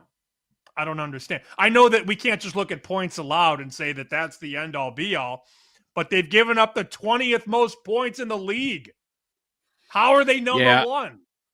I thought about Cleveland, but I just couldn't put them on the list. Like, they're a great defense, and that's fair. They're put in bad spots. I think worse is Detroit. Detroit too? No. That's a team that I didn't even consider for this. If it's a top 5, they're not making the list either. I respect Cleveland. They have probably the best defensive player in the world in Myles Garrett, but as far as top 3, I can't get there. Look at what just happened. They're awesome against the run, probably the best, but they can't stop the pass. Here comes Drake May. How can you make them a top 3? How can you make them the number 1 defense in the league when they can't stop the pass? When Drake May just went wild on them without any real star receivers. This is why games are not played on calculators. And this is why there will always be room for analytics, but analytics will never be the end-all be-all ever in the NFL. No, it's a great tool, but come on, I don't like that list. And yes, Parsons is awesome. Packers, top 3 defense in this league.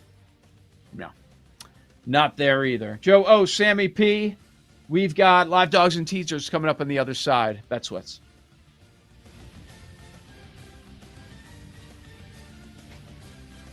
You're listening to Bet Sweats with Joe O and Sammy P on the BetMGM Network.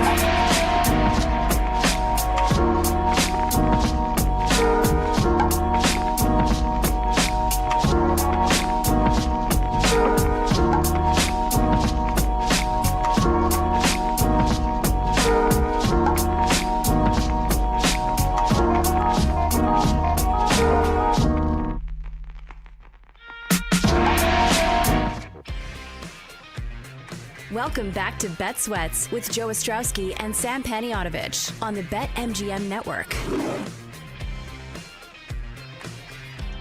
Fun times here on Bet Sweats. Joe O, Sammy P. We'll talk some World Series coming up at the top of the hour. Eric Kratz from Foul Territory will be dropping by. We've got a 2-2 series. Things are up in the air. Game 5 tonight. The Blue Jays and Dodgers go at it once again. The series is going back to Toronto. Could be decided Friday. Could be decided on Saturday night. We could get a game number 7. So it's going to be fun. And the baseball season is about to wrap up. All right, let's talk about some of these live dogs and teasers. It was funny though. We were talking to KIV just about how you were chuckling, so I felt like you were laughing at her about something. Like is she frustrated with the NBA? She's like, I'm not betting on the NBA anymore. And I feel her. I totally understand where she's coming from with all of these stories where people are on the take and there's cheating going on, and load management's another story. But I thought that was funny. Did you see the Giannis highlight that was going everywhere last night? He took like 5 steps. Like 17. It was 5 ridiculous. full steps. 5 full Giannis steps. Steps. Put it that way. Right.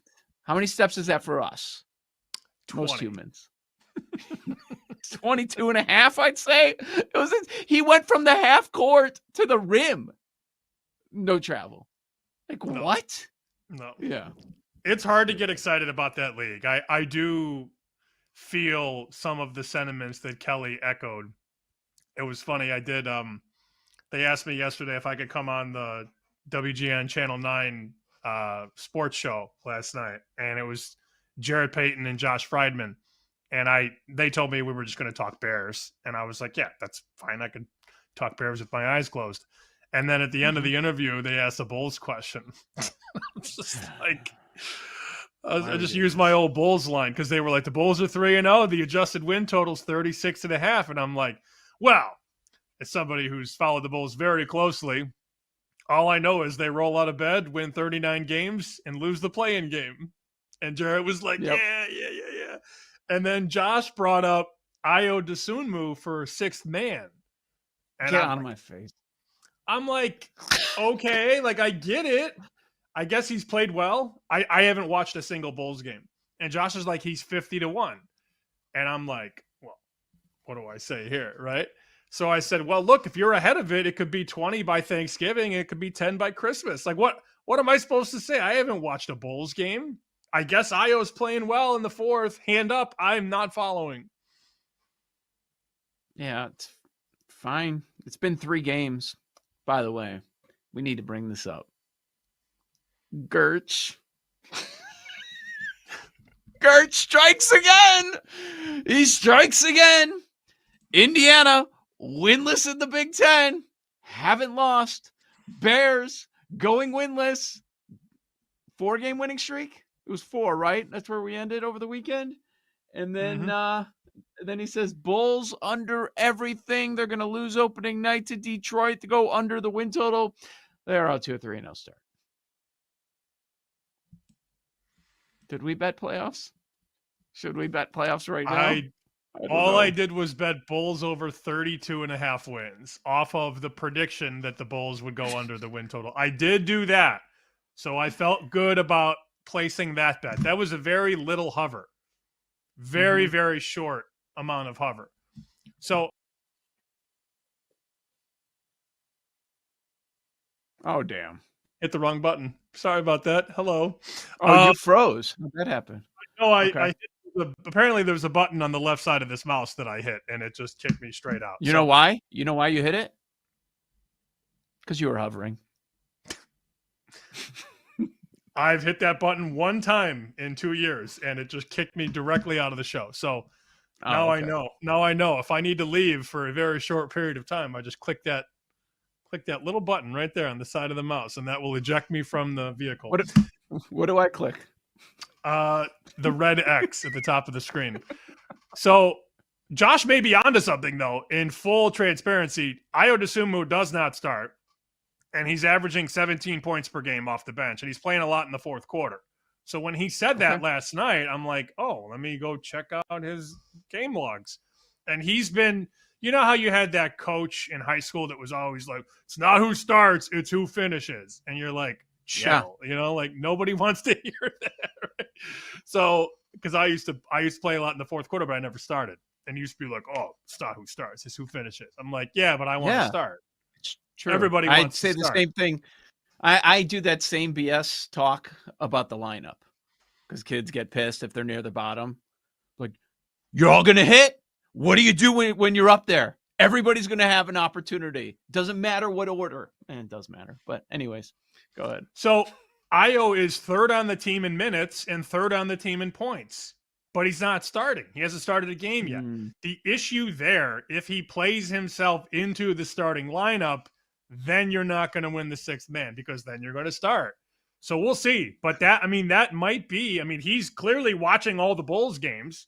So I heard that and thought, yeah, let me just pivot and say, oh, well, get a good number, bet the right guy at the right time. And then I looked at it after the show and I'm like, he may be onto something here. So Io DeSunmu, for those wondering, is 50-1 for the NBA sixth man. And if he keeps hitting these shots in the fourth quarter and the Bulls are winning games, he's not going to be 50-1 in a week. Yeah, I don't think they're going to start him over Giddey. I think you're okay as far as that goes. But I get it's certainly a fair point. Like, you're always concerned about it. Did you make too good of a bet? Because the sixth man does not become a sixth man. And if that's the case for the majority of the year, then they're kind of removed from that conversation. So yeah, it's not a bad idea. I don't mind that one at all. Right. Illini, are you close to it? You thinking about betting it? I did not bet it, and I promise you, I had not thought about it one time until he brought it up. Okay. There's a 60-1 at one of the books. So the range that I see is 60, 50, 50, and 45 on DeSunmu, who I covered in high school when he was at Morgan Park. Did I ever tell you that story when they sent me? Well, I sent myself. I asked for a credential. They sent me to Morgan Park Simeon at 87th and Vincennes on a Friday night. I was the only white thing in a mile. So I got there. I get to the game, and there's nowhere to park. This was when Morgan Park was number 1 and Simeon was number 2. 2015 or 16. And I get there, and the building is sold out. There's not a ticket to be seen. And there's literally a crowd of people outside Simeon, which I used to drive by on the way to Carmel. It's 87th and Vincennes. I know, because actually 83rd and Vincennes. It's past 87th, because the White Castle's on 87th. 83rd and Vincennes, final answer. So I get there, and I got my glasses on, and I got my book bag. And again, I'm navigating through a crowd of people that are banging on the door to get into the game, just to get in to watch Morgan Park play Simeon. And they're not letting anybody in. Well, I hold my credential up to the glass and the doors open for me. And it's, oh, hell no. Everybody's upset because they're letting me in. And these people have been outside for a half hour, 45 minutes trying to get a taste of Morgan Park and Simeon. And Io in that game had 30 points. I had to get escorted out by the police too after the game. So it was very funny. One of my favorite moments as a Chicago reporter. Did you see who Mount Carmel plays in the first round of the playoffs? Isn't it Loyola? Yeah, Loyola. Yeah, they just beat Loyola too. 32 seed. That's why they're matching up in the first round, which they're not happy. To people in Illinois, yeah, they're used to winning the state title, Loyola. So they're not happy about that one at all. But Fitz is gone, right? Yeah, no more Fitz on the sideline. I don't know, but I assume so. Yeah. I keep hearing his name brought up. Other jobs. You said it a couple weeks ago on this show, but he'll get a job now with I don't know where the number of jobs that are open. He'll get a job for sure. The obvious one is Stanford. Okay. You think he gets a better job? I don't know. I just know that he is definitely coveted by some schools. We'll see. He's definitely getting calls. You're Your story there had me thinking of something that went through my head the other day. Swear. Just thinking about everything going on. Like, what am I going to do once it becomes the summer? Like, what's going to be happening? And I said, you know what? You know what, Joe? You're going to have to go work at Rainbow Park. That's what's going to have to happen. I lasted a day and a half. There. The neon vest, looking back, the neon vest was the worst thing they could have given me. Like, if you could have just given me You don't have a picture polo, of this anywhere, do you? I might have the vest somewhere. I might have the vest. Okay. I don't. Yeah, the neon vest that said "beat me up." Right? Like, if you'd have just given me black polo, black shorts, black pants, I would have blended in, kind of. You want to give me the neon vest in the ghetto? Come on, man. Mm-hmm. Come on. Bad. No good. All right. We promised we were going to look at live dogs and teasers. How about teasers first? There are not as many options as last week. I'll say that. And the one thing that jumps out to me is that, yes, we have some games we can talk about. Very high totals where the numbers make sense. Like, oh, I can move this from 2.5 to plus 8.5. The total's 52 and the hook. 54 for Arizona, Dallas. So that gives me a little bit of pause, but one that certainly stood out. There's one that stands out the most to me. Denver plus 7.5 at Houston. Our number one defenses. The total is sub 40. What do you think about taking Denver more than a touchdown at Houston? I understand it for sure. It fits the criteria. I was going to say Cincinnati 2.5 to 8.5 against Chicago. Make the Bengals an 8.5 point dog at home. The Bears are getting bet right now to 3. So you can get to 9 now. I like Cincy in a teaser and also Vegas at home in a teaser against Jacksonville. What about Buffalo plus 8? Of course. Uh-huh. We'll talk more about it. There's a few options there, high totals. But we're talking about teasing up. A lot through the 3, through the 7, all that. Joe O, Sammy P, Eric Kratz next in the World Series. This is Bet Sweats. You're listening to Bet Sweats with Joe O and Sammy P on the BetMGM Network.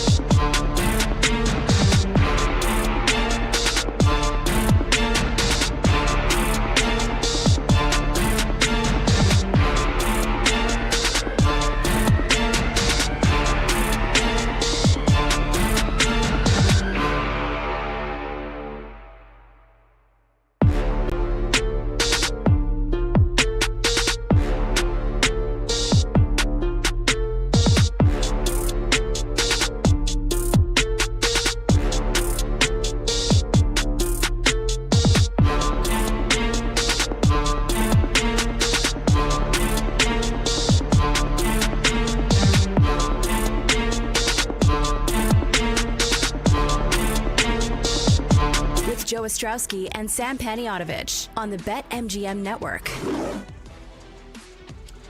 We got a series.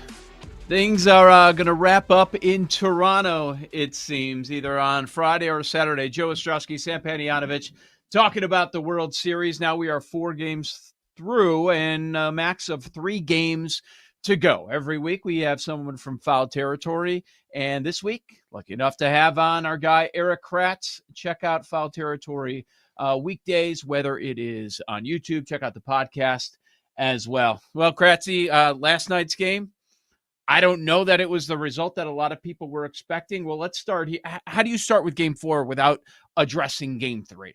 So what was the impact of game 3 on game 4 last night? Well, I guess we saw that Shohei is human, contrary to the Fox telecast, contrary to what John Smoltz talked about the entire first 6 innings that he was in the game. But he is human, and maybe some of the tiredness from the game before caught up to him in his pitching. But really, what more can you ask from him? Like, the guy threw well. I think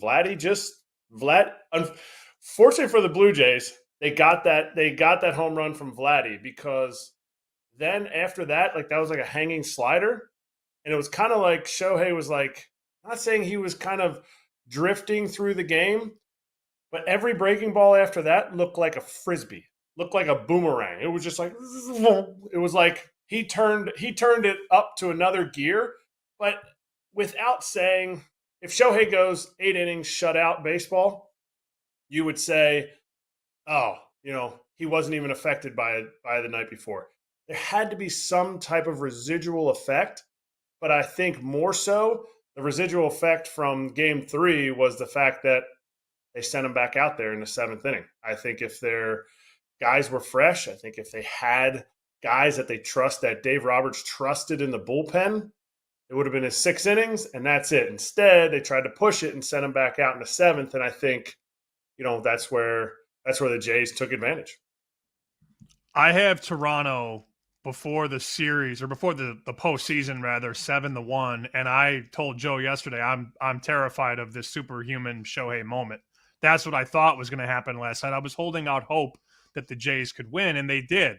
So now it's a best of 3. They've got home field. If you're me holding that Toronto ticket 7-1, are you hedging it or are you riding it? I think you're missing the wrong superhuman person in this hedge or ride bet here. Yamamoto is looming. Yamamoto has shown everybody else in this, I think Pat Murphy called these pitchers the Monstars from Space Jam. And I think they've shown a little bit of a kink in some of their armor, except for Yamamoto. So here's my question to you. You should hedge if you'd think that the Blue Jays are going to have a tough time with Blake Snell, who's going to make an adjustment, or a Glasnow, who's going to probably go 3 innings in Game 7. Because, in my opinion, tonight is a must-win. So you need to hedge whatever you think is going to happen tonight based on the fact that I haven't seen anybody crack Yamamoto yet. I haven't seen Dave Roberts make a bad decision when Yamamoto's on the mound. And so if you think the Jays can get him tonight, then I say you ride it out. If you're afraid of what Blake Snell does on a comeback game after he had that little blip in the radar last time, then I'm going to say you cash that joint out right now. I'm going to ride it. I'm not afraid of a guy with no Yeah. chin. 7-1, ride that joint for sure. Let's go. Well, what do you think happens tonight? It's a rematch of game number 1 as far as the pitching matchup goes. Blake Snell did not look good. This is the game that Toronto stole to take that 1-0 series edge. They put up a bunch of runs. What do you think? Are we going to get a Snell bounce back, or is it going to be more of the same? I think some of the decision is based on Yasavage. Does Yasavage have elite, ridiculous stuff?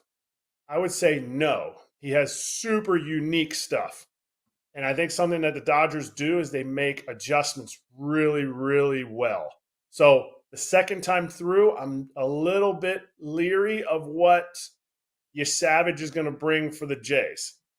And I don't think Snell was sharp. I didn't think the Jays were dominating Blake Snell. And my fear, if you're a Blue Jays fan, is Blake Snell's probably not going to have a second blip in the radar. He's probably not going to get an umpire. And this is what I do before I would actually lock in my bet for tonight. I want to see where this umpire, whoever's umpiring tonight, I don't even know. I should have done my research before coming on here, but are they going to call the high strike? Because he wasn't commanding the high strike, but when he did, he never got the call. So if we have a hitter-friendly umpire, I think it could be a similar situation for Blake Snell. But if all things are the same, everything is equal, good umpire is going to get it. I think it's, now that I think about it, I think it's Alan Doug Porter. Eddings. Doug Eddings? Oh, it's not? Oh, okay. Oh, no, I'm sorry. That was last night. I'm sorry. No, he was the guy last night. No, I'll check on that. Tom Payne was last night. Oh, okay. Night.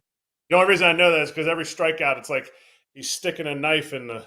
It looks like he's like, yeah, he's the killer. But anyway, all that to say, Porter. I think Blake Snell has There a we bounce go. back. I think Blake Snell Okay. has a bounce back, and I think his stuff will play up a little bit, and I think you're going to find some extra money there because of what happened last time. I think the books, the way they're leaning, show you that I think Blake Snell is gonna have a bounce back tonight, and I think the Dodgers win. Let's play home run roulette, one of my favorite games. You pick the number. Who's going yard tonight? Oh, man. Tonight. Somebody's doing it. Somebody's hitting a home run in this series tonight, Mm-hmm. I have a tough time saying that Teoscar Hernandez doesn't hit a home run tonight.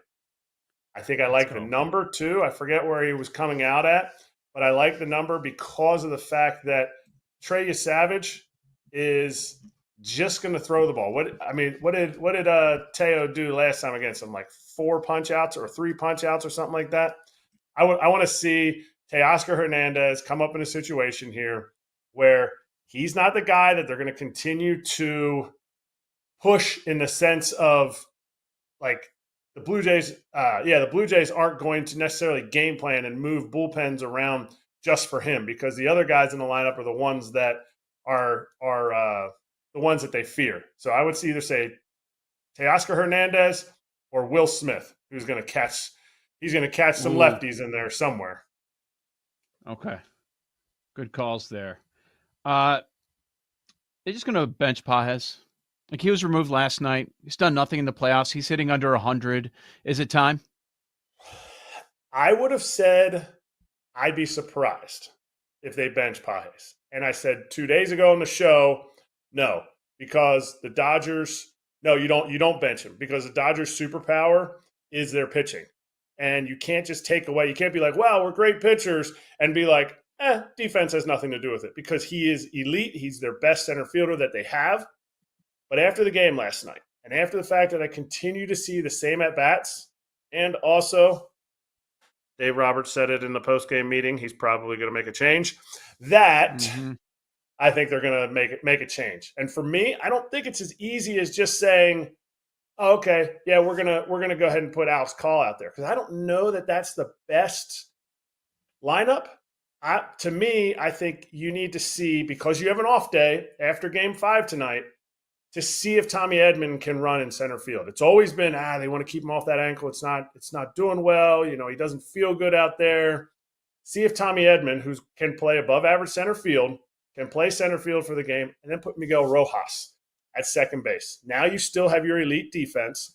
And I think Blake Snell, if he's going to have success tonight, it's going to be punch-outs. So you add a little bit more of adjustability. Miguel Rojas is not a better hitter than Andy Pages, but he might be a better hitter situationally and adjustability-wise than Andy Pages, who just does the exact same thing over and over. It's foul ball down the third base line, not even on the third base line, like over top of the Dodgers dugout, or pop up to right field. And it's the same swing over and over again. He just hasn't made the adjustment yet.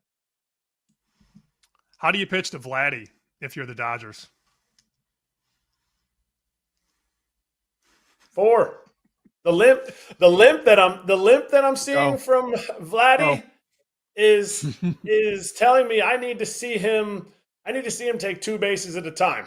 I need to see him run the bases instead of jog them. He's not afraid of any fastballs. He's not afraid of the pitch down in the zone. He's catching up to everything up in the zone, and he's not chasing. So I think with a guy like Blake Snell, I do like the matchup a little bit because of the fact that Blake Snell does a good job of getting downhill plane, and he's going to throw that slider, which can go down below Vladdy's bat, and that curveball that he can bounce. To me, you can't throw him any strikes. I don't give him 4 wide. I don't give him the intentional walk necessarily in every situation, but I circle, earmark, star, asterisk, whatever you want to do, put a big arrow in the lineup and say, we the Dodgers are not letting Vladimir Guerrero beat us. Everybody else in the lineup has a chance to beat us. If Vladdy beats us, slap on the wrist post-game. With Eric Kratz here on Bet Sweats. He of Foul Territory. Check it out. Weekdays, 1 o'clock Eastern over on YouTube. All right, they got one without Springer. Can they take the series? Can they take 3 in total without Springer? They slide Bichette over to the DH spot, which maybe isn't the worst thing in the world for them. Not that it's a good thing without Springer, but what are your thoughts on that? Yeah, there's no way you can replace Springer. You saw what happened in Game 3. Everyone's like, whoa, the Dodgers bullpen was incredible. The reality was the Blue Jays had 4 of their bench bats in there. They're still big league hitters. Isaiah Kiner-Falefa can still do good things, but it's like putting Miguel Rojas in for the Dodgers. There's a difference between the potential of Andy Pages and the reality of Miguel Rojas. Isaiah Kiner-Falefa can give you good quality at bats. He is not better than George Springer. And you're not saying, well, you're putting IKF in Bo Bichette's second base role. No. You're replacing IKF, or you're replacing George Springer with IKF. And I think you're never going to find somebody to replace George Springer, but I think it enables the Blue Jays to maybe get one more at bat out of Bo. Bo showed last night he's got a little pop now too with that double. So I guess it wasn't a double. He hit it off the wall, but he didn't make it to second. That one extra at bat where you don't have to take him out in the 6th inning because he's probably going to be hitting third tonight again. You don't have to take him out because you're like, I just don't want him on his feet for another inning or 2 out in the field to get one more at bat. Now at DH, you can let him get his at bat in the 8th inning. You can let him get his at bat in a key at bat of the game that could be late because he doesn't get a hit. You don't have to take him out. But if he doesn't get a hit in the 6th or 7th, you got to take him out for defense. And so I think it's not a complete negative. You're not back to net zero because you can't replace what George does. But George had his uniform on last night. Could we see a little pinch hit, home run piece from George Springer tonight? Don't put money on it. Last thing I got, I figured you'd be perfect to answer this question. Is it better for baseball if the Dodgers win or if they lose and open up the checkbook again?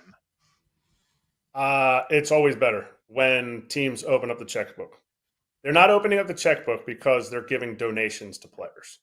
And I think so long, and this is why we started this show, so long Major League Baseball has just, made people just, baseball players, they're so rich. They're overpaid. Who's paying them? The person that's paying them is worth 25 what they're paying the people that are playing. And now our show gets to show the point that players are the product. And if you own a team, you should go out and put the best team on the field. Teams that pay money are the teams that want to put the best team on the field to win. You own a team to win a championship, to bring the community together, and you owe it to the rest of baseball, you owe it to the product, you owe it to all baseball fans to try. And when teams say, what the Dodgers are doing is unfair, that they're trying It's like I don't know if you guys have kids or teenagers. There's this like toxic thought for teenagers right now that, oh, this kid, he's a tryhard, bro. He's such a tryhard. Like, I'm like, what is that? Like somebody that tries hard? That's probably who you're going to employ. That's probably who's going to win. That's probably who's not worried about what's going on around them. So yeah, you should be a tryhard. Yes, the Dodgers are good for baseball. Yes, the Blue Jays are good for baseball. They've put money in, and owners will look at it and go, oh, man, the Blue Jays, they've struggled. They put a lot of money in the last few years. I would agree. I don't think they spent their money correctly other years. I think they were afraid to make the moves that they needed to make. But teams that spend are teams that are competing. Nobody spends, well, I guess the A's spent because they had to, but nobody spends because they have to or they're giving donations to baseball. They spend because they owe it to the fans as a team owner to go out and put the best product on the field, and the Dodgers have done that. The Phillies have done that. The Blue Jays are doing that. The Red Sox don't do it enough yet. And I think there's teams that are out. Look at the Cubs. They were so close. And yet the Cubs, we had, what was the, I forget what word the owner used, Ricketts used. It was like biblical losses. Yeah, biblical I know. losses I know. they suffered the other year. As they're starting their new network. Get out of my face. Yeah, they used to spend money. They win a World Series. Hey, we don't have to spend money anymore. We got our championship. We're good for the next century. Yeah, I know. Eric Kratz, weekdays, 1 o'clock Eastern. Check them out on Foul Territory. They've been doing post games as well, so watch that tonight. Eric, thank you so much for joining us throughout the baseball season. Joe O, Sammy P, you've got Bet Sweats. You're listening to Bet Sweats with Joe O and Sammy P on the BetMGM Network.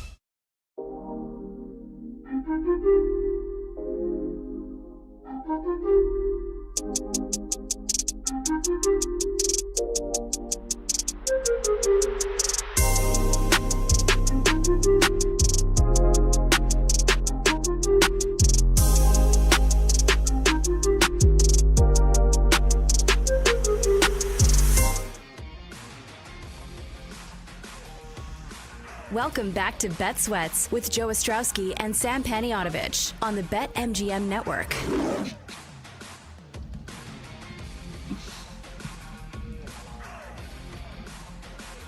Joe, Sammy P.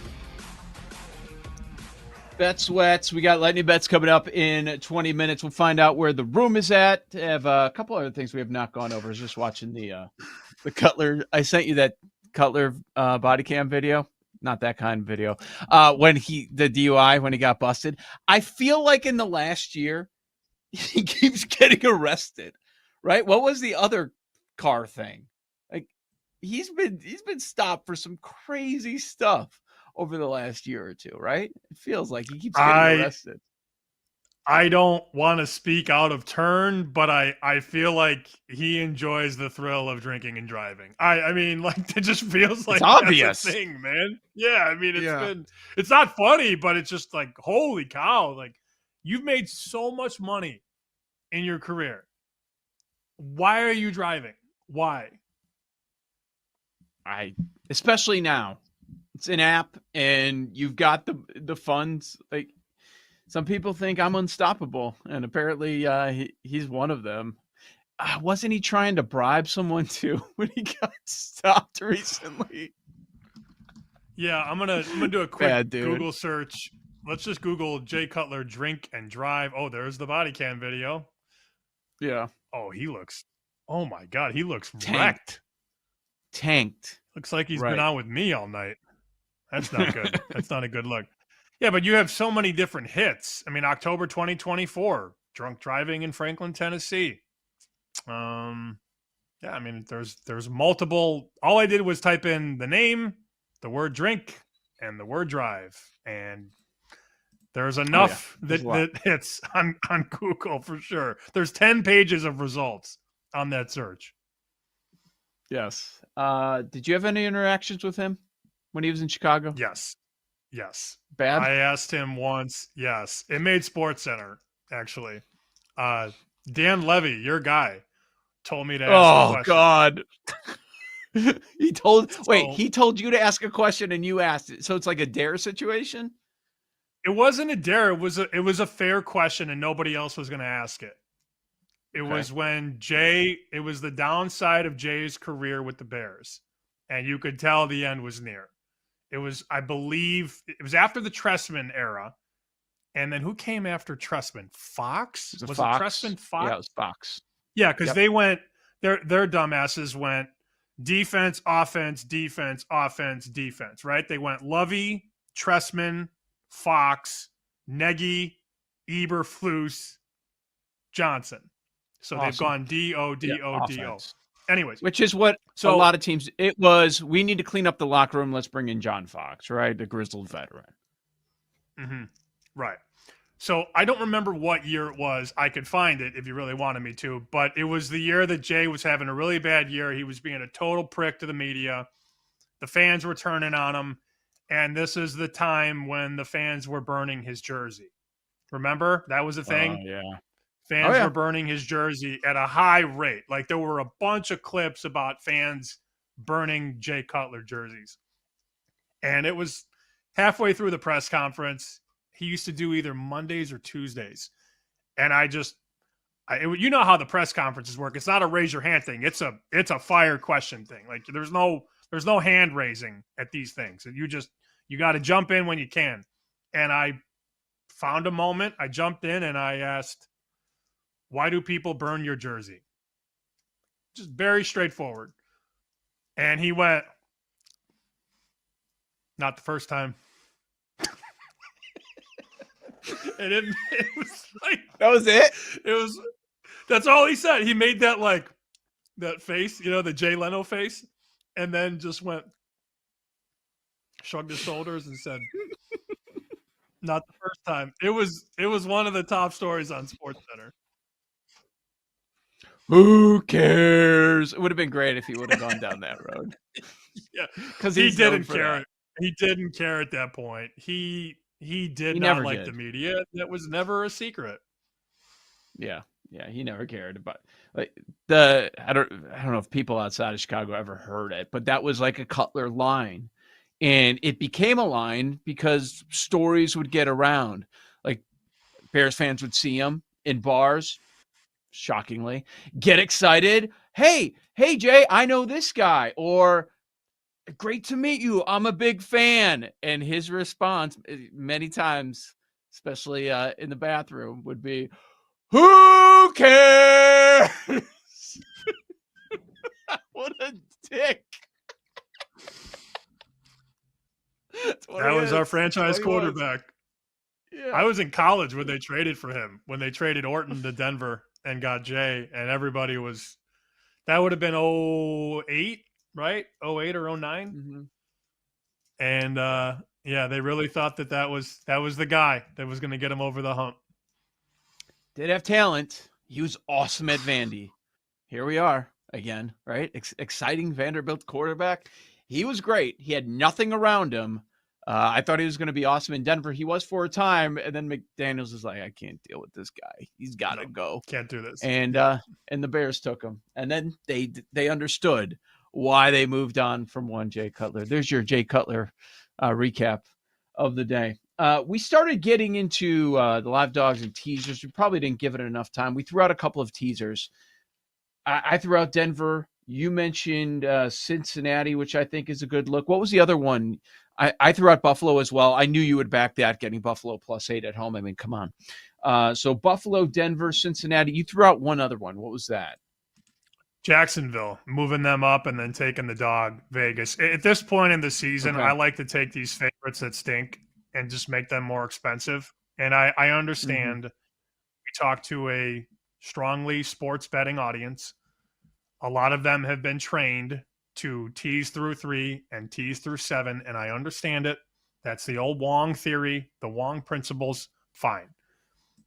That said, Joe, if you can take Jacksonville, a team that probably shouldn't be a road favorite in many cities, it just shouldn't. They're a 3-point favorite in Vegas, and I can now make them a 9-point favorite. Yeah, that's interesting to me, to take the Raiders +9. I understand I'm not going through the 3, but I'm still going through the 6, the 7, and the 8. So that speaks to me for sure. You mentioned Buffalo. Green Book has 2.5, so you could go to 8.5 on Buffalo. I like Buffalo in the game to begin with. So those were a couple of the ones that I thought. And then also, look, we just ripped the Giants for 3 days, but the Giants at home catch an 8.5 against an offense that doesn't have a lot. You got McCaffrey and you got Kittle, and then everybody else is hurt.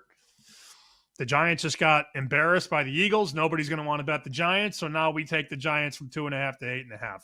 That's sort of the range that I'm working with. Giants at home, Raiders at home, Bills at home, Bengals at home against the Bears. Another one that we've not brought up that I was thinking about, and this will also be part of the live dog conversation. I think many of these dogs will, that we're talking about moving up will. Thinking about Arizona. Arizona up to 8.5 at Dallas. We know they can't stop anybody. Kyler Murray, small sample, he's perfect in Dallas, won both games. 4 touchdowns, no interceptions in those 2 games. High total, though, 54. Man, monster total. What do you think about Arizona +8.5 at Dallas? A team that's actually better on the road. Sure. And Kyler comes back. Kyler's hungry. Mm-hmm. Still no Call so. of Duty yet? Question mark. I don't think so. We're getting close, though. We are definitely getting close to the next COD. I would think, 14th. Though, given... Okay, so you got 2 weeks to get your Kyler bets in, or your Cardinals bets in with Kyler, rather. Yeah, of course. Of course I'm interested in that one. Because Dallas's defense is just so bad. It's so bad. And they just gave up, 44 to Denver? Like, yikes. Live dogs, anyone? Besides the Falcons? Like? And I assume the Bills. Yeah, I mean, to say a 2-point dog is live is sort of understood. Yeah. They bet Tennessee plus 10. I don't know why. I'm not advocating for it. I'm just telling people that they did bet Tennessee. This was 10 everywhere, and now it's 9.5. Good luck. Is Minnesota a live dog catching over a touchdown with McCarthy back, or are we out on that? I know. We don't know what McCarthy is. We haven't seen him since week 2. I see the pain in your eyes when I ask that question. It's a very perplexing question. I would love to take the Vikings at that number. Divisional matchup. You get a strong defense that we trust most weeks. Yeah, it's scary going to Detroit. I understand all that. But, yeah, I would love to take Minnesota. I just don't know what the quarterback is. Is this better than Wentz? I don't know. They were kind of lining them the same. It's hard to think that it's not better than Carson Wentz. But what if he just comes out and he's just scared? I mean, that's a real possibility that he's scared of the moment, and he's scared to take a hit, and he's scared to move out of the pocket. These are all possibilities with McCarthy. So, I mean, you asked for dogs that I was considering. Number 1 for me would be Atlanta, catching 6.5 now at BetMGM. Number 2 would be the Bengals catching 3 at home. I think the Bengals plus 3. I mean, with Chase and Higgins, the Bears secondary is ravaged again by injuries, same as it ever was there. It's not that I love the Bengals, but I mean, Tyler Huntley just put up points on Chicago. What do you think this offense is going to do? And that total's been bet up huge. That total was 48.5 on the look ahead. Then it reopened at 51, and now we're sitting 52.5 at a couple places. So the teams are going to score, you would think, and the Bengals are going to score. And then I circled 461 Minnesota plus 9.5, plus 9 basically now. I'm thinking about the Commanders. I was impressed with what I saw for a half of football. The second half, not so much, but you're going against a team that's playing as well as anyone. Now, you've got Seahawks coming off a bye. As we mentioned earlier, defense healthier. That's scary. But you've got the Commanders at home getting now 3.5 against Seattle. I'm assuming Jaden Daniels is not going. Keep a close eye on that, but I think you're going to get a different effort out of the Commanders at home. I get it. I had Washington on Monday, and I am not interested personally. I understand why. Yeah. No, I mean, it's just it looked great. It's 7-7, and be like it's 7-7 at half. No, at halftime. 13. And then 13. You're good. The end of the Feel third. good. The end of the third, it's 21-7, and you know you're not going to cover. Now, let's be honest. The best time to back a team is after usually a performance like that when they don't cover and get blown out. Now, I get it. I just, if it happens to me again, I'm really going to hate myself. But it would be for me Washington or pass for sure. Mm-hmm. Yep. I agree. Paul Aspen brings up a couple points. Flacco has a shoulder. Would that change anything with Cincinnati? For me, that would change everything if his status is in question, because you're betting on the Bengals because they can score with Flacco. They couldn't score with Jake Browning. I assume the same for you? I think Flacco is going to be fine.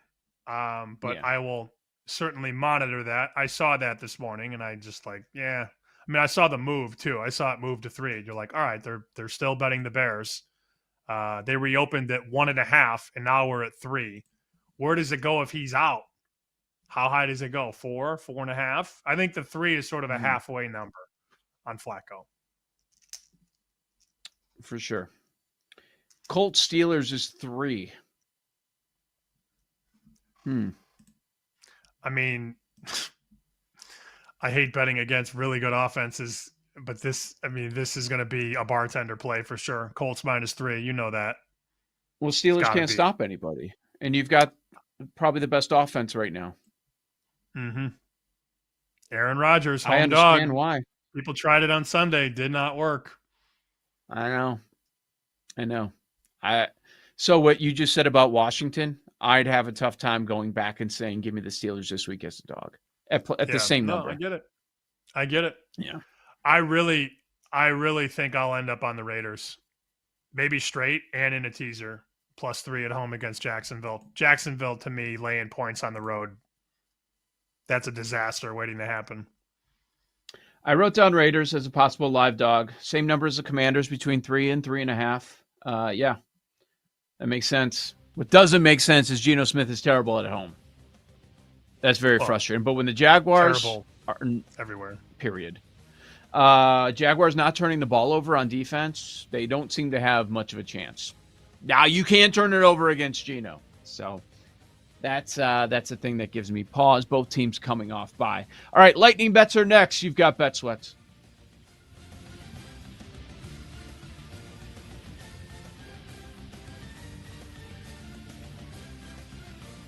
You're listening to Bet Sweats with Joe O and Sammy P on the BetMGM Network.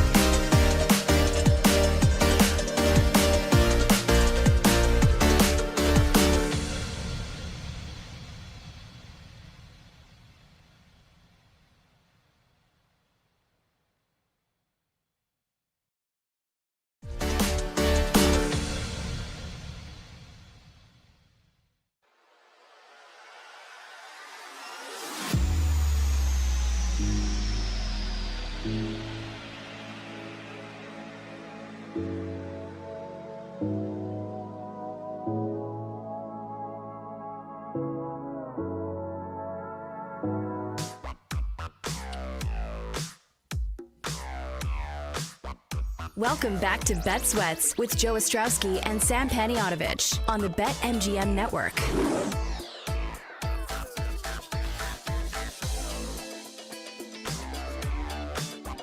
Lightning bets are here, coming your way. We'll find out where the room is at. A lot is happening. Got some, I think, audio coming your way. I think we have that ready, right? I think we do. Did they confirm during the break? It's a lot happening. I sent it an hour ago. Yeah, Jake's got it. Jake's our guy. Okay. Get to that coming up in a moment. Oh, by the way, I am doing Survivor Reload. If you want to jump in, I tweeted out the link last night at Joe Ostrowski. If you search splashsports.com, you will see two of mine. I did a $50, did a $250 one. As Sam would call it, the rich people one. So if you want to jump in, go ahead. Breaking. How's it work? How's it work? Is it going into the playoffs? That's my main question. No, it's not going to the playoffs. There are more double pick weeks because you're using half the season and you're starting over, so you've got everybody available.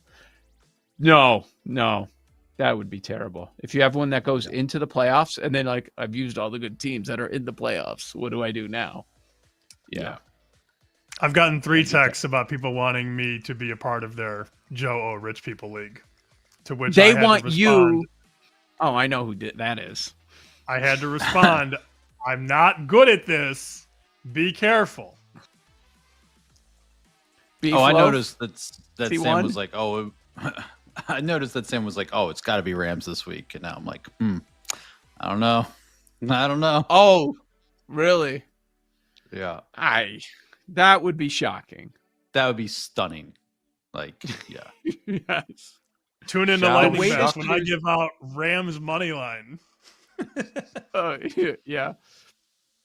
I was looking at that. I'm like, can I? When Kelly said like what the public is doing, they're just putting in a parlay, money line parlay, all these big favorites. I'm like, well, what if you put the top 3 in? We got a 14, almost a 14, a 10. I'm like, yeah, no, it's still too much to lay. What if I had the Lions? We're still not at a plus price with the top 4 favorites of the week. None of them are inside of a touchdown. So plenty of big favorites going on. All right, Sam, you sent it over. So why don't you set this up, the Jordan story that we wanted to get to.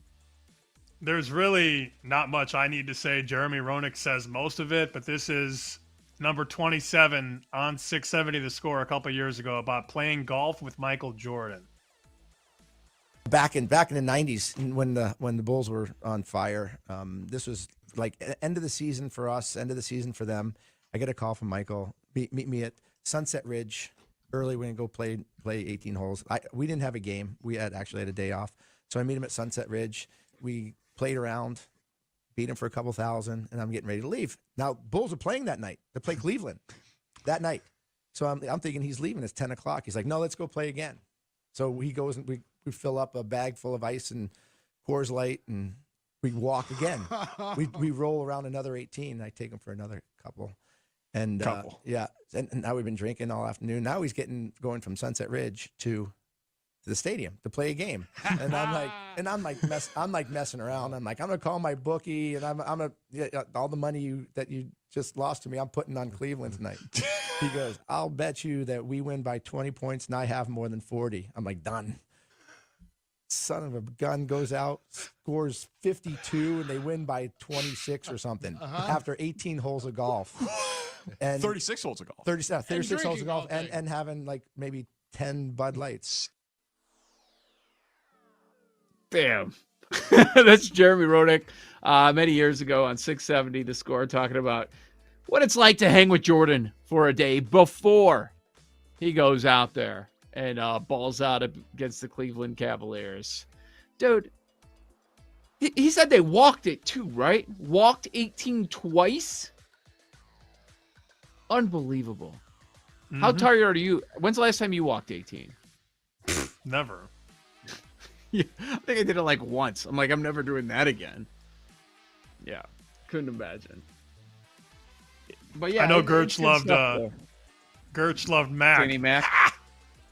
That's his guy. Danny. Gerge might have something for 10 toes down this week. I can't wait. His Bulls off to a good start. Okay, so I was thinking about them for lightning bets. They're now laying 5 against Sacramento. I'm like, yeah, I'd like to take the Bulls, but I don't want to lay that. No. Yes. No. All right, let's bring in Paul Aspen and find out where the room is at for Game 5 for the World Series tonight.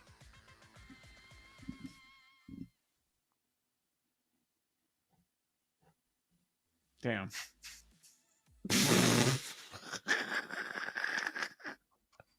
We did the audio part. I kind of like silent Honestly, movie. Yeah, I like it. It's good. It's good. So the room. Oh yeah, baseball. I was kind of taking a spin for NBA. I didn't see him yet, but if anyone sees the room on NBA, feel free. So in a surprising development, the room is on Vlad and Ohtani. But number 5, most bet props at BetMGM for tonight, Miles Straw to have a hit at plus 120. Okay. Really? 5th most popular? Okay, what else? Yeah. Vlad home run plus 400. Shohei hit at minus 155. Shohei home run at plus 180. And maybe Jake's boys shoves tonight because they're betting Blake Snell under 6.5 strikeouts at minus 105. Damn it. Yeah. Why? So your concern is that means a Dodgers win? Yes. I know you guys are happy with that. I am not. Also, Jake's like, yes. I guess that's because he has Dodgers stock, but that's his villain. Like that's his enemy. No, yeah, I wanted to touch the stove again and go back to the Snell alt overs. 11 strikeouts, So 13-1. I wanted to touch the stove. Ooh. You had 10 against Milwaukee. Different lineup. Yeah, this team doesn't strike out a lot. Yeah. Not concerned there at all? Nope, don't care. He did face Toronto at home. Granted, it was the regular season. It was like June, and he did have 10. So it's just classic Blake Snell zigzag theory. He was awful in game 1. So now when you would want to go back and fade him, he's just going to shove. And now number 1 in the room, yeah. This is the way you bet on the Dodgers. If you don't want to lay $2, if you don't want to do the run line at home, I certainly understand that. You could go Snell over on the punch-outs. The under hit last night because Ohtani was pulled after 6 strikeouts when he tried to pitch into the 7th, did not record an out, got into a little bit of trouble. Then they end up pulling him in the game. They should have pulled him before putting him in there, but they were trying to push him a little bit longer into the 7th, did not work out. So Ohtani under 6.5, the exact same number hits last night. Snell over 6.5. Yeah, I'll go with it. I'll do that. I'll take the Snell over 6.5 strikeouts. I will say, for the first time this series, I'm a little concerned. Now it's tied 2-2. I was not concerned at all when Toronto goes up 1-0, but now it's 2-2, 6-7 in Toronto possibly looming. I'm a little worried, but I'm still confident. I'm not hedging in any way, and I'll take the Snell over 6.5 strikeouts. How about you, Sam?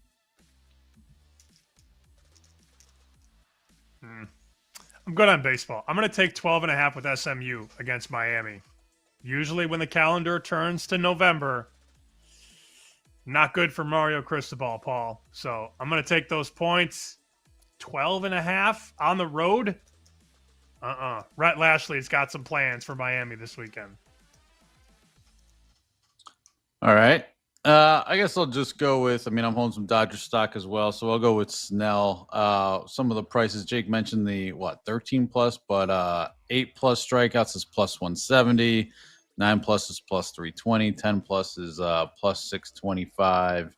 But I won't quite touch the stove, but I'll hover over the stove and do 8 plus strikeouts at plus 170. Oh, 8 plus. So his number, right, let me bring this up too, though. Outs are 17.5. We've seen, him strike out a bunch of guys, but only go, 5-6 innings. How deep do we think he goes tonight? I wouldn't do that one. Yeah, I wouldn't touch I think that. he can go over this, like you mentioned. He can go over the 6.5 in 4 or 5 innings. We've seen that from him. But as far as the outs, I would think any sign of trouble, because there's gonna the numbers will say this, that the winner of tonight's game in a 2-2 series most likely to win it all, and so I assume that Roberts is going to be acting like that's the case. Like, okay, we cannot lose this game. You can't lose 2 out of 3 at home, and now you're heading to Toronto, must win for both of those games. So I get that. Jake, where are you at? What else do you like besides Snell over? Now he's flipping. I don't know how to feel about this. He loves Snell. I flipped on Snell. Remember when he signed, I was like, the bit's dead. He's just going to be good. And I'm going full palm down on the stovetop.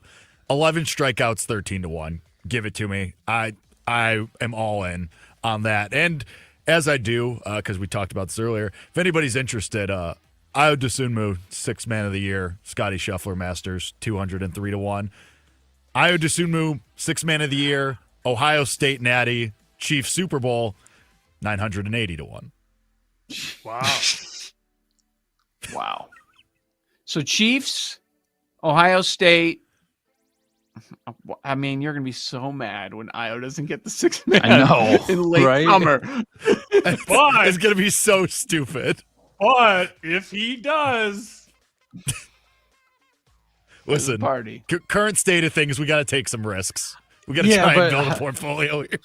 But you still got to wait till summer. I'm just saying. Also true. Also not I know. great. Paul saw that. Paul said during one of the breaks, he's like, "Is that $112,000 pot in Joe's Survivor pool?" Yeah, I was like, "Is that guaranteed?" I'm in. Yeah, I'm in. Well, I woke up this morning opening up Twitter by Horvath announcing that Christmas is back on to his family because of the Survivor pool.